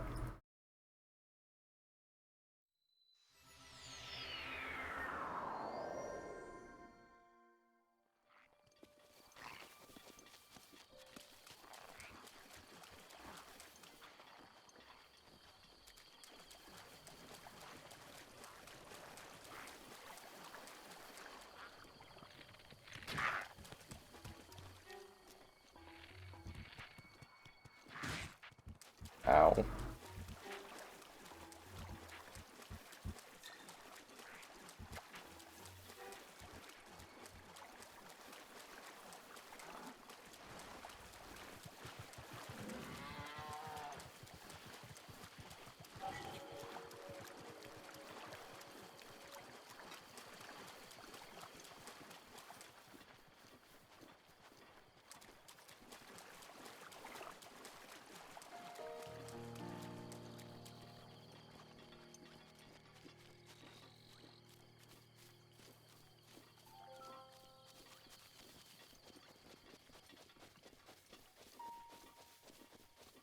It's really kind of hard to... Well, not really, but I'm just bad. I just got used to whistle sprinting, I guess, that I'm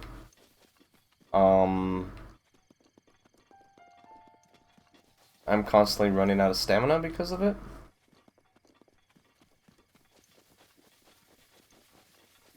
Still going. I have to do all the memories now. Because they listed them last. Okay.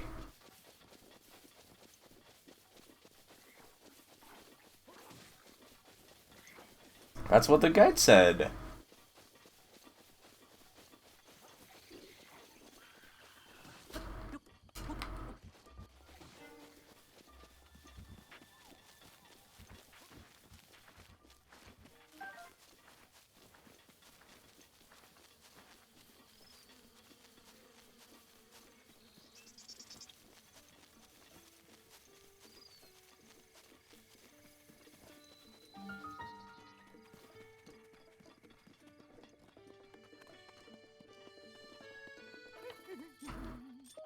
Oh.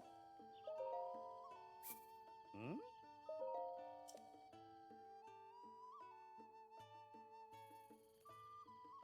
Oh. Ah.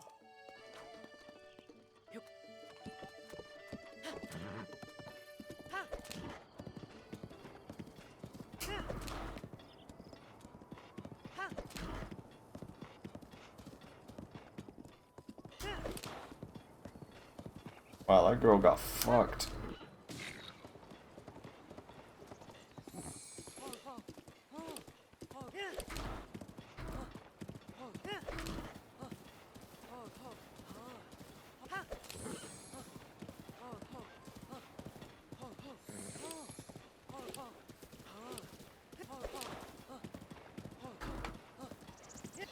I feel like if you have the camera, it's scripted to rain here because of the cutscene that happens here.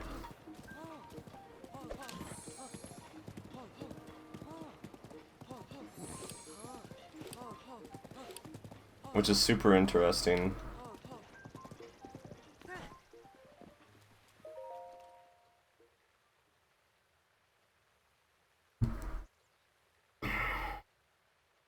Man, I gotta do rune upgrades. So I'm gonna go from here to the Central Hyrule one, and then I'm gonna do the one in Hyrule Castle. And then I guess the Birch Plain one? Actually, no, I think I'll warp to Plateau and walk up.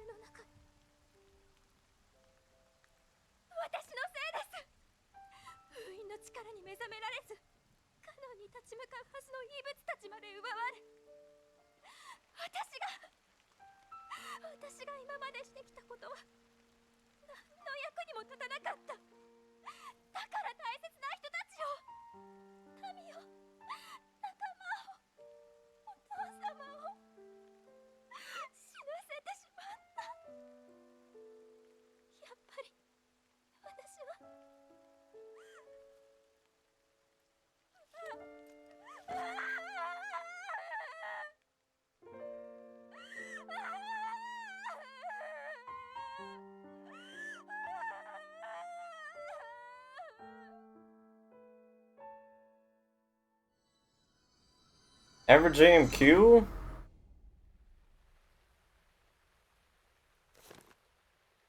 Um, 4 hours? 3.5?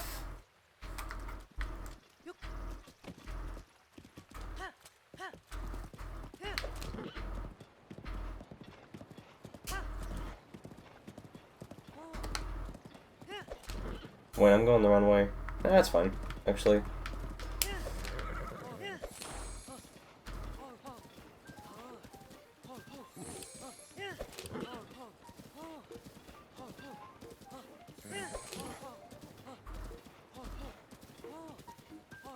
Sorry, it's closer to 4 hours.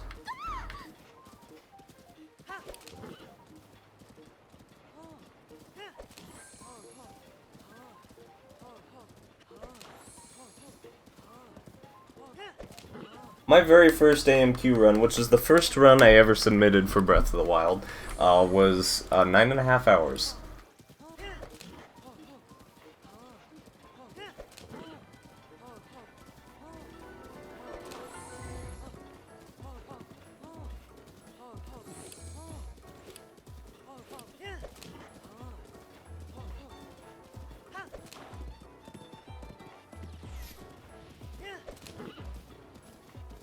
I'm gonna, so, I said this when I started the run, but,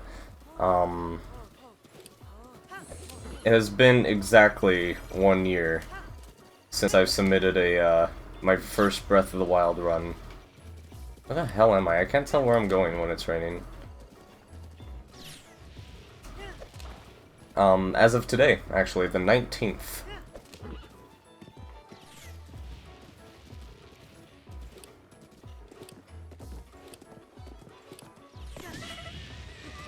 Oh, we'll see a horse.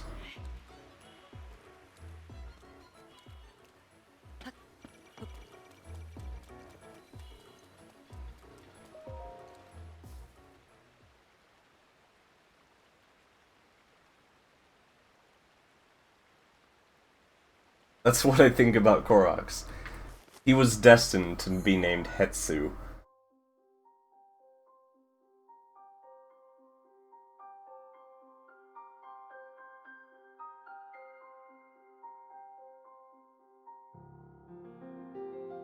Unfortunately, that makes my journey to Hyrule Castle a little bit rougher.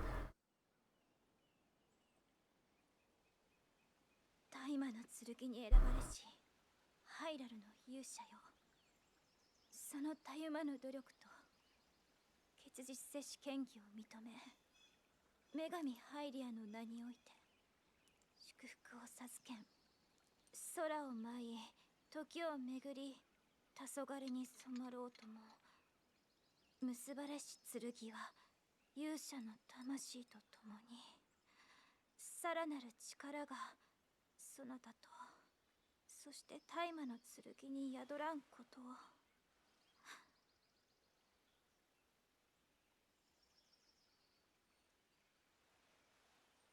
はるか遠き過去に生まれしやれやれ。前途多難みてえだな。何言ってんの。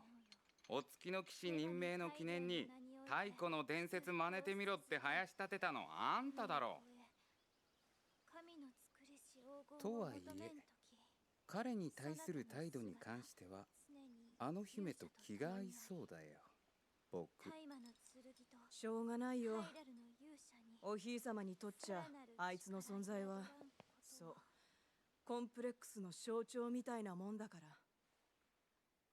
It could be the weeaboo, but like, unironically, it might have to do with the writing, just period. And I feel like, voice acting, and, well, the translation from Japanese to English was a little bit rough.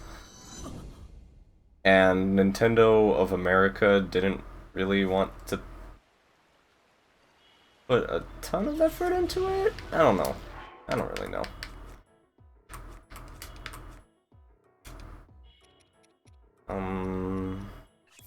Heck it. A Yiga who? What?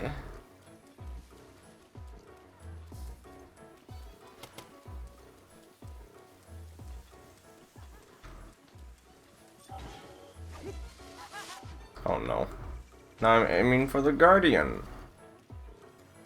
Ow. Hey, listen, out of my way.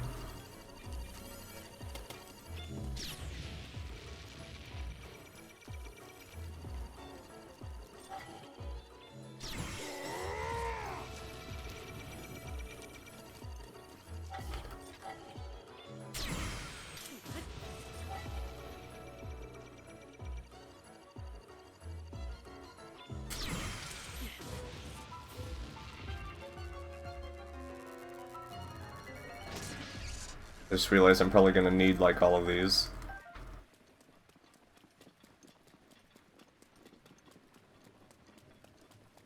Hey Zaya. It's, yeah, mostly any percent.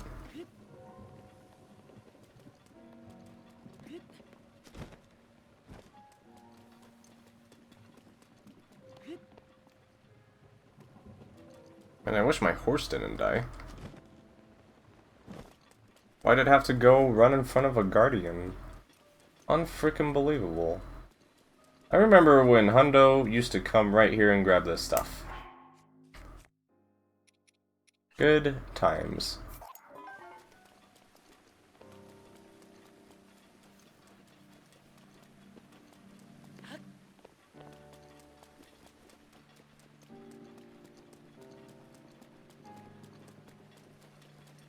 Every run is any percent. You know what? I'm going to highlight this entire run and I'm going to submit it as any percent.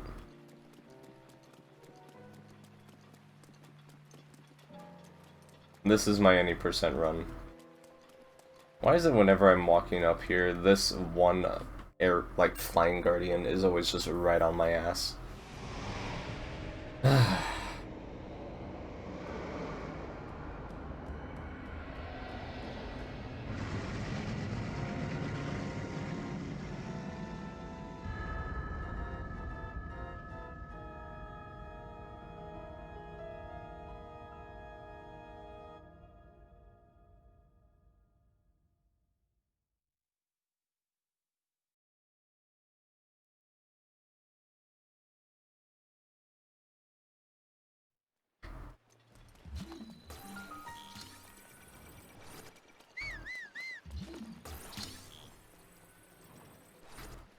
Bye. Fucking loser.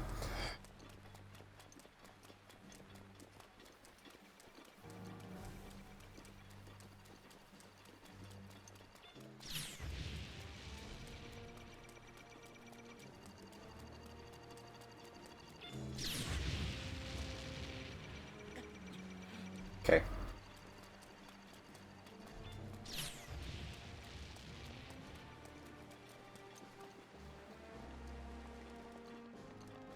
Hylian shield.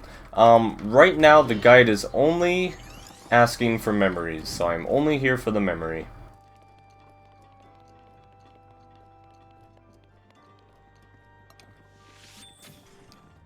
Really?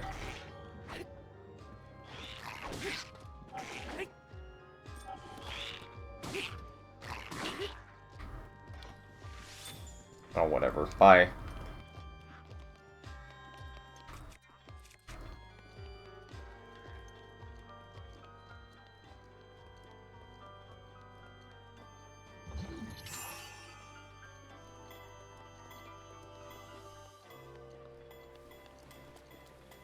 Japanese language carries a lot of meaning behind words.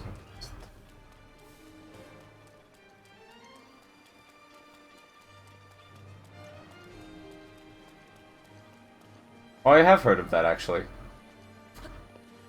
No, I think the first instance of this being a thing was with, Bouncy Boy? Another fucking Knight's Bow. Uh-oh.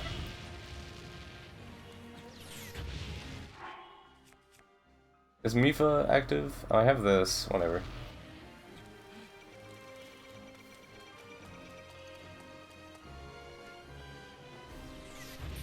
Fucking really? Oh no, it's a dude. Please disregard my existence for a bit. Goodbye.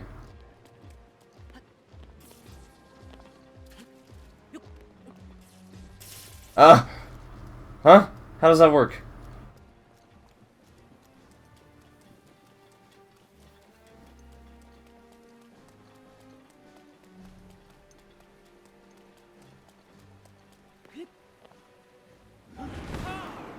Yeah, Sunshine is what I was trying to say, my bad.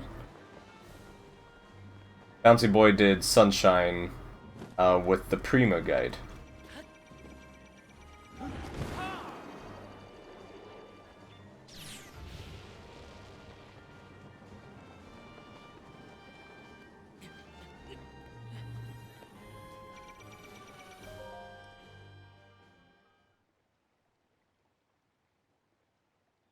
I would imagine Pants did, I don't know with what.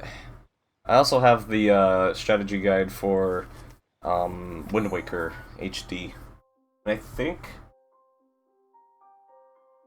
I don't remember what my other one is. I have Super Mario RPG. Oh, it's the Hyrule Historia. That doesn't count. I also have the Twilight Princess GameCube guide. But it's kind of cut up and destroyed.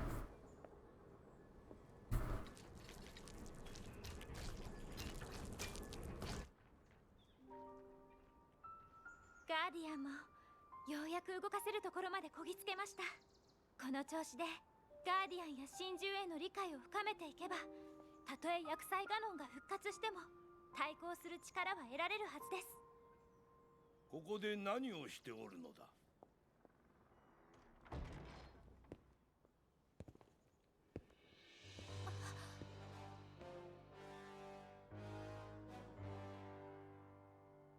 ガーディアンの実験を見ていました。私たちが異物を完全に把握すれば薬剤への対応も。確かに古代異物の研究はハイラルにとって極めて重要だ。だがこの国の姫であるお前がなすべきことは他にあるはず。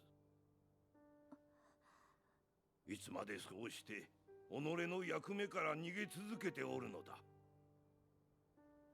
逃げてはいません。先日も勇気の泉に赴き沐浴し祈りを捧げ。異物に関わるのをやめ、すべての時間を修行に注げと言うておる。薬剤封印の力を身に宿す術がそれ以外にあるのか。わかりません。でも努力しているつもりです。けれどどうしても。だからせめて今の私にもできることを。言い訳は聞きとうない。王として命令する。今後一切異物に関与することは許さん。泉での修行に専念せよ。口差がない王宮の者たちに何と呼ばれておるかは知っていよう。出来損ないの姫、責を果たせぬ無才の姫。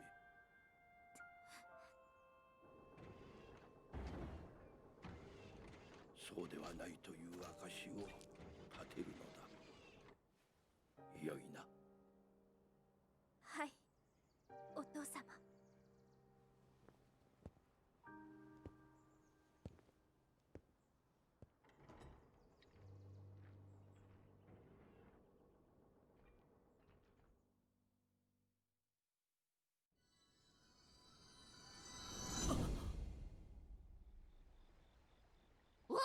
Whoa!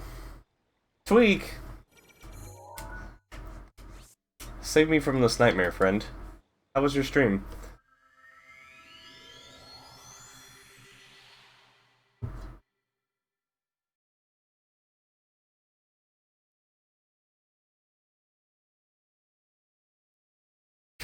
Oh my god. Didn't I already? I had no verifications today.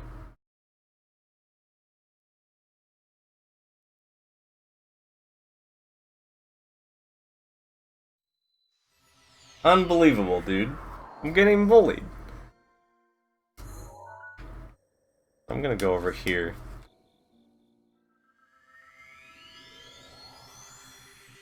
I can't believe this. What is it? AMQ? Hold on, let's go look. Speedrun.com. Oh, what do you know? There's 3 in there. After I went through... So earlier, I had to do 2 world record runs, and I had to import them into Vegas, and figure out what their actual timing was, and for whatever reason, Twitch did not want to work for nothing, and I had to, like, do nothing for 2 hours while they downloaded. You're not even in here! You do not have a run rating, sir. Unbelievable. This guy raids telling me to verify him, and he doesn't even have anything ready. Who even does that? Unbelievable. What time did you get?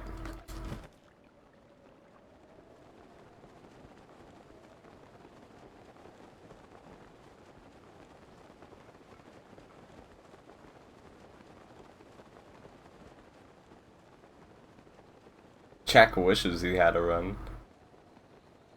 340, 33, nice.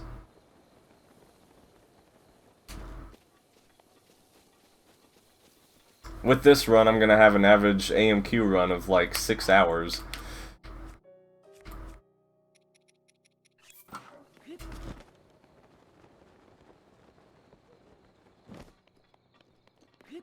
Or 20 and 69 frames. Sorry, milliseconds.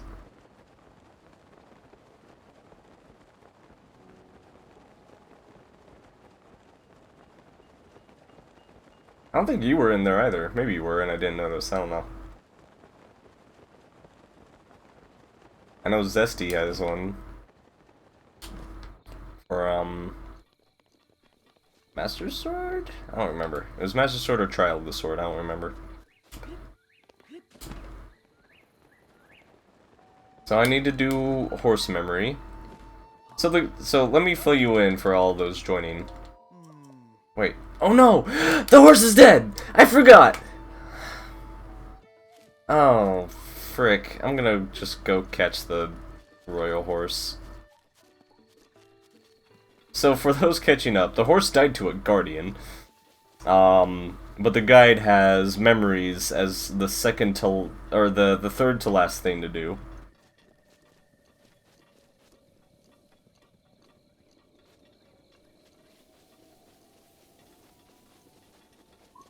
I guess I could just go to Magnesis and catch a horse. Maybe I'll do that.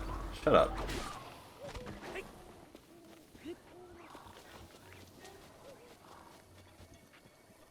What's going on over there? What happened? What happened? Hello? Oh, I can't catch the wild horse. I don't have enough stamina. Is there a 4-speed horse in this pack?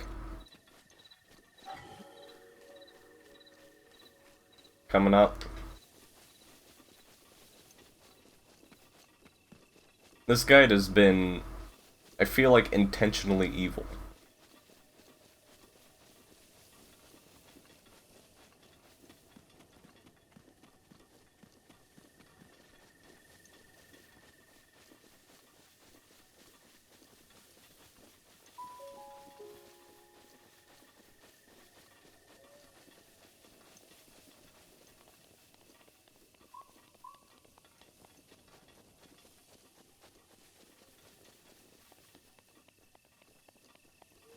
Not that it really matters at this point about horses, but I could still use one. Also, I didn't bother to get a warp point while I was over by Hyrule Castle like a moron. Not like it really matters, I guess. The guide's probably gonna tell me to, like, enter through the front or something anyway, so...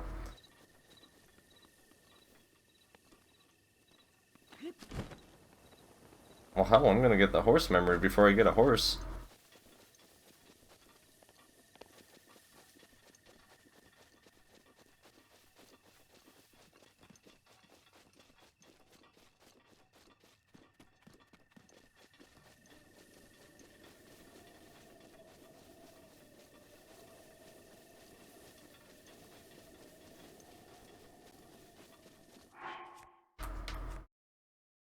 I don't have any stamina food. So if you own the guide, it's the third to last thing.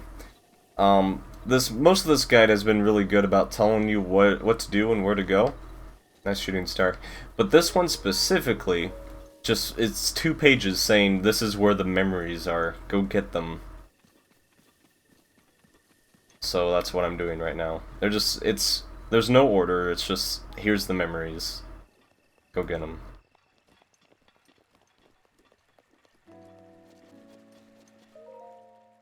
And then after that I have to do the Master Sword. And then after that, I get to be Ganon.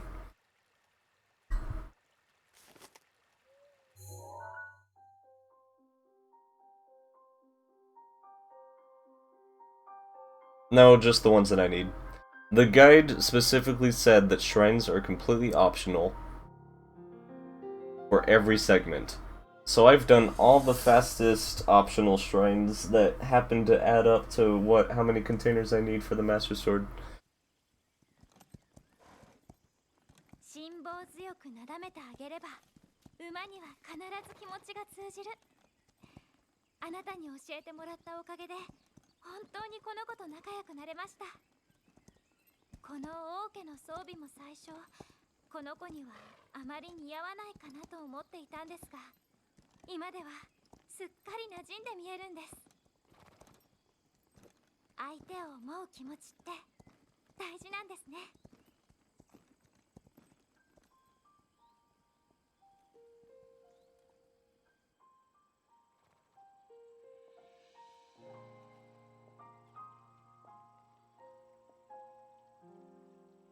あの向こうには知恵の神ネールより名をいただいたラネールという山がそびえています。弱い17に満たぬ者、知恵なき者として入山を禁ずる。ラネールはそんなしきたりを持った山なんです。 Don't let Trexler in. 力の泉でも勇気の泉でも私の力は目覚めなかった。でもあの地なら、知恵の神ゆかりのあの泉でなら、もしかしたら。根拠は何もありませんけれど、わずかでも可能性があるのなら、私はそれにすがりたいのです。明日私は17歳になります。 Oh my god. あの山に行ってみようと思います。 That was the perfect time.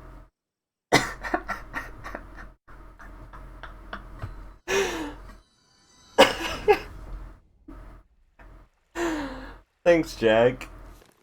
It was like, it's my 17th birthday. It was like, da da da da da. Like, holy shit. What? I don't remember that being in the memory. When is this turning into a K-On! Episode? Holy shit. That made me cry. Yeah, thank you, Jack. That was amazing.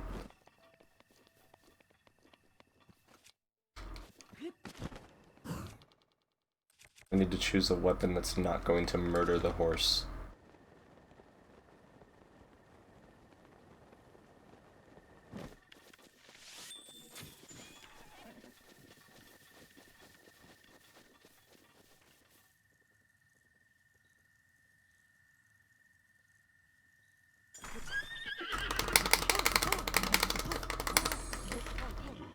Oh well, whatever.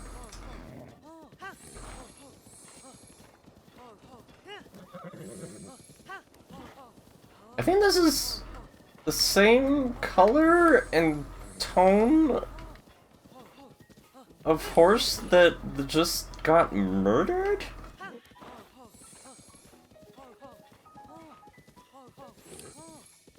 Did this horse respawn just for me?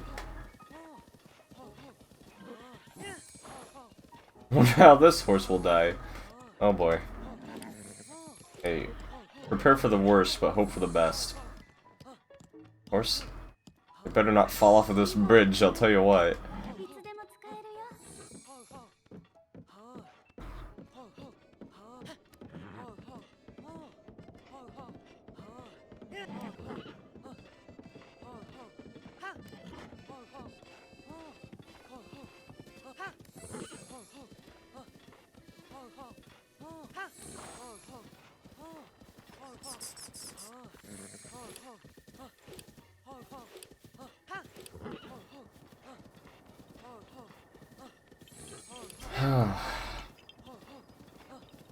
This has been a good run. I wouldn't, like, if you boiled this down and just nailed what objectives and what order you had to do them in, this might be a somewhat interesting run.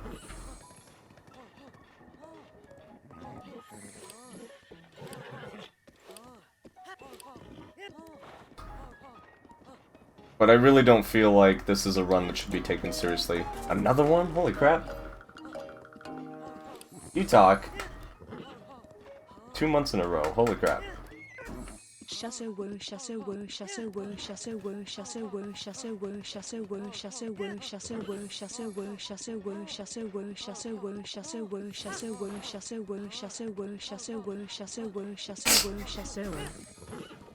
Oh. Thank you. Thank you for the Shashu. What even is that? It's a Pokemon, I know that. Oh, Shasowo. Shasowo is what it's saying. Okay. It's an Owo. Also, fun fact. This used to be a tech lab.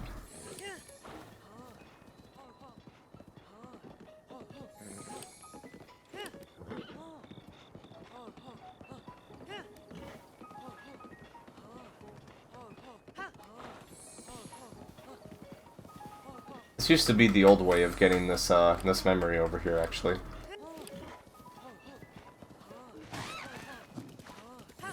Yeah, yeah. And it evolves into Floatzel.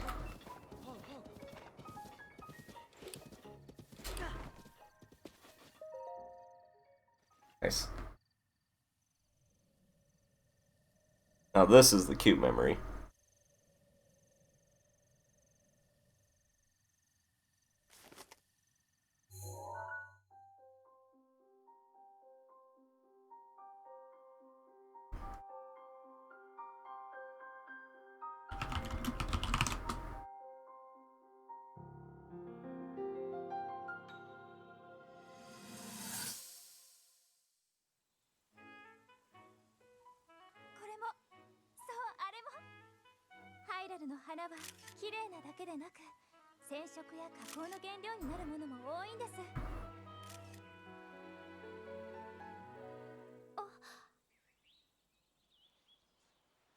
これは姫静かといって絶滅危惧種の花なんです。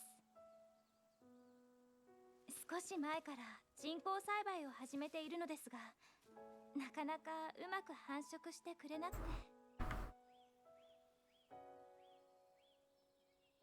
もしかすると絶滅するかもしれない姫なのです。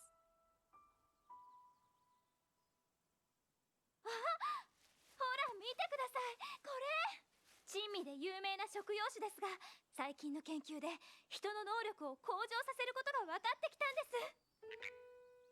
今城の者たちを対象に効能を詳しく調べているのですけれど、類いまれな身体能力を誇るあなたにもぜひこの研究調査に協力してもらいたいのです。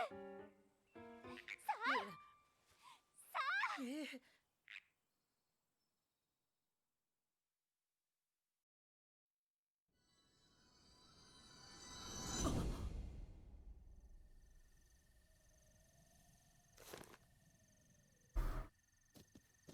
Okay.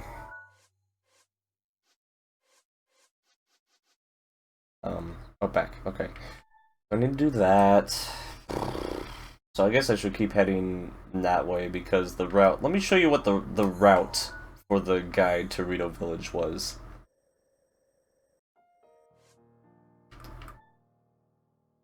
Have to go back and do that. That's in Akala. Got that. Oh, that's my bush. That one's easy. Okay, so let's keep going this way then.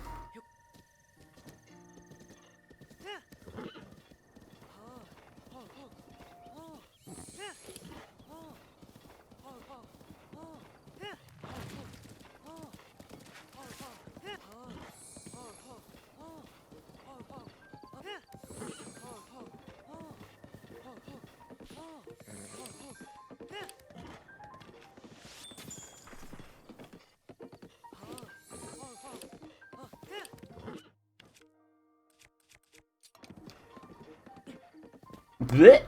Duh.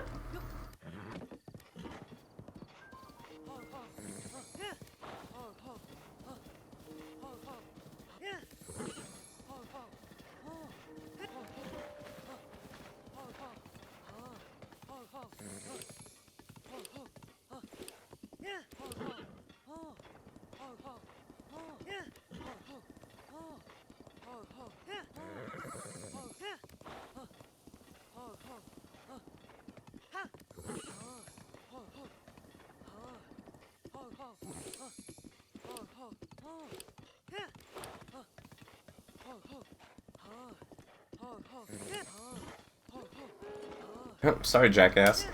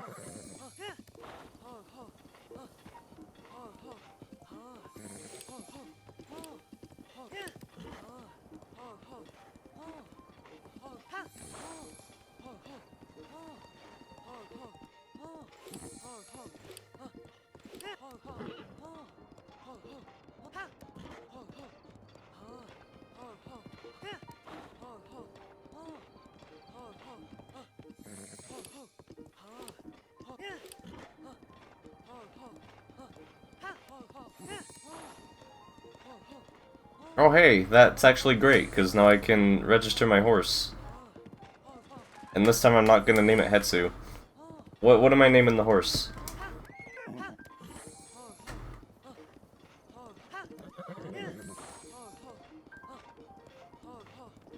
That's a no, it's not. Cool.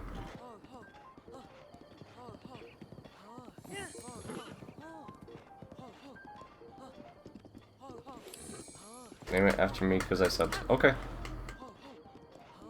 Too late. Utah got it first. Utah will be the next to die.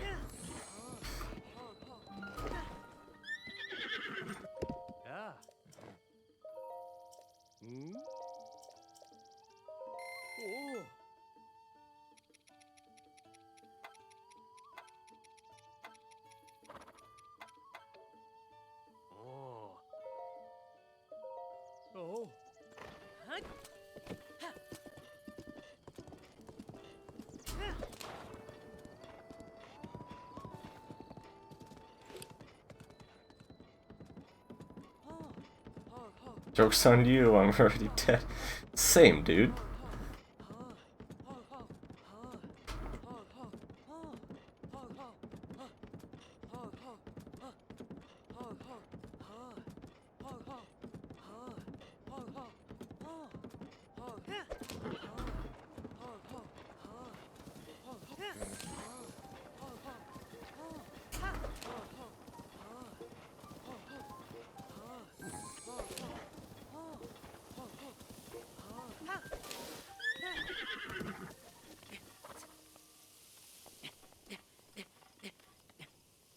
Oh yeah, I have this nice thing called a hat.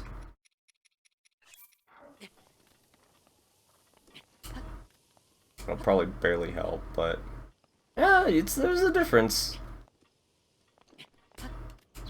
Crazy how just the level 1 boost helps.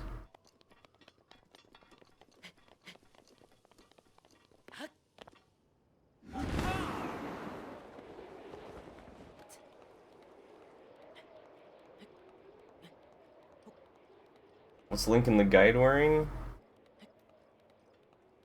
Right now, nothing. There's no picture of him during this segment. Aha.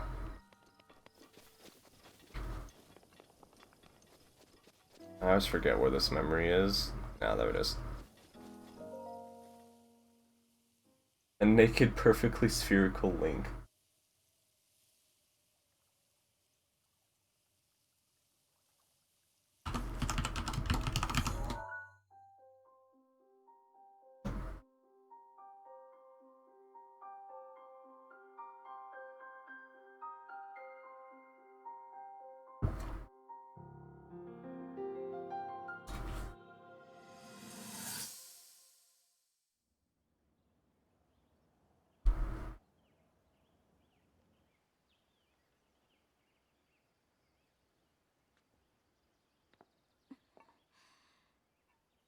やはり反応しない。この方の遺物は大麻の剣に選ばれた者のための施設。それは間違いないけれど、肝心の起動方法がわからない。どうすればこの中に入ることが。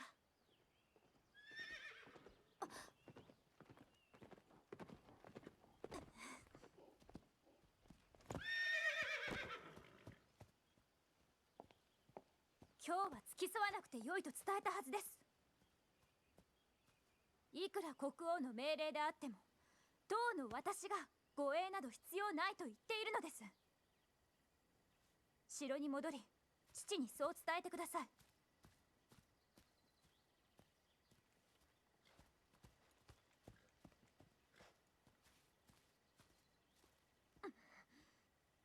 ついてこないでください。Excuse me, princess. I think that's my favorite part of this whole thing, is in every single memory, everybody's just talking to themselves, for the most part. Alright. I think that's good for this bit, so now I need to go back to the bazaar. That one's easy. I need to do that, and I need to do that. Let's go do Bosh Kala really quick.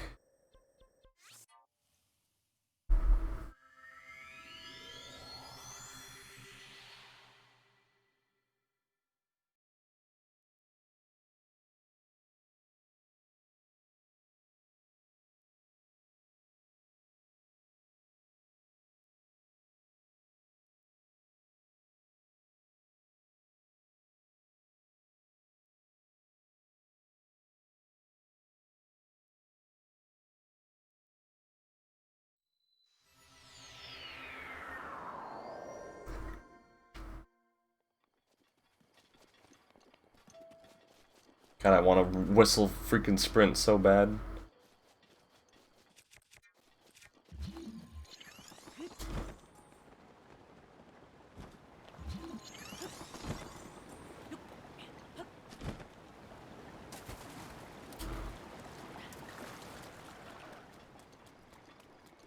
It's actually become... it's a weird feeling using my thumb on the Wii U gamepad. Because usually I use my index finger, and my thumb's on my whistle.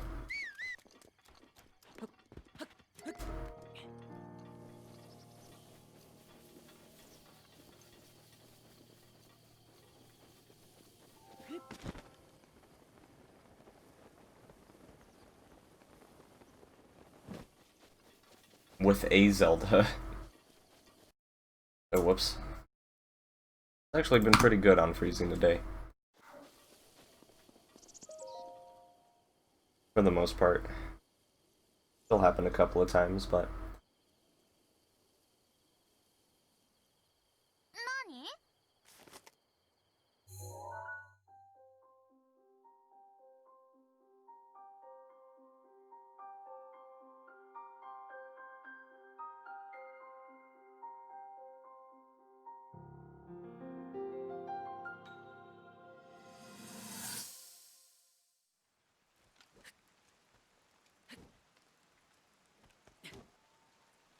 いつまで経ってもやみませんね。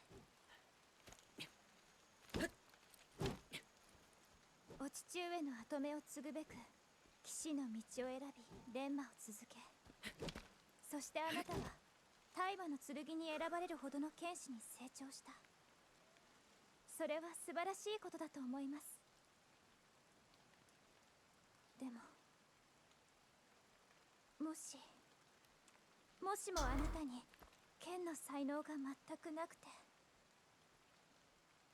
I'm pretty sure there's more in Skyward Sword.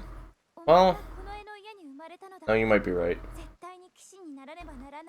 I forget that she basically vanishes for the rest of the game after you land on the surface.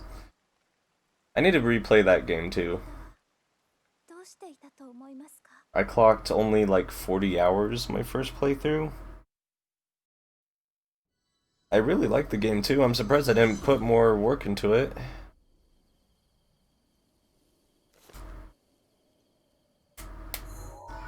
Alright, let's go do the bazaar. Because why not?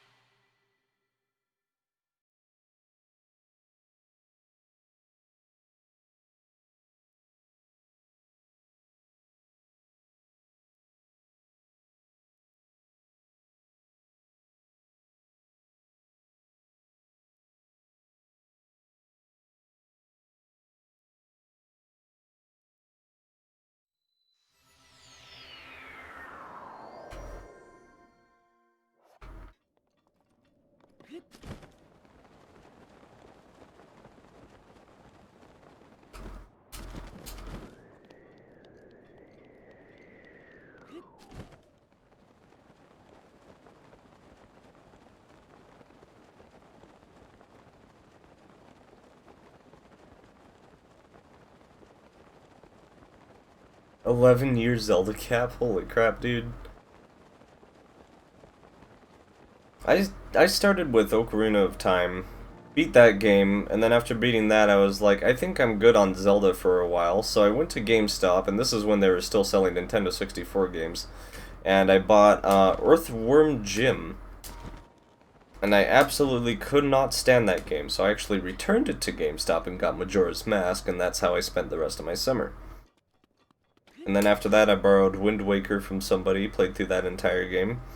Had to return it, so I couldn't play Wind Waker as much as I wanted to. And then Twilight Princess came out, and that's, you know, the year that the Wii came out. And I didn't have a Wii yet, so I was perfectly fine with playing it on the GameCube, though. Played through that entire game. The year after that, I got the Wii. And then I got Twilight Princess for that, and I played through that again, and I got Wind Waker around the same time.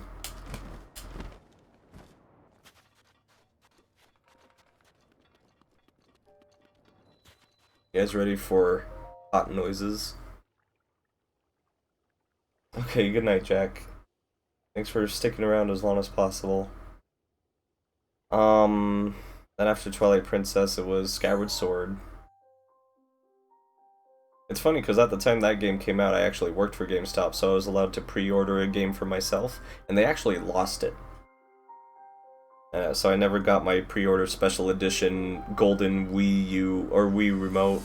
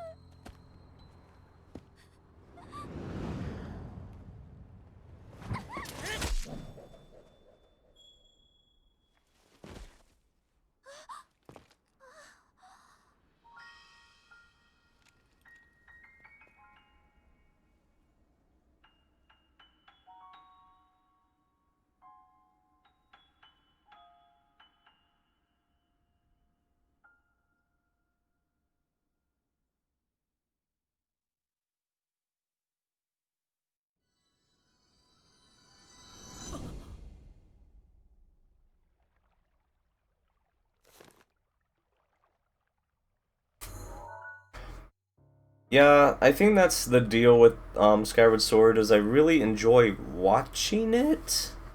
I enjoyed playing it. I don't know.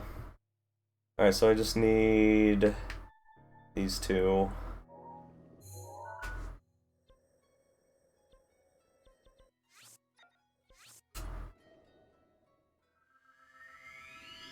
She's got those eyes.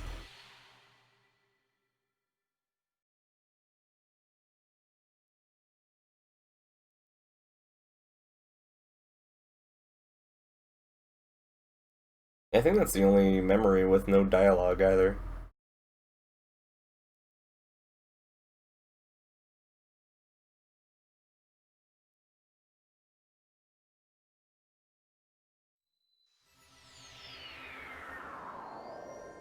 Yo, Link is hot.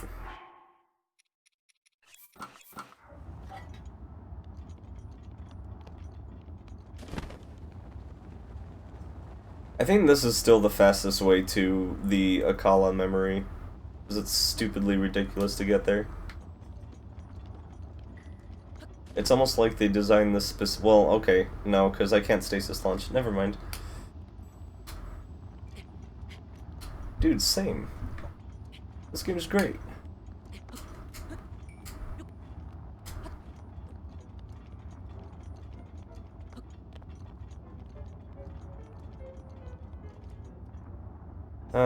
Yep, right down there.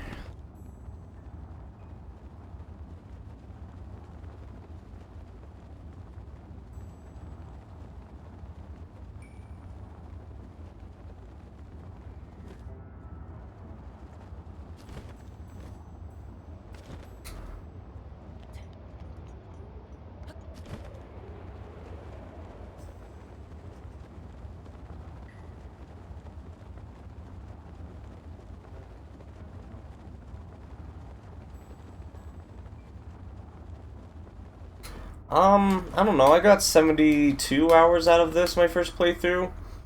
I wouldn't say I was disappointed at the post game.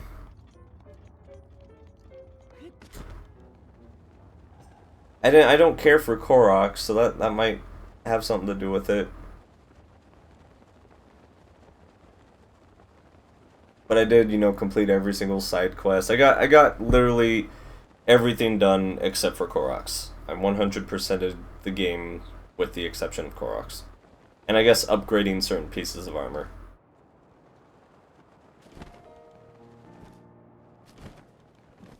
The game honestly isn't really meant to be 100%ed to the point where Nintendo actually makes a joke about it in the game. So, I'm perfectly fine with how it turned out, I guess. But at the same time, I kept wanting to continue playing it, so I guess that's why I speedrun it. Mostly. The joke is the Korok Seeds reward. When you get all 900, you just get a pile of shit. They don't give you anything else. That's the only reward in the game after you get all the collectibles that doesn't actually do anything.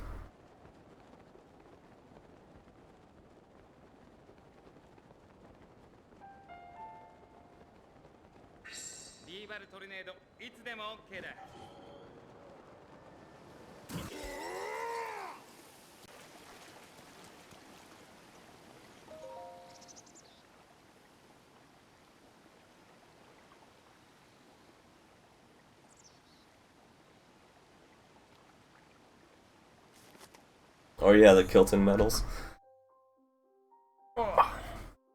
The only thing that I felt compelled to do before completing the game the first time was to get all 120 shrines. So I got all the memories and I finished everything, and I got about 70 shrines, I want to say. And then I bought the strategy guide to finish off the shrines that I missed, and I only looked up locations. And then I went and beat the game.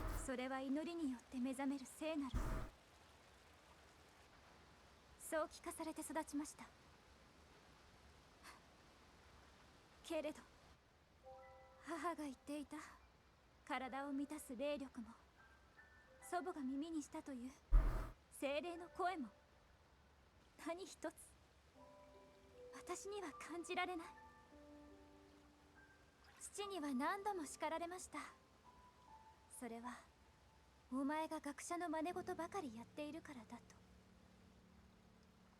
でも幼い頃からどんなに頑張っても祈っても古代の神ゆかりのこの地にすがってすら聖なる力が私を行うことはなかった。教えてください。私には何が足りないのですか。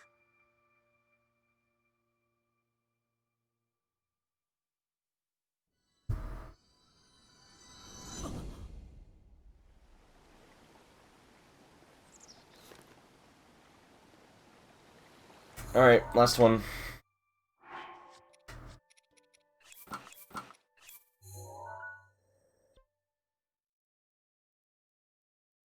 Maybe I should keep that on, actually.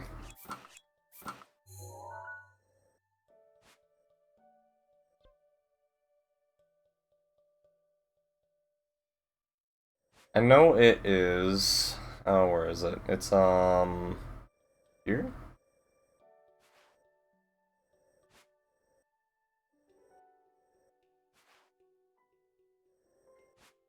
It's here. So... no stasis launches.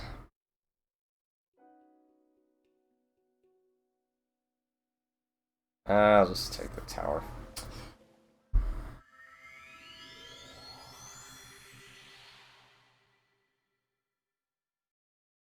Heirloom quest shrine. The fireflies. Yeah, that was one of the shrines I had to look up. There was only one shrine whose puzzle I had to look up, and that was You're gonna laugh, but it was the Hidden Wind Shrine. I could not for the life of me figure out what I was supposed to do in that shrine.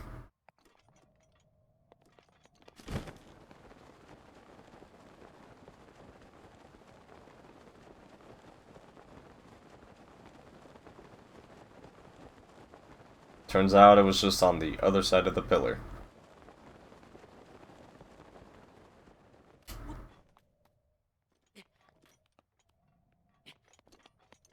Oh, crap. Don't do that. Okay, at least I'm not alone. Oh, heck.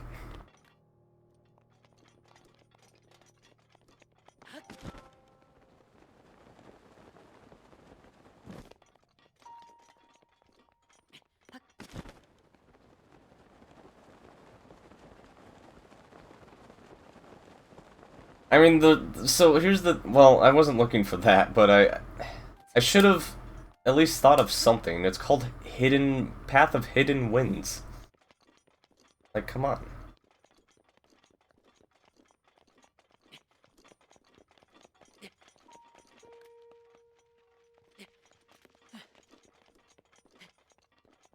I'm not even burning here, which is interesting.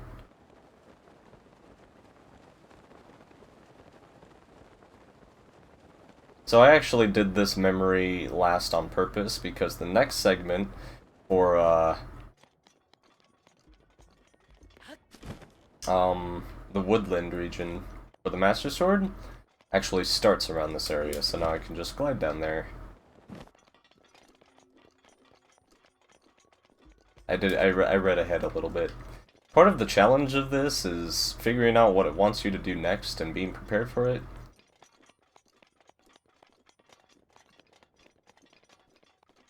Or adapting otherwise.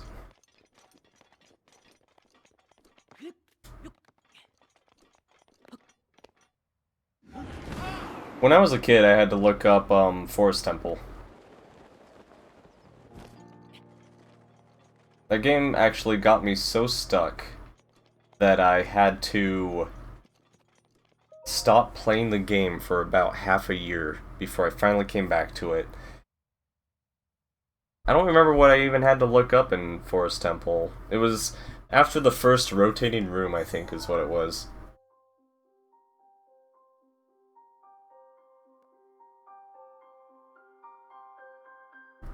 And then after that half a year, I returned and I just blazed through the game like normal.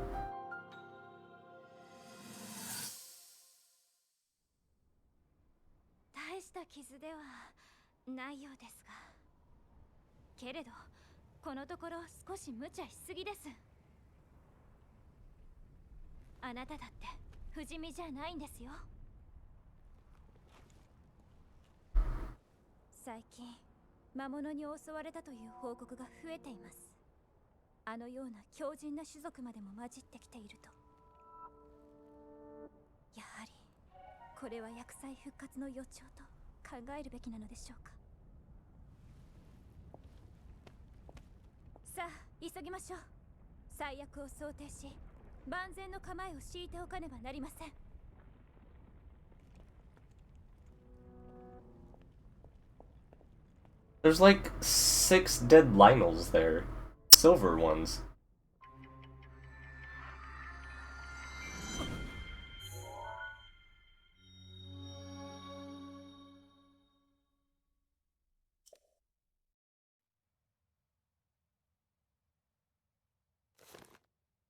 Alright, so I'm gonna go to the Master Sword section now. Alright, if you have not yet reached Woodland Tower by yourself, this can easily be accomplished from Linderu Tower. No. No! Follow the road leading to the northwest after you pass through the wet... Okay, no. It said if you haven't done it yet. I'm gonna go do it. Zelda killed them.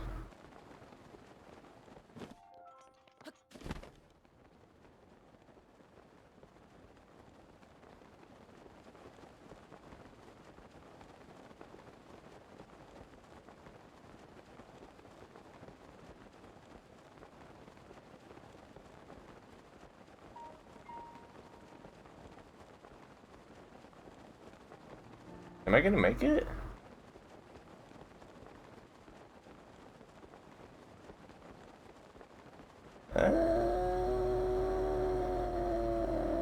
No.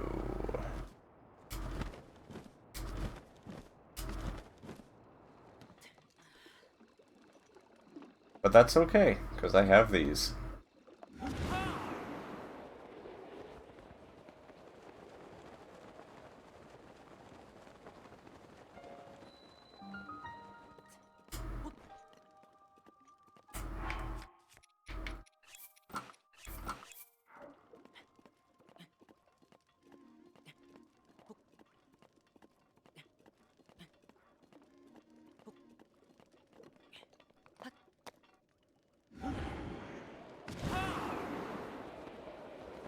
Holy shnikes.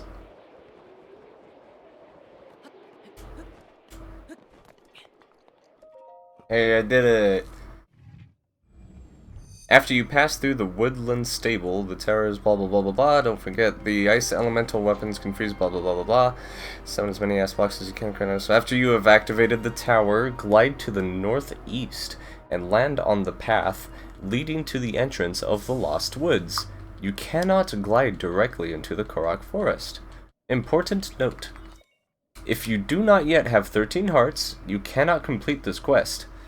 If this is the case for you, we suggest that you embark on a whirlwind tour of new shrines to gather the necessary resources for heart upgrades. Refer to our dedicated chapter on page 112 for guidance.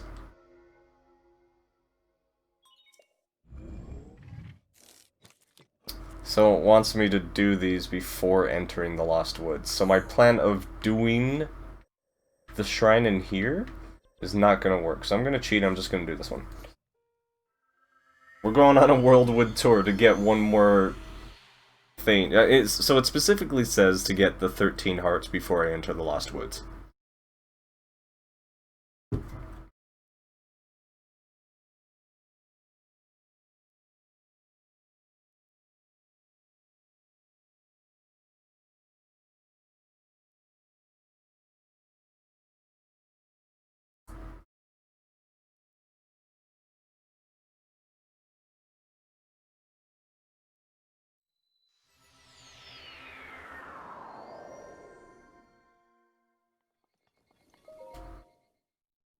This shrine's so long, though.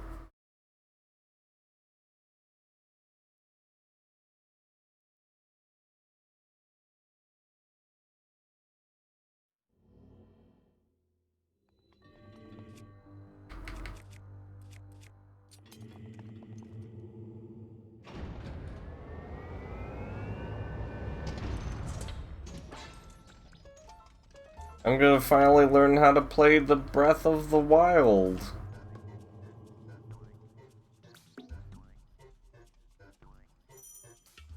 No, I didn't, but this is the fastest one. It's not.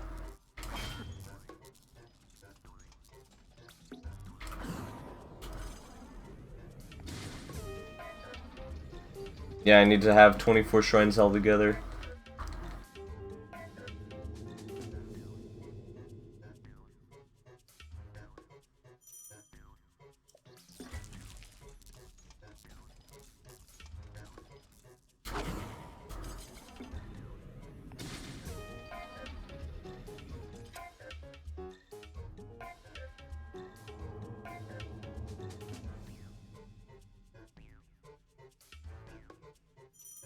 Wait.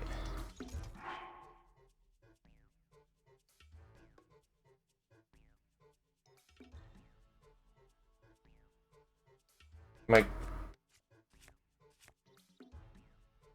Oh yeah, in pairs of fours. Yeah, I need to do one more.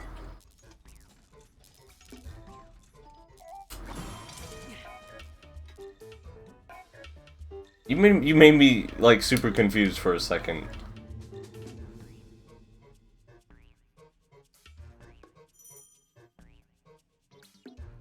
Oops.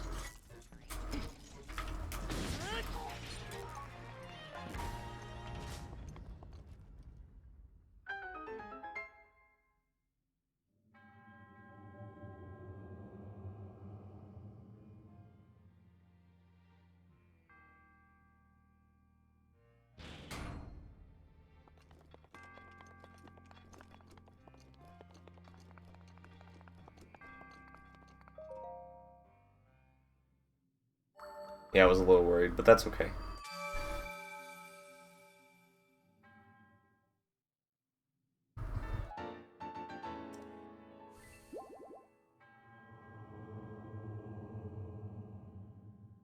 I could have done the shrine at the stable. I could have done a lot of other shrines to avoid doing this one, but that's okay.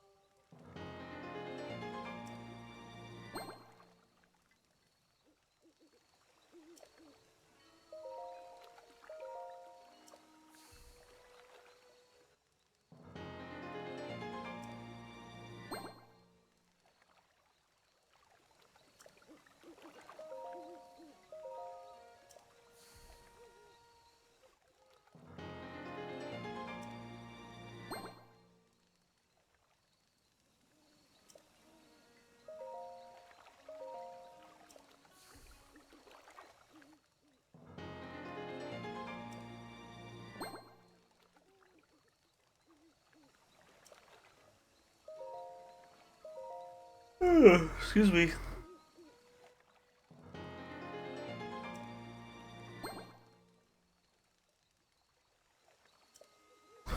Alright, now I'm allowed to enter the Lost Woods.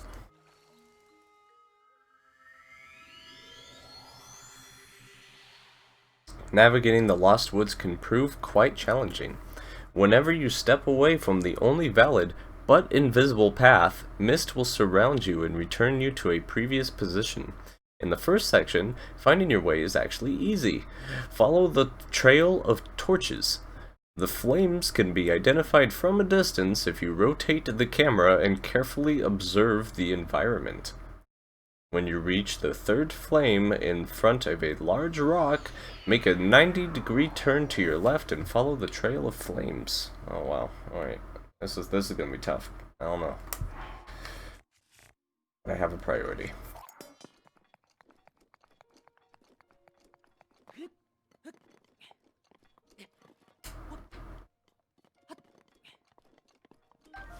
Yeah.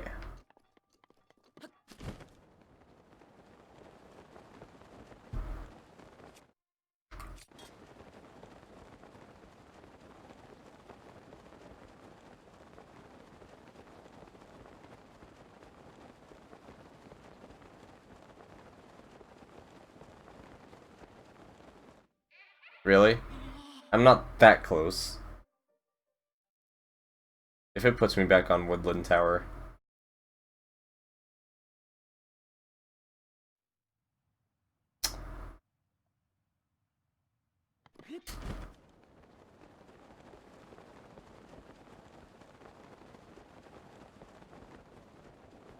Then needs rusty shields. Yeah, I remember that one.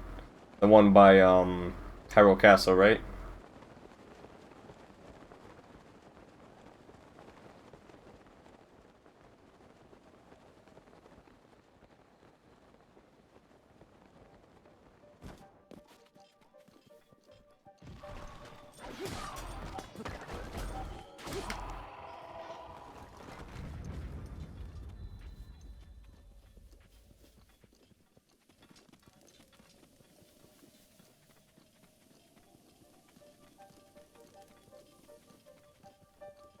After another 3 flames, turn left and find the lone flame.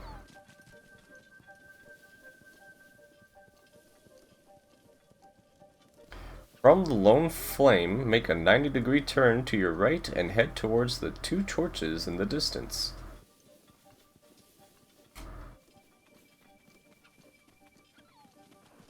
When you reach the 2 torches side by side, the real challenge begins. You now need to find your way through the fog to reach the Korok Forest entrance. If you stray from the correct invisible path, you will be taken back to these torches. The correct directions from the torches, if you just want a quick summary, are as follows. Looking towards the nearby tree, take a left. Halfway before you reach the shore, turn 90 degrees to your right. When you reach a rock cliff, turn again by 90 degrees to your right, then turn by 90 degrees to your left to pass between two rock cliffs. This is illustrated on the above map. Okay.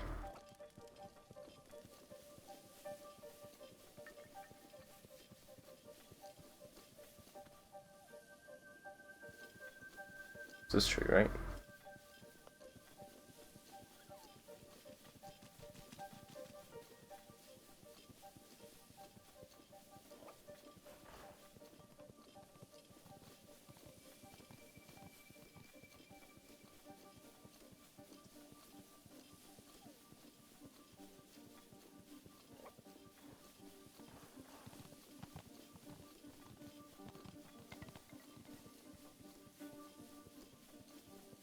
Hey, we did it, first try.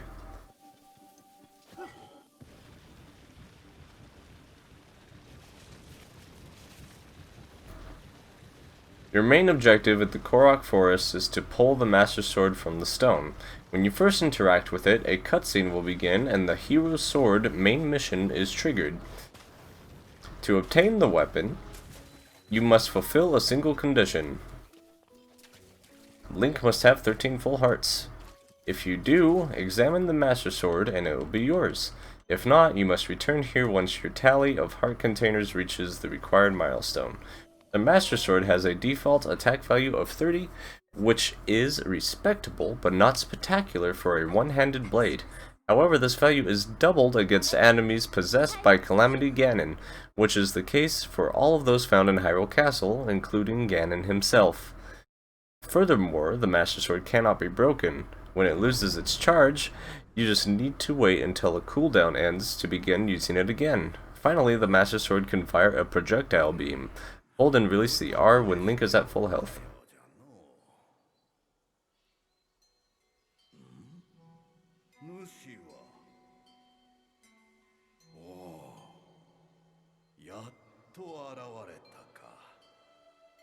100年の時、主がここを訪れるのを待っておったぞ。いささか待ちくたびれてしもうたがな。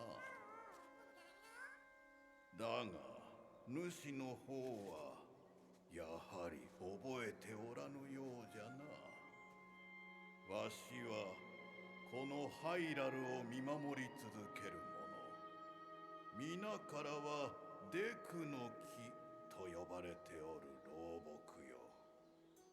それは太古の女神が作られた武器。選ばれし騎士のみが持つことを許され、厄災を打ち倒せるという大魔の剣。そして100年前、それを手にしておったのは他ならぬ主なのだ。だが気をつけろ。その剣を手に入れようとする者は剣自身に試される。今の主に果たしてそれを抜けるかどうか。もし主が衰えた体のまま引き抜こうとすれば、立ちどころに命を失うことになるでな。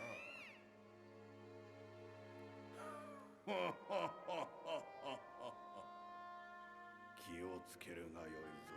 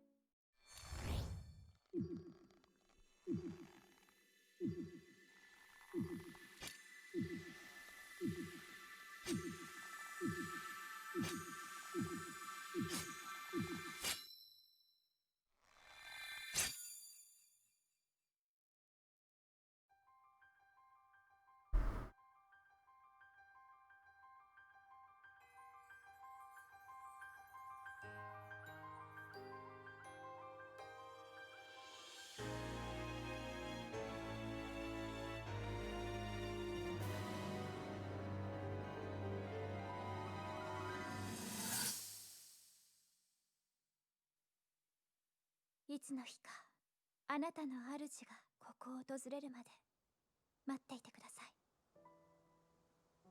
あなたの言うように長い眠りが彼の記憶を奪ったとしても大丈夫。あの人はまたきっとあなたの前に現れます。ハイラルの姫巫女よ、そなたこれからどうするのじゃ。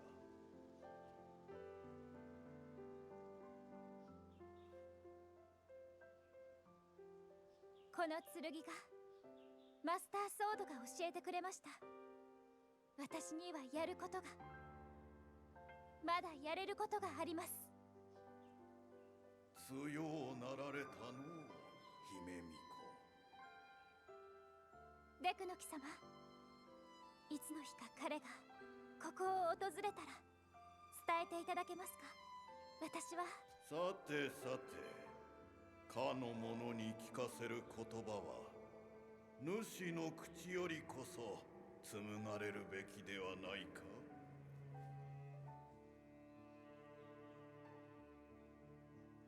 はい。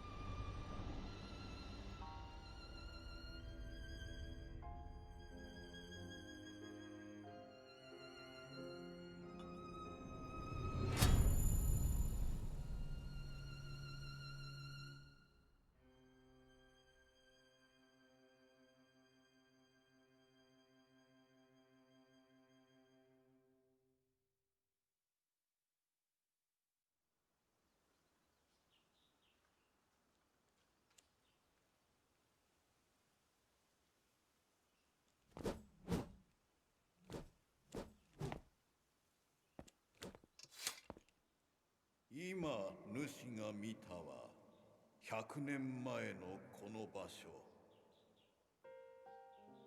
その剣が主の手を離れ、ハイラルの姫巫女によってこの地に運ばれた時の出来事よ。あの娘は今もハイラル城で懸命に戦っておる。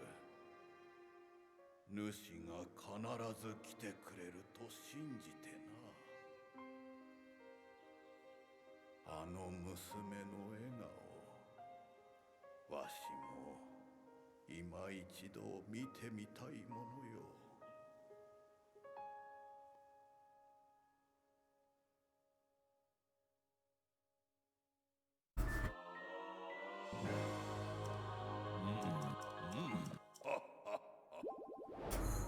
Alright, one last thing.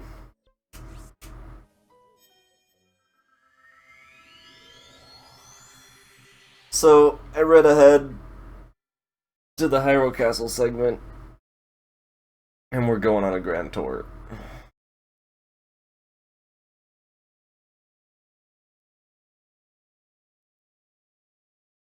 I just heard bases in Octorok. They just buried an Octorok and cemented it in like some sort of Star Wars shit. Just to jam weapons into every now and again. It's funny because the actual segment for Hyrule Castle actually starts off by saying, here's how you get there fast. I'll read it while we're waiting for this. If you want to reach Ganon quickly and painlessly, there is a supremely easy way to do this. Equip the Zora armor and use it to swim back up the river and to swim upward every time you reach a waterfall. This will lead you straight to the castle sanctum with practically no enemy encounters. You can just run past the few guardians that cross your path. You cross paths with. The current in the river surrounding the castle is strong, so you should ideally jump to your first waterfall from the nearby walkway. And then you scroll down and it says, we suggest that you go on a grand tour of Hyrule Castle as it features many secrets and optional collectibles that are well worth the effort, including powerful weapons, shields, and bows that could prove immensely useful during the battle against Ganon. Of course, we have to go through the recommended route.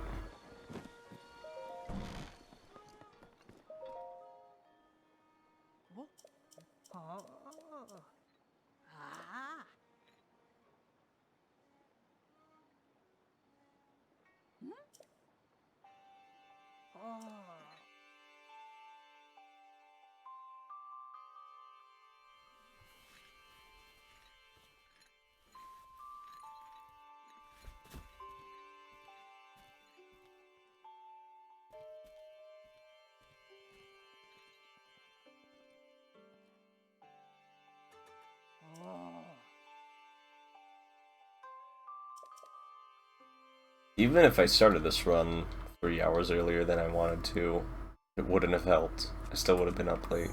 A lot less late.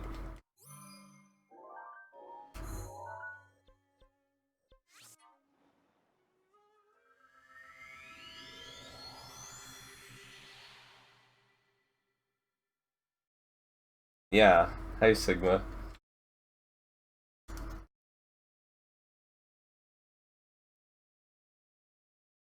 Almost done, though. And I don't totally have to work in 5 hours.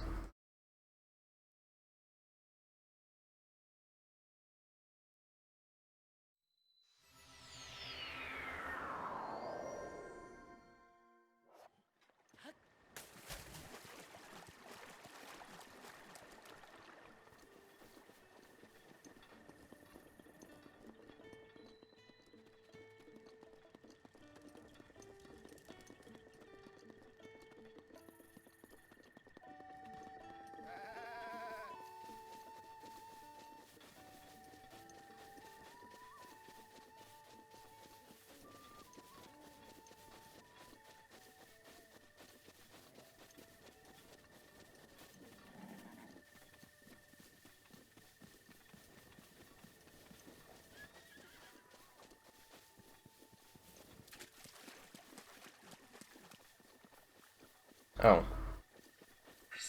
I always mix these up. This one.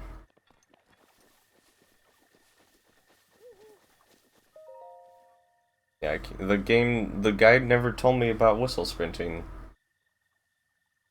I don't know what that is. I also don't know what stasis launches are.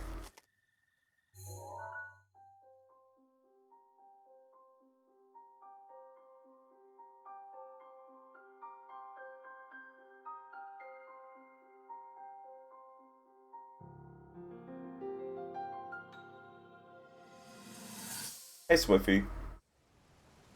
We're almost there.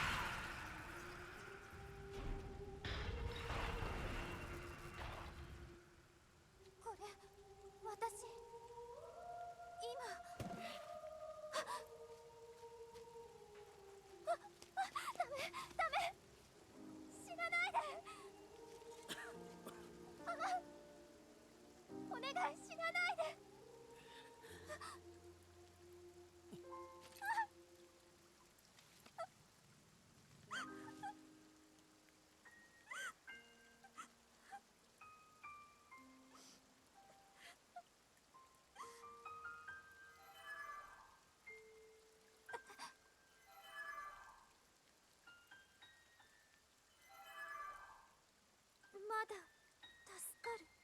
リンクを助けられる。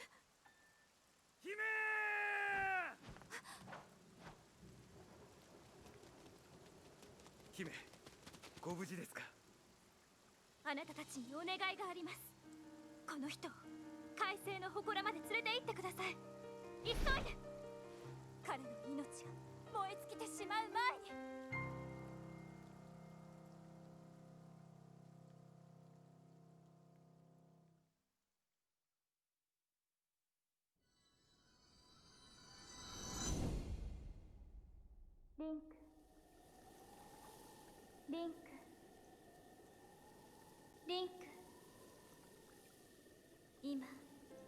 あなたは100年前の私との思い出を、そのすべてを取り戻してくれました。私はここで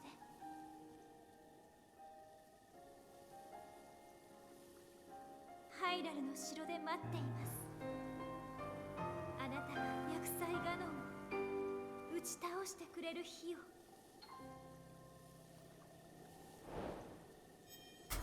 So it says approach Hyrule Castle from the north, so I guess I have to go here?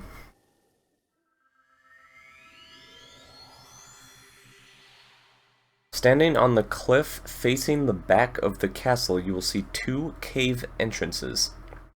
First, go through the one on the right, leading to the lockup.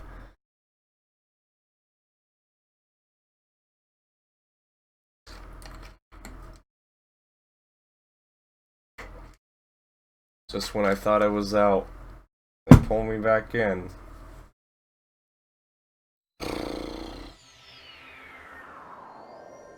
I can't call in to work, but maybe I can just go in later.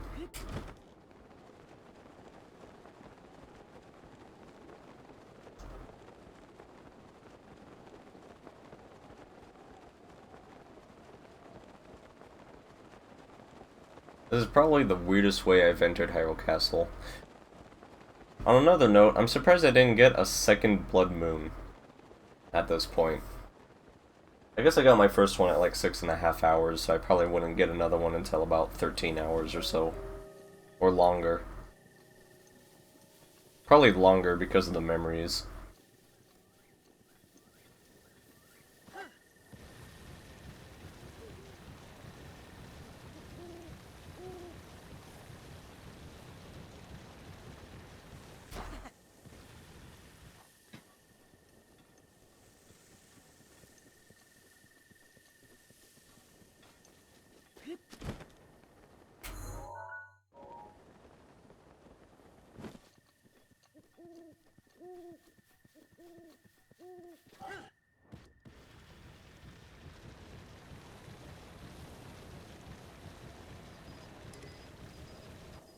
Well, sure, but it's mostly about, how much time I spend in cutscenes and all that jazz.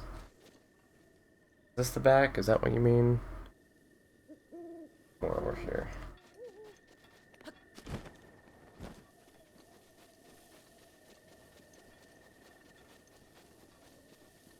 Yeah, because the lockup's over there.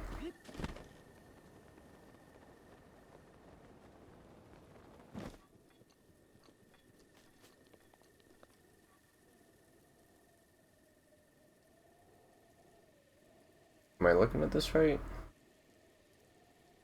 No, I'm not.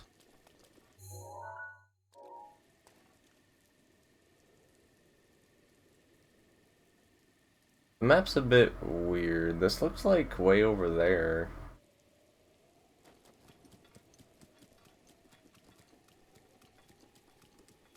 Oh, actually, I can just look in an actual map. Let's see. Okay, yeah, it's way over here. Holy crap. Hi, guys. Hi, guys. This is basically start here.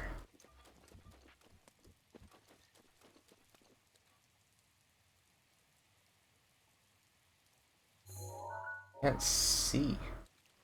Oh, I hope this is the right way. No, I was looking for the lockup.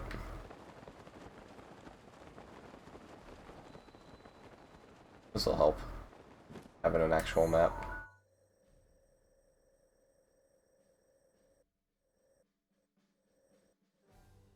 Okay, the lockup's, yeah. Still a bit of ways.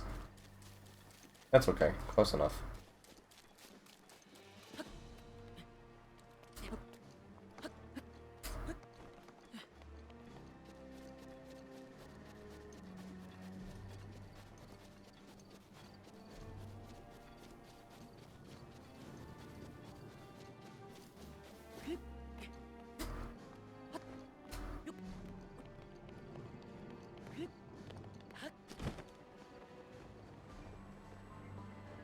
So, this cliff was the one it wanted me to jump over to.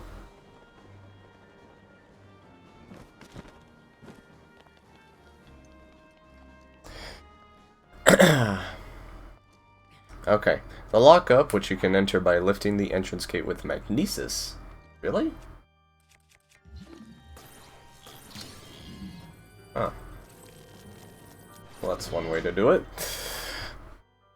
Features multiple cells behind which enemies are trapped. You can access them by opening the doors via the levers or by blowing up destructible walls. They all lead to minor treasure. The grand prize, though, is found in the final room on the right. After eliminating the Stalnox sub-boss, you can earn the right to collect the best shield in the entire game, Link's Hylian shield. This features, yeah.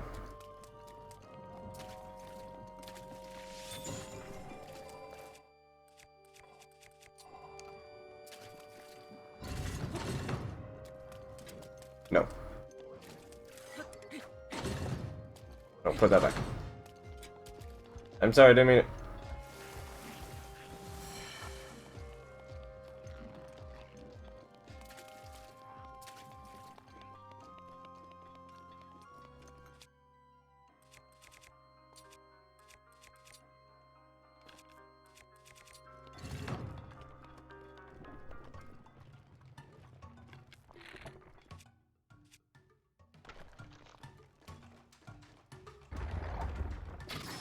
I love that he acts surprised when he sees you.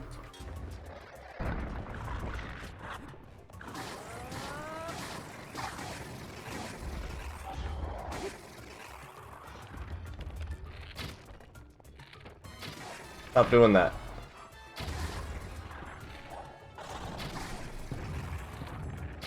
Oh my god, stop moving, you bitch.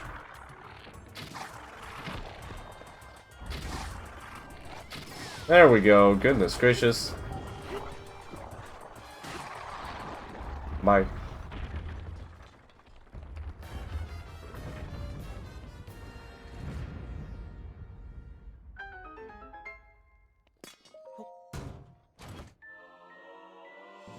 Oh, but my inventory's full.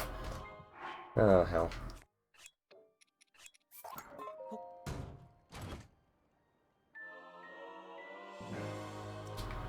Got him.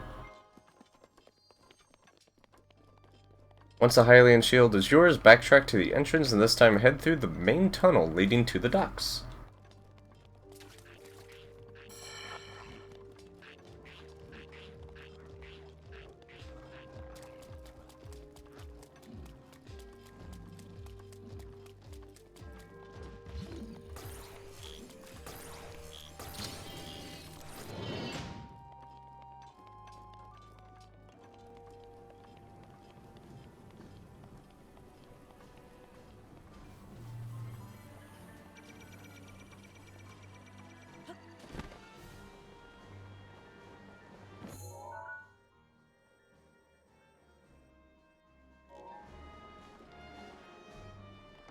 You mean this way?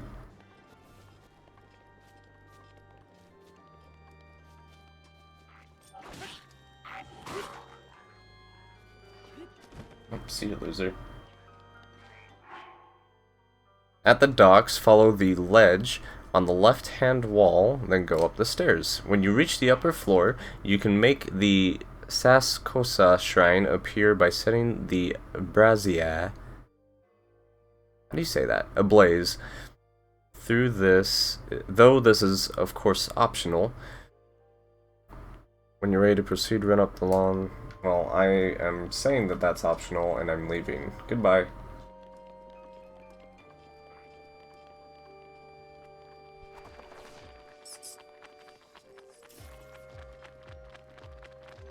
Brazier? Must be French.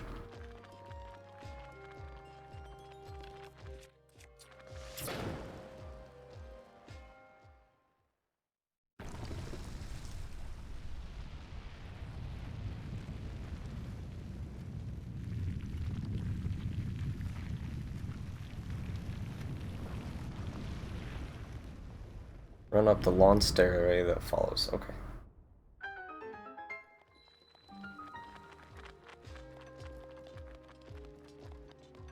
This must be the lawn stairway.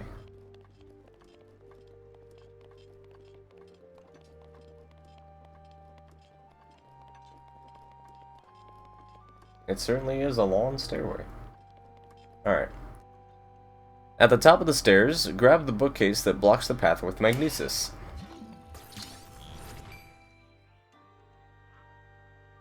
This gives you access to the library. You can use the bookcase or the nearby metallic cube as a to eliminate few creatures in this room. You will find 2 recipes from open books, one on a large table on the ground floor, and one on a small book stand on one of the upper hallways. These are involved in specific side quests. There are 2 other metallic bookcases that can be moved with magnesis to reveal secret passages. One leads to a treasure chest and ore deposits, while the other leads to the Keen's study. The Keen's study is home to a note from the Keen and also contains a very sturdy Royal Guard shield. That's not sturdy. Once you are satisfied with the current progress of your light pillaging, make your way to the exit on the opposite side via the upper walkway. What, you mean like this?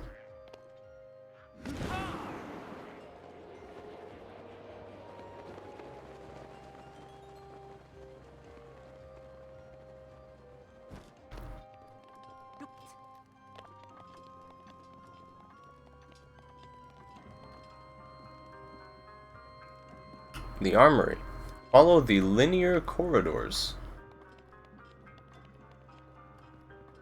until you make it to the armory. Okay.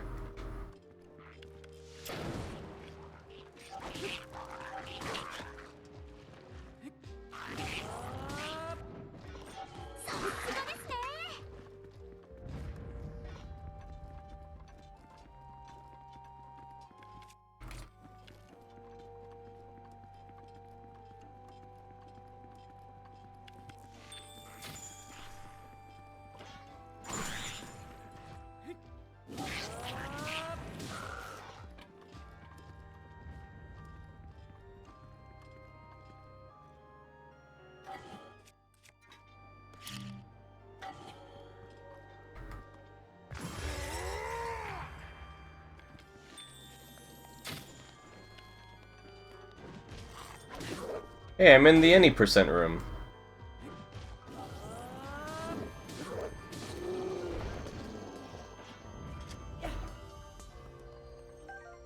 No.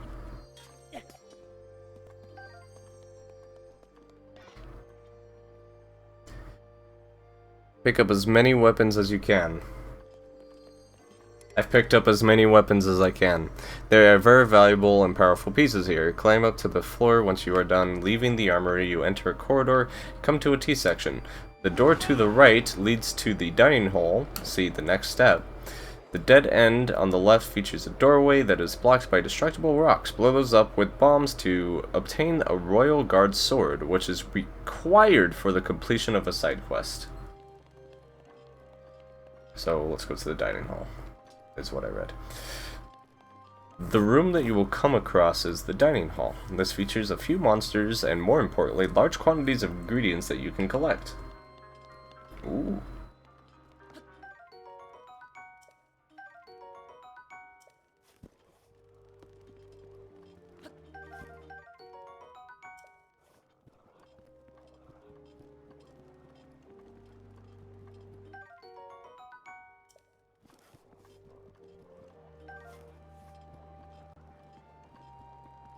A cooking pot in one corner of the room means you can use this opportunity to prepare dishes with powerful restorative properties and other special effects if your supplies are low.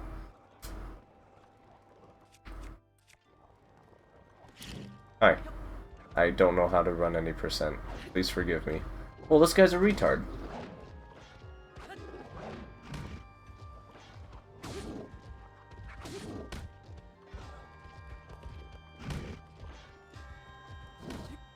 You know what? I'm just gonna leave.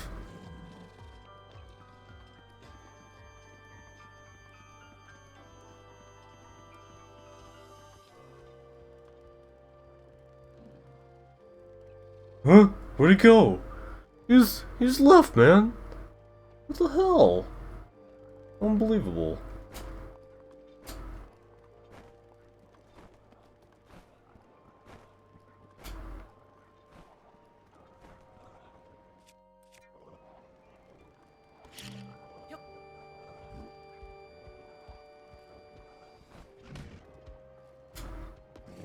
Oh, fuck off.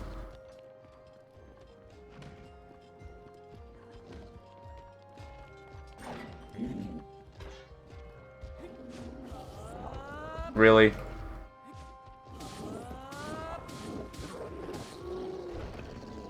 Jerk. But this guy still doesn't know I exist. Moron. What?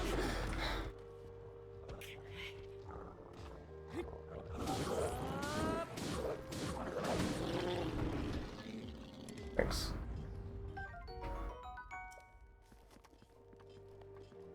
Wait.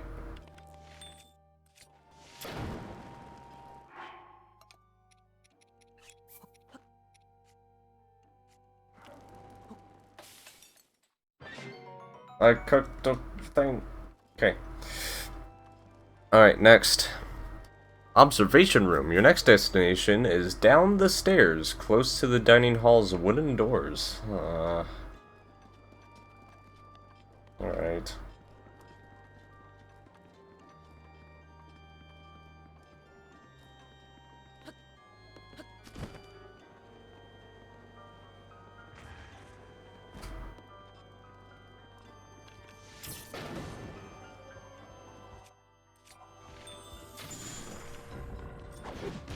What? I hit him. Oh, that is interesting, actually. One of the other shots canceled the freeze. Well, we got stored on the observation room's upper landing. You will find a treasure chest and collectible arrows.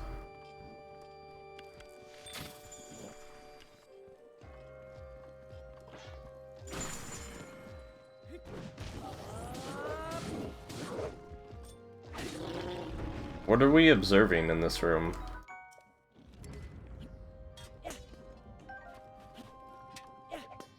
I want this.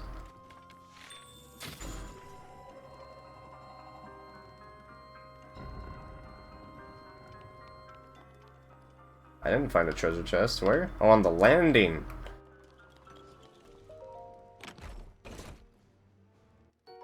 Wow!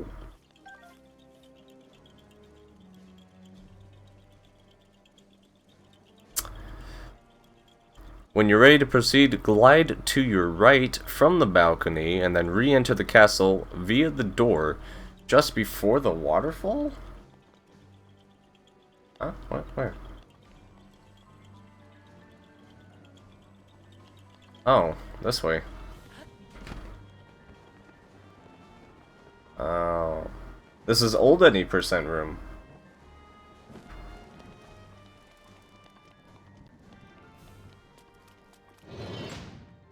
You will find a closed gate after a few steps. Raise it with Cryonis to open the way.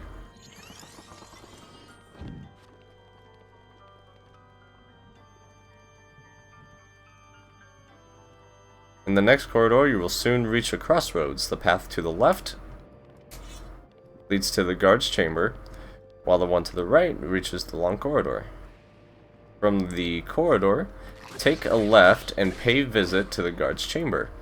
In addition to a few opponents, this room is home to multiple advanced weapons, as well as hidden... Shut up, idiot. As well as hidden treasure chests with valuable contents.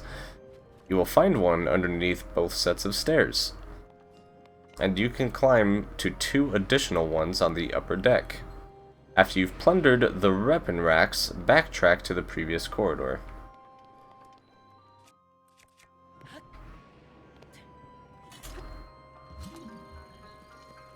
Oh. This is the Nature scale or something, right? Or Fame, yeah.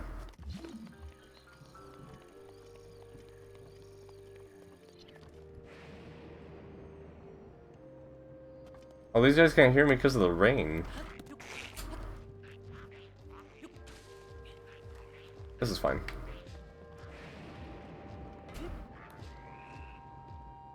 The DLC chest is in here.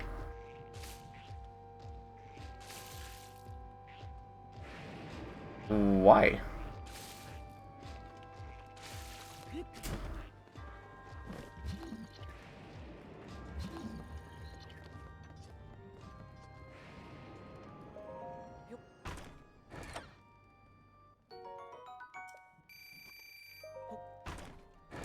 As per piggyback? Oh, yeah. This is the piggyback guide. Oh, this guy just doesn't care. Wow, the sick dodges. Oh, I can't do that.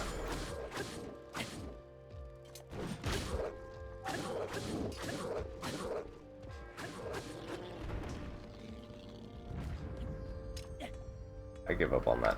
Alright. Said there was a one buried or something? I don't remember there being a buried one in here. That was probably a lie. Oh. Oh, there's the DLC chest. Why did they have it? I must have loaded incorrectly and fell through the floor. Yeah, there's nothing buried in here. Oh yeah, it wants me to go this way now.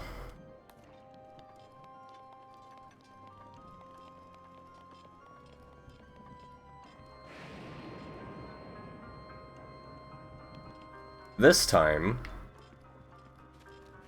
take a right and head into the long corridor infested with malice goo.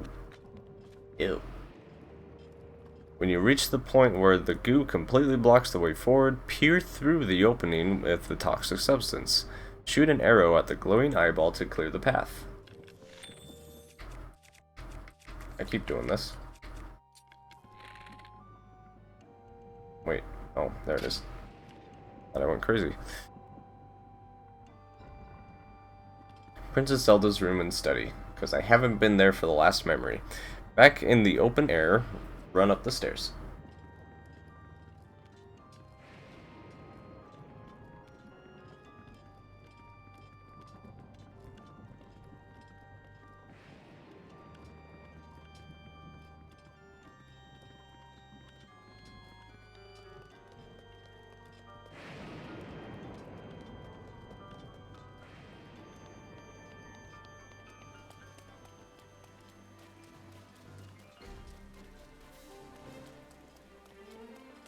There are multiple flights and a small cliff to climb to reach Princess Zelda's room. Inside you will find a powerful Royal Guard's bow above the fireplace as well as Zelda's diary on the desk. Oh, whoops.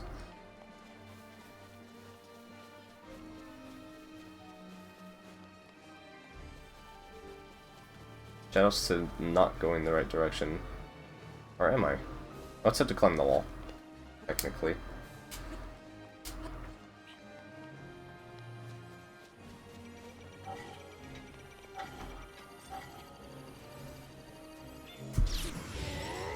Thanks, Daruk.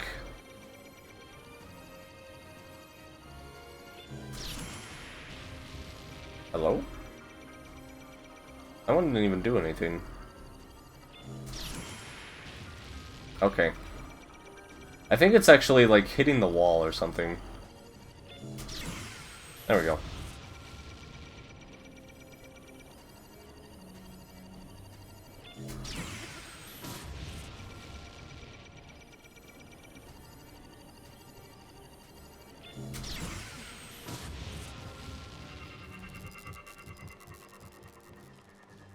Hate that guy.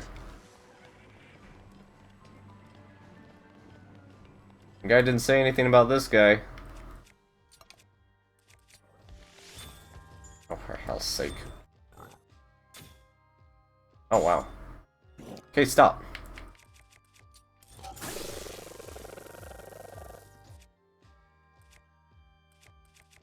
Guess I don't need this anymore. There's Princess Zelda's diary. Now climb up the level above and cross the small bridge to reach Princess Zelda's... What? That brick, dude. Princess Zelda's study. This contains both Zelda's research journal and a silent princess flower. Nice. Sanctum. From Zelda's study, glide to the pool and use the Zora armor to swim up the waterfalls until you reach the castle's main entrance.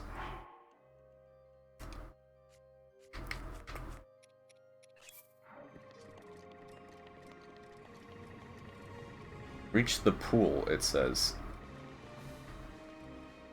Oh, you mean that pool. It probably means this pool. Yeah.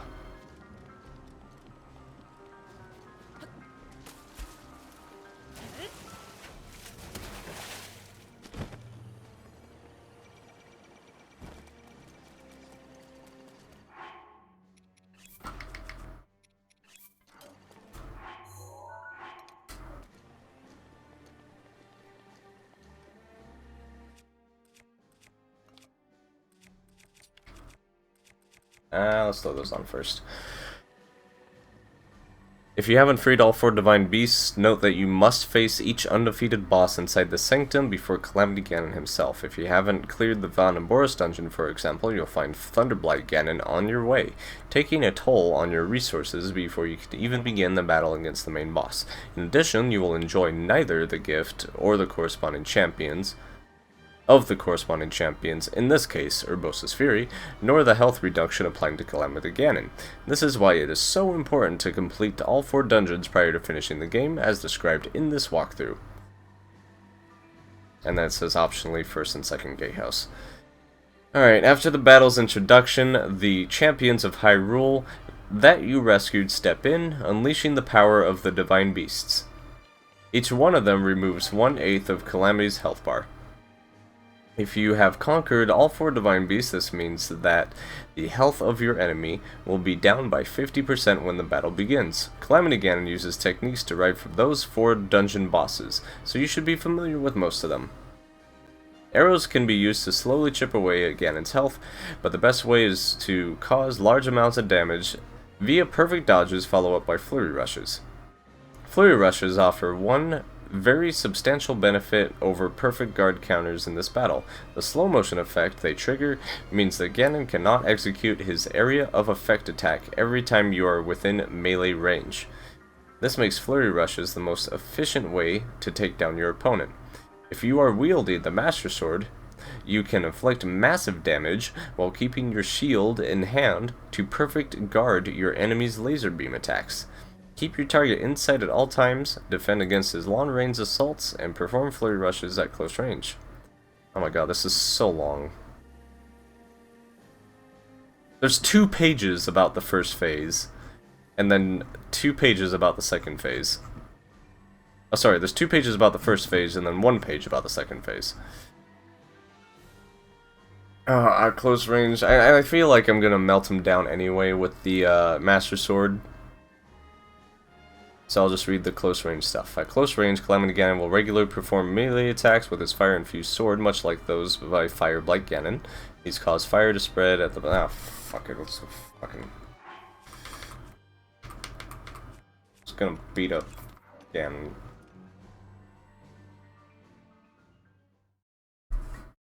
Also regularly attack with his blue guardian blades. These are much swifter and perfect dodges and do the things, and then just like when Blight Ganon, this boss frequently summons large tornadoes and they move stupidly, and then possesses the Gale Strike attack and cannot be blocked whenever you just run. And you see against Water Blight Ganon, the ice attack. Whenever you notice that your enemy is summoning multiple ice blocks, prepare your Cryonis rune and press A repeatedly while aiming at the incoming projectiles. Ganon, I'm talking. If your opponent summons pillars that fall close to you, be swift and sprint away. When Ganon throws a fireball, you have 2 options. Either run as far away as possible or freeze it with an ice arrow. No parries, that's not a thing. If your opponent will regularly fire blue glowing projectiles at you. These can be perfect guarded. If you succeed, they will be redirected at Ganon and stun him, leaving him vulnerable to a full combo. If you stay within melee range for a few seconds, Ganon will generally perform an area of effect attack, this blue energy striking everything around him. This is an unblockable technique, it says, so you cannot afford to remain at close range unless you have stunned your foe beforehand. Last but not least, your enemy will occasionally throw his spear at you. If you identify this in advance, you can easily dodge it with a side hop. Don't parry it. Second phase. Ganon will regularly summon a field of energy that makes him invincible. As long as his body glow orange, none of your attacks can harm him. His assaults will remain the same, with only a single addition to his repertoire, so you have no reason to panic. Just defend calmly and consistently until you manage to create an opening. The following captions illustrate how you can achieve this. Gunshots. Perfect Guard is blue glowing projectiles. He fires 6 of them at you, each one presenting a unique opportunity for a Perfect Guard counter. Laser Beam. By now you should be entirely familiar with this technique. Okay, that's all I'm reading for that. Melee attacks. You have an opportunity to perform a perfect dodge. Okay, got it.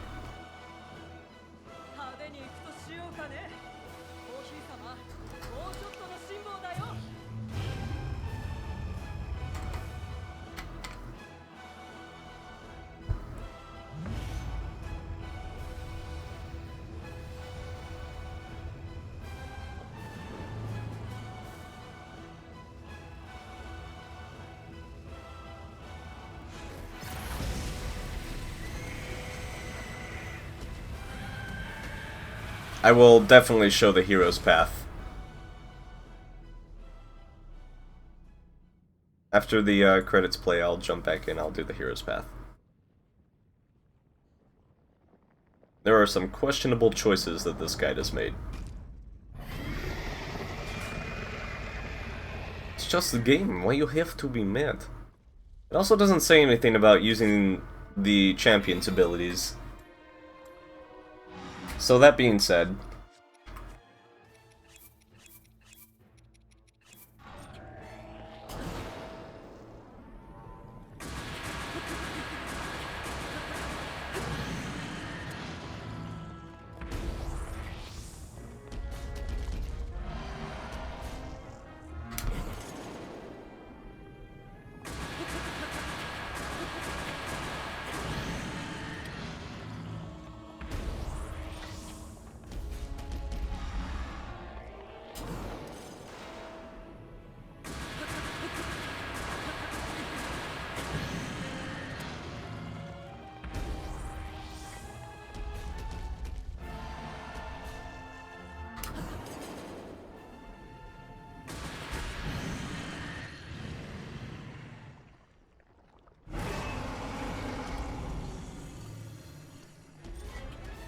really? This effing guy. Oh, there's no way to defend against this except with an ice arrow.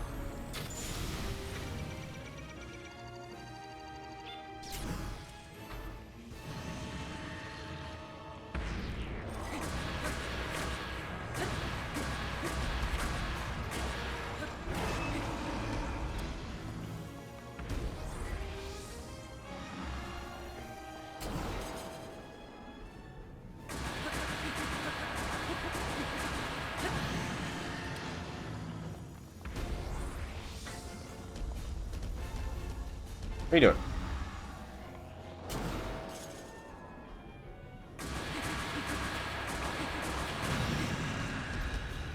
After Calamity Ganon falls, you will regain control of Link outside of the castle, facing a gigantic foe, Dark Beast Ganon. As soon as the final battle begins, collect the nearby Bow of Light. This offers unparalleled power and infinite ammo. You do not need to get down from your horse, just gallop toward the bow and Link will pick it up automatically. With the Bow of Light drawn, head to either side of the creature and wait for glyphs to appear on its body. As soon as they do, slow down, or even stop your horse if you are not currently under threat, and fire an arrow on all 3 of them, once at the top of each leg, and 1 at the flank. Feel free to fire liberally, your ammo is unlimited. After eliminating the 3 light glyphs on one side of Dark Beast Ganon, gallop to the other side and repeat the process. Fire an arrow at each of the 3 glyphs that appear. With the first 6 glyphs, have Wait, when the first 6 glyphs have been hit, the 7th one will appear on the creature's belly. Gallop beneath it and look up. This is an easy shot at such a close range. Finally, gallop until you are in front of Dark Beast Ganon. You will soon see its weak point appear in the form of a large eyeball. If you fire an arrow at it from the ground, though, the eyelids will close and prevent you from dealing any damage. Instead, wait for your enemy to unleash a beam of energy and use the updraft this generates to fly in the air. This offers a cinematic opportunity for a perfect slow motion finishing arrow. 世に放てば100年前を超える悲劇となるでしょう。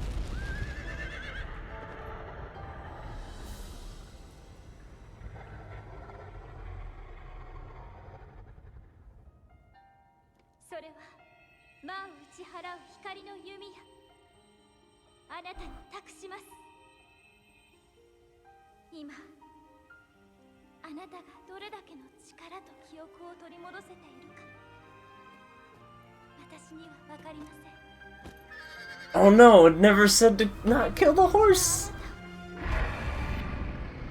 あなたの勇気を信じています。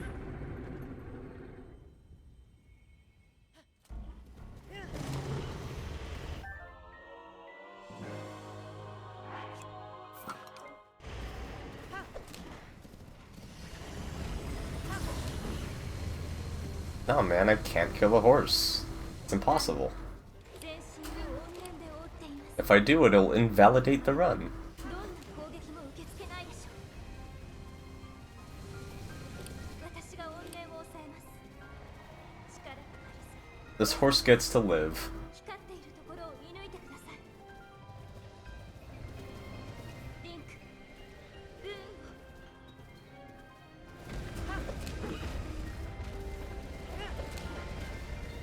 No, I'm submitting this as any percent. 光を狙って。 Alright, stop the horse.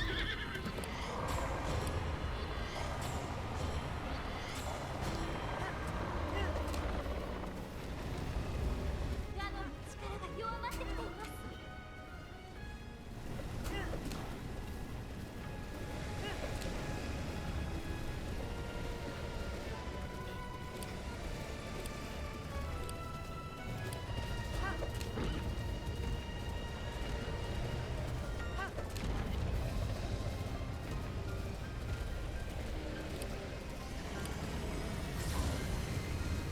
Don't spoil my plans, unbelievable. This guy called what I was gonna do already.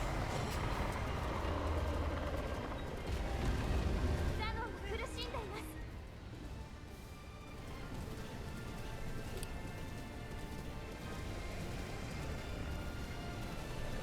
す。 I am actually upset. No, it does not. The horse is stupid.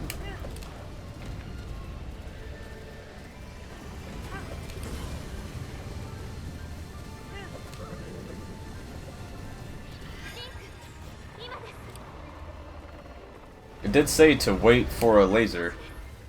あと少しでガノンを。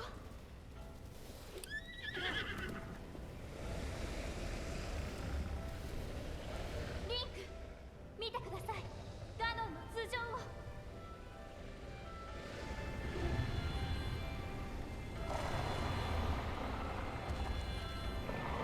それがガノンの中枢です。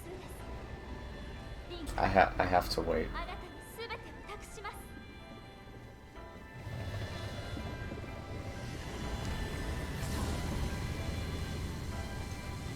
Oh no!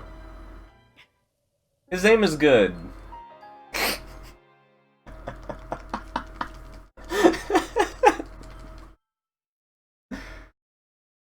Oh dear.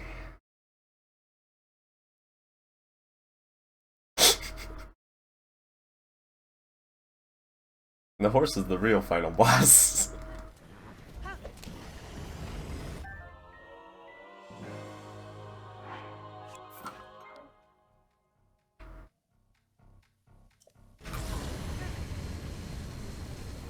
Oh my god, the dodges by the stupid fucking horse. 怨念で覆っています。このままではどんな攻撃も受け付けないでしょう。 Oops. 私が怨念を抑えます。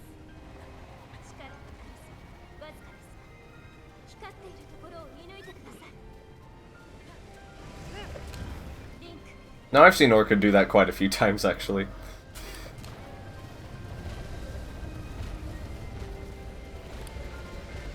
光を射抜いてください。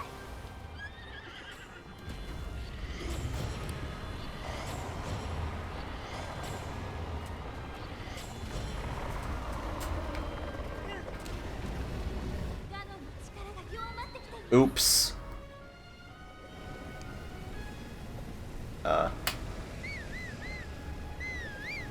Wait, I still need you though. Horse! I still need you! 光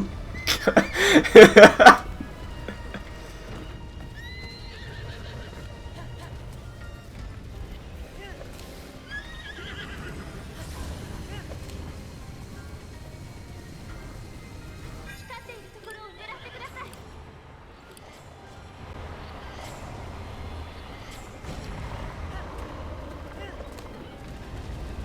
ガノンが苦しんでいます。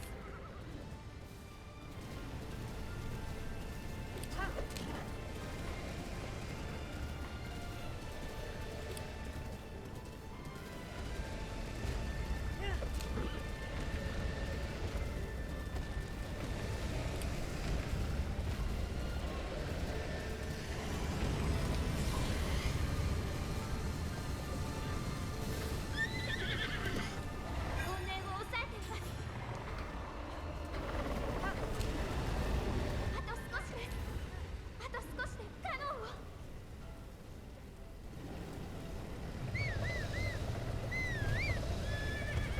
リンク、見てください。ガノンの頭上を。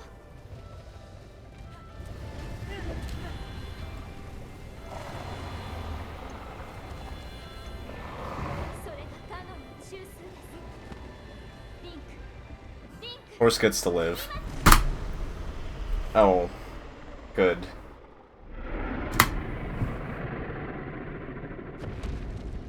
Whatever that time was. Can someone tell me what the time was? I turned off global hotkeys like 12 hours and 13 minutes ago.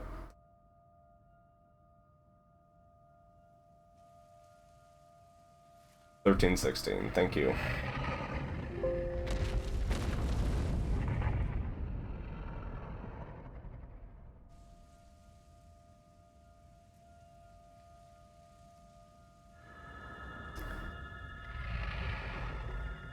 You have reached the end of the main storyline, but your adventure in Hyrule is far from complete. After the credits roll, your game will be saved automatically.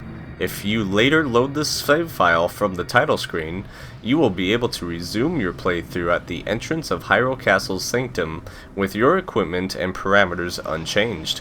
This save file will feature a star icon acknowledging the fact that you have defeated Ganon. In addition to the main narrative, Breath of the Wild features dozens of side quests, minigames, and optional challenges that you have probably yet to discover, let alone complete. Turn the page to read about these diversions, plus a variety of other enjoyable end-game activities.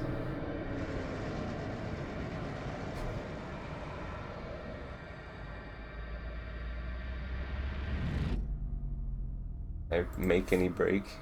During cutscenes, I use the restroom a couple of times.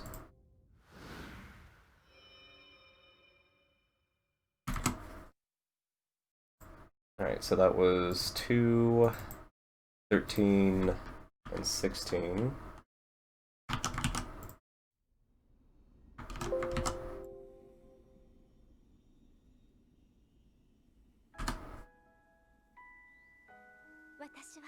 This runs... it's never over, dude. It will never end. Yeah, because the next page, when it says turn the page, is shrines.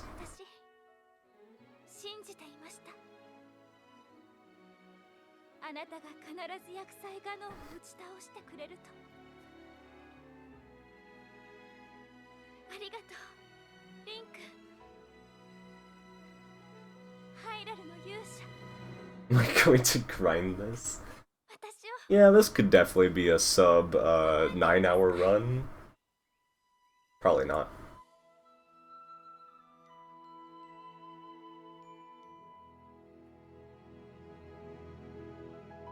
It is really satisfying, though, to beat the game as True Link. But it's not over yet. Let's finish the credits, and then we'll do the hero's path, and then we'll be done for the night.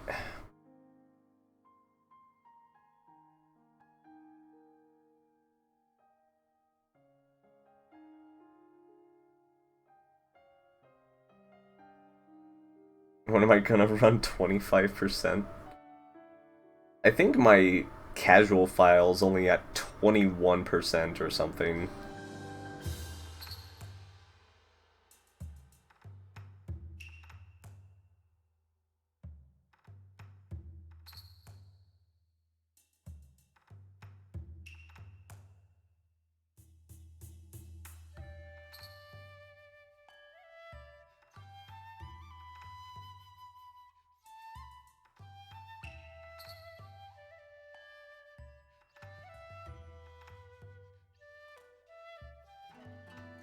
That took a lot longer than I feel like I wanted it to. I should have been in bed at 10 p.m. It's currently 4 a.m.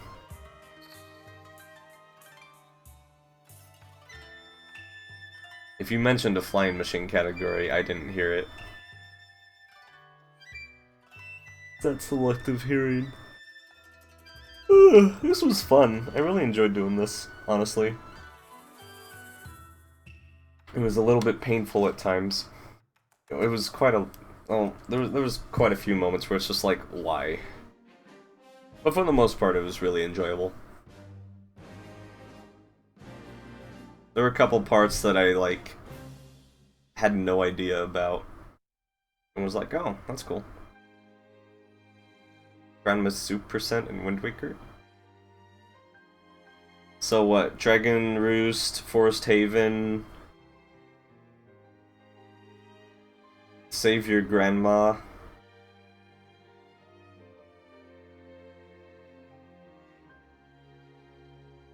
Right? Yeah, so you would go to Great Fish Isle, realize there's nothing there, then head to Windfall Island, get bombs, and then go back to Outset Island, save your grandma, and then she'll give you soup. Is that it? Is that the run?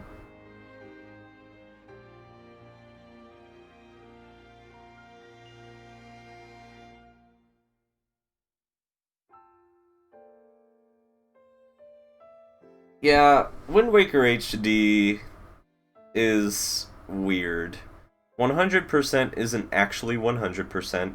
Glitchless isn't actually glitchless. It's like the whole game and the whole speedrun community is just a bunch of frauds. Except, I guess, any percent runners, because those are actually legit.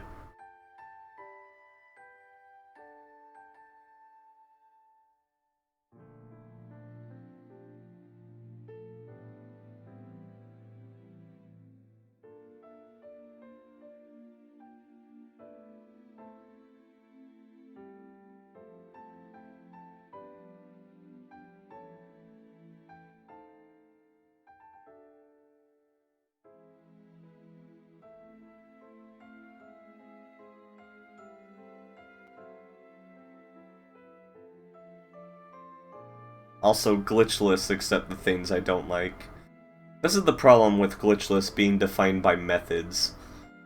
It just opens up loopholes.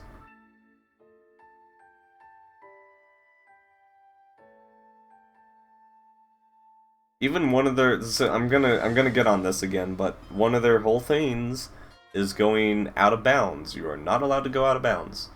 But in Helmrock fight, you're allowed to go out of bounds over the spikes and skip the boss. Here's another problem. Forsaken Fortress is a dungeon. You get a map and a compass in it. Oh, maybe not the compass. The map for sure. And it has a boss that gives you a heart container. So it's a dungeon. So all dungeons just skips Helmarok. It's why?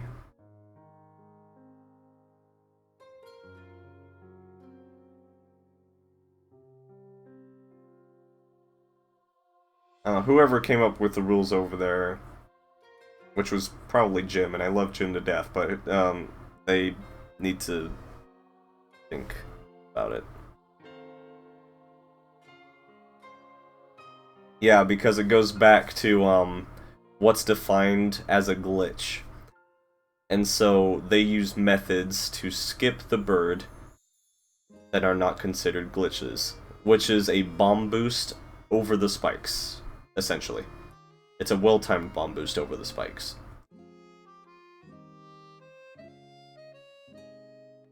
And that's the main problem. 100% also doesn't get the figurines, which that's... Hello?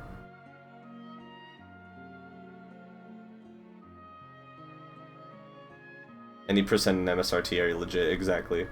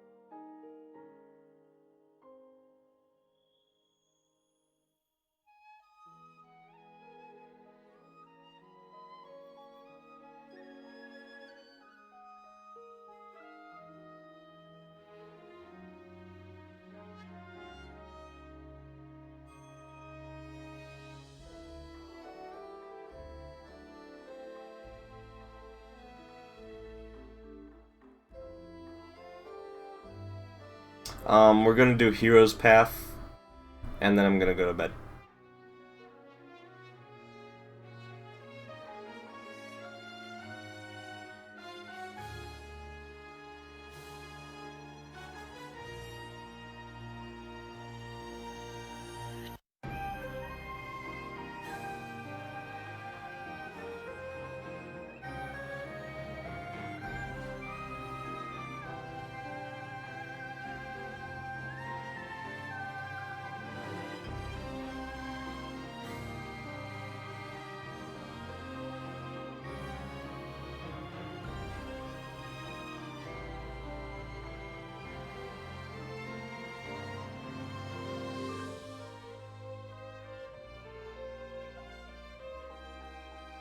Misty is crying.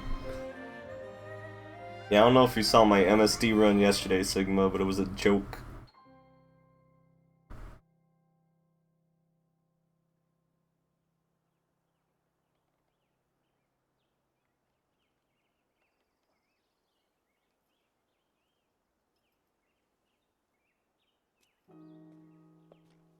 Wow! Congratulations!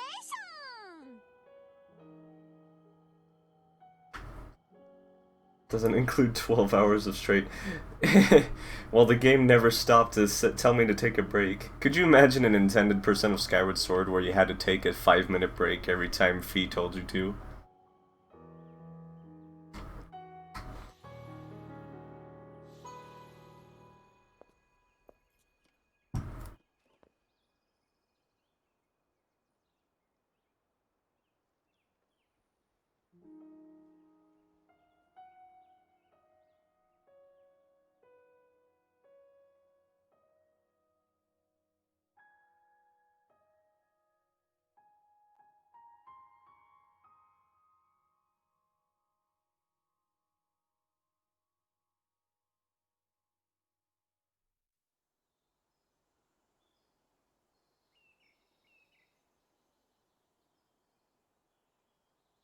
今日はゾーラの里に向かいます。停止している真珠バールッタの状態を把握。貯水湖の水位を再確認。それからミファーのお父上が私たちから彼女のことを聞きたいと。厄災の脅威は去りましたが、なさねばならないことや決して消えない悲しい思いは残されています。けれどこの国の人々ならきっと昔よりも素晴らしいハイラルを作ることができる。だから私はその助けになりたいのです。さあ行きましょう。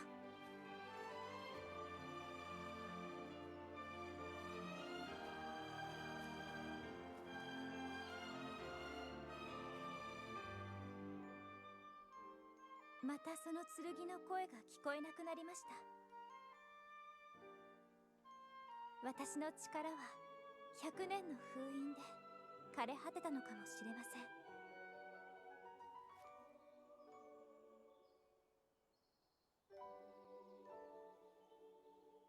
でも私もう平気です。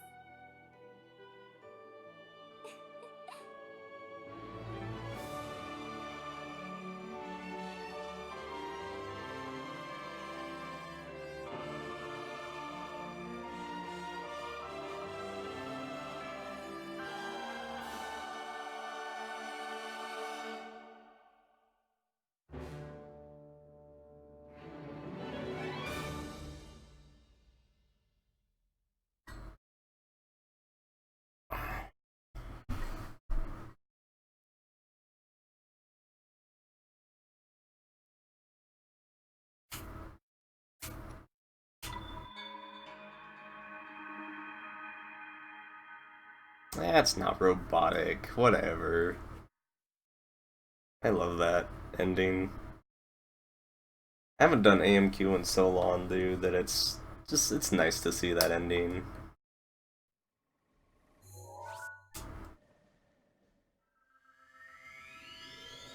It's nice to beat the game as true Link, and it's nice to see that ending.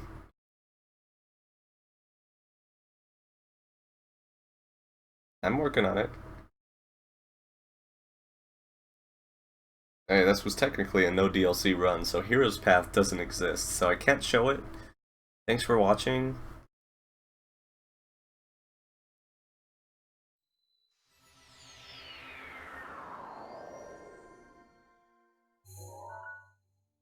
Alright, I'm gonna zoom in over here. I'll try and detail it as best as I can. You can already tell this is garbage. Hopefully it doesn't go too fast. So, Shrine of Resurrection tells you to talk to the old man immediately, then go straight to the tower. Tells you to do Magnesis first, then go to bombs, specifically through the front entrance.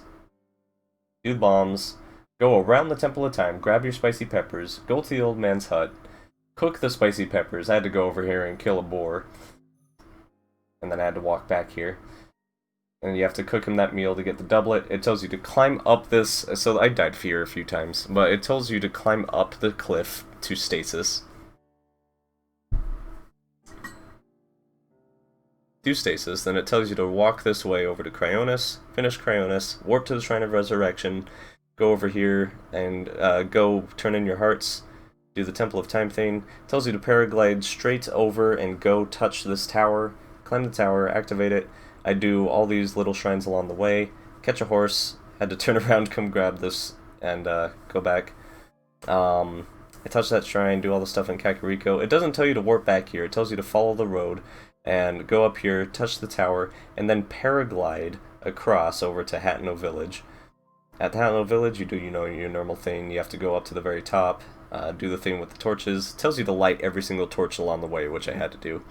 And come here, turn in the quest. It tells you to immediately go get your first memory, which was just right over here, and then warp back and grab your champion's tunic, which is how we were able to wear it for the most of the run. And then it tells you to come. So I went the wrong way. It tells you to go from here over to Lineru. I went and did Dakatus, come up here. It says to... I died. It tells you to go up here and do the Lanayru Tower immediately.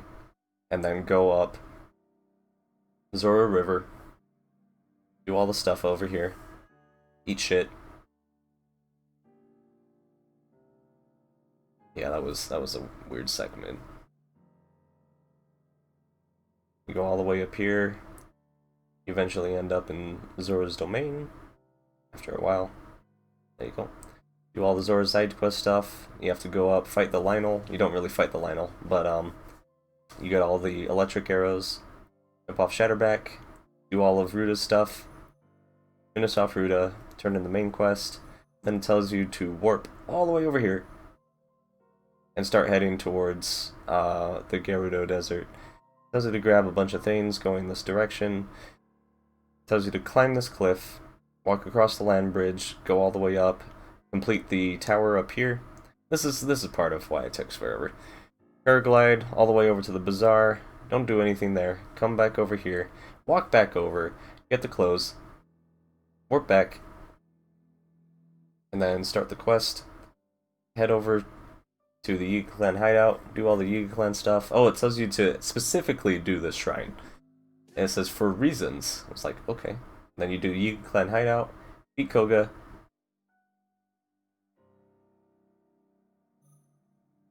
And then warp back. Complete more stuff over here. Take a sand seal over to here. Do all of your fun stuff with Naboris.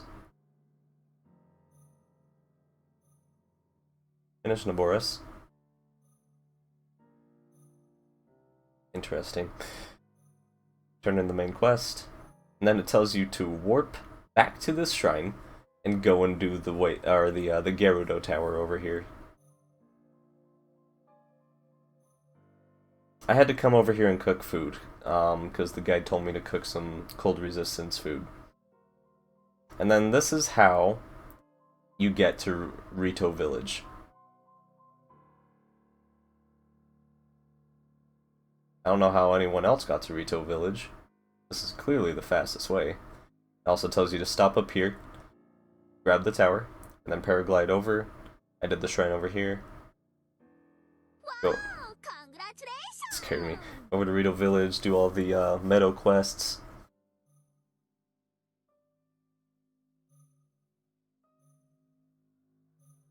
And then after you finish that, oh, is this? Yeah, that's where the Rito or the meadow stuff is for some reason.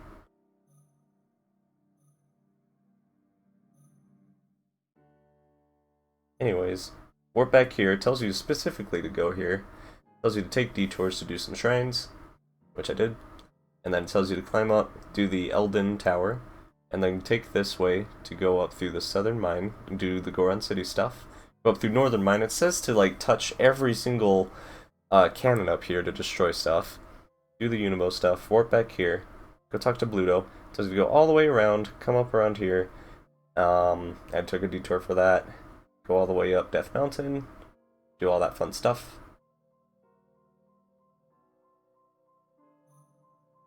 Do Vah Rudania. Turn in the side quest, or the main quest rather. And then it tells you to come back here. Tells you about fairies, getting fairy fountains. This was the intermission part. Now I had to go get all the memories because it's the last thing the game tells you to, or the guide tells you to do. So I went and went to each specific memory as quote unquote optimal as possible.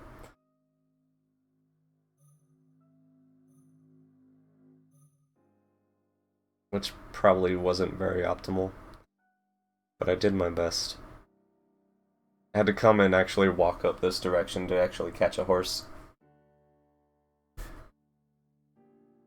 which I ended up having to ride back anyway to go up to this one, finish that off, come over here, quickly grab this one at the end here, and I had to go get the one at the bazaar. Get the one over here in Akala.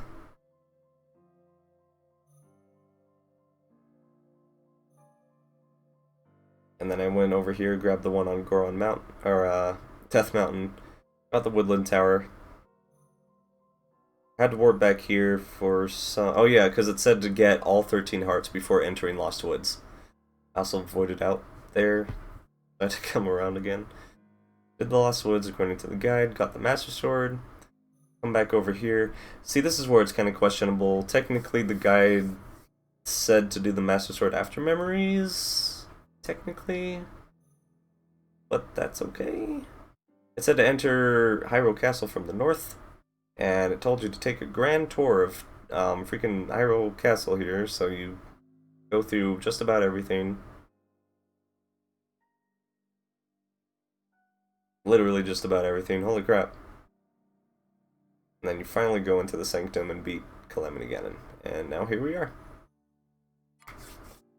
So, for the most part, things seemed somewhat sane, but this whole thing going to Rito Village is probably the most bizarre thing ever. Getting towers is like, okay, sure, whatever. It's in the walkthrough. Grab some towers, whatever. But this was just so weird. I was really, I was worried when I saw the words intermission. I was like, oh no, is it gonna tell me to go to these other regions and do some side quests and get the towers or something? Fortunately, it didn't. I'm actually really lucky. I'm surprised we never, touched the central tower. The walkthrough specifically, avoids central, as much as possible. We never go in there. What a weird run. Oh, that was the other thing, right? It doesn't talk about sand seals at all. Up until after, up until you need to head to Yiga Clan Hideout. So that's why I had to walk all the way here and walk back. And then when I warped back, it was like, oh, by the way, you should rent a sand seal to go to Yiga Clan Hideout. And then when I need to head just this tiny little distance right here, it's like, use a sand seal. But during the first walk, I can understand, obviously, because there's no sand seals. But when you get here, it should be like, by the way, there's some sand seals over by this area, so you should grab one.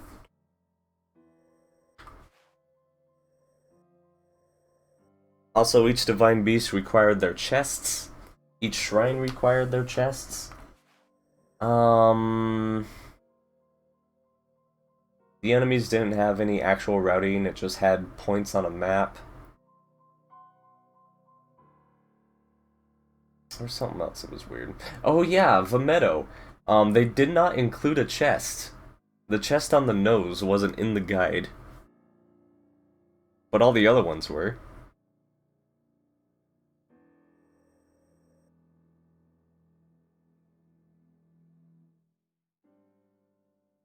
I think that was it. Off the top of my head, at least. Yeah. It was really cool run. Oh, I hated this, by the way. This was awful. Right here.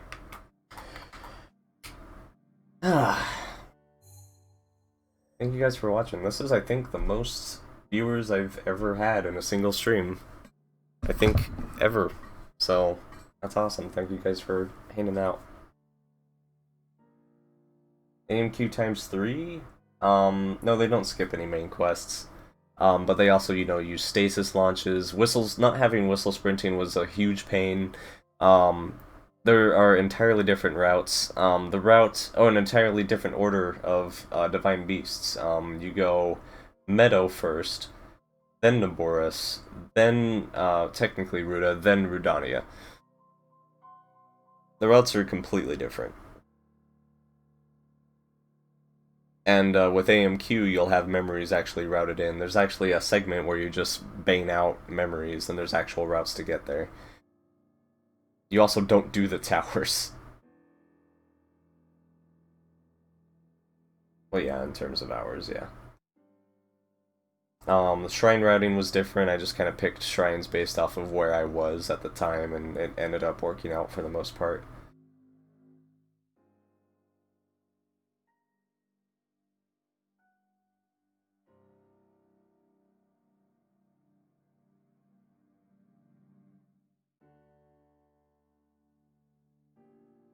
Yeah. I need to head to bed and get about 3 hours of sleep before I have to go to work. And hope I don't die. Let's see who's currently streaming. Puppet Master is doing Trial of the Sword.